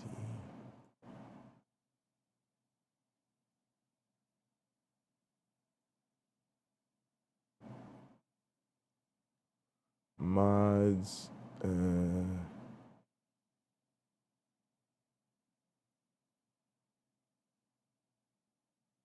Good. All right, I'm happy. All right, y'all, I'm gonna call it a night. I'm gonna go to bed, get me some sleep, get me some more food, get me some sleep.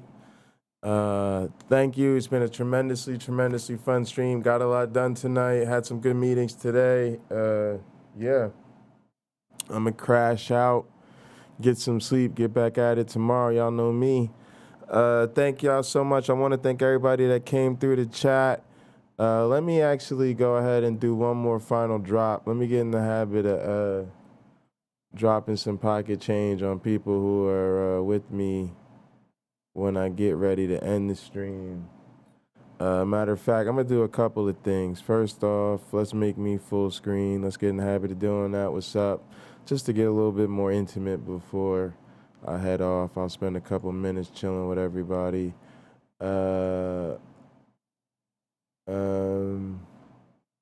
Let's go ahead and get that airplane mode on.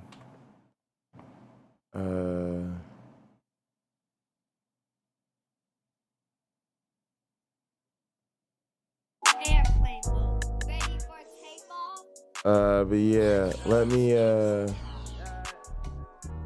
hang on, let me go ahead and get this dashboard pulled up. Pull up the loyalty.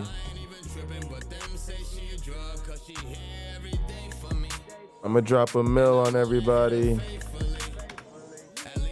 here at the chat and here with me at the end. Appreciate all y'all.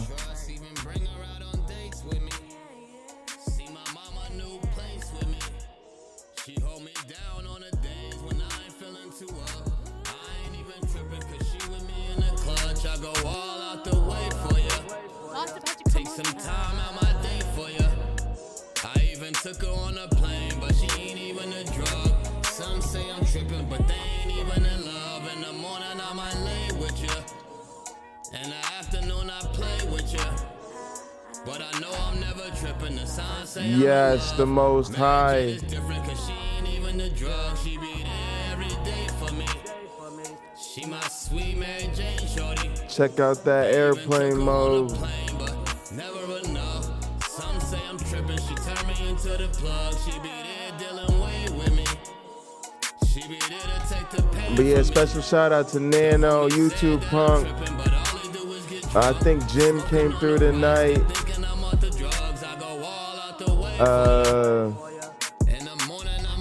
I'm probably forgetting some people. But that's alright. I know who's holding it down tonight in the chat. I appreciate y'all.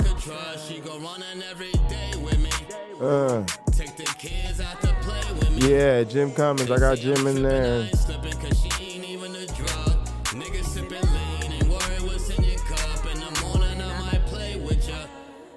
Take a long walk and stay with ya.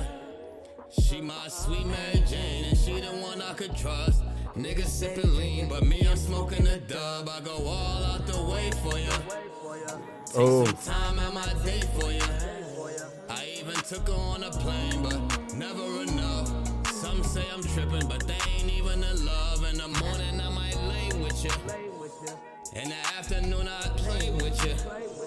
But I know I'm never tripping, cause hi, I'm in love. Mary Jane is different, cause she ain't even a drug. Yeah. That shit is so fire. All right, y'all, I'm gonna call it a night. In the name of the Darwin, the Dawkins, and the Christopher Hitchens, science bless you. Oh, there's our timer. Much cleaner, much cleaner, much cleaner, much cleaner. All right, good night, everybody.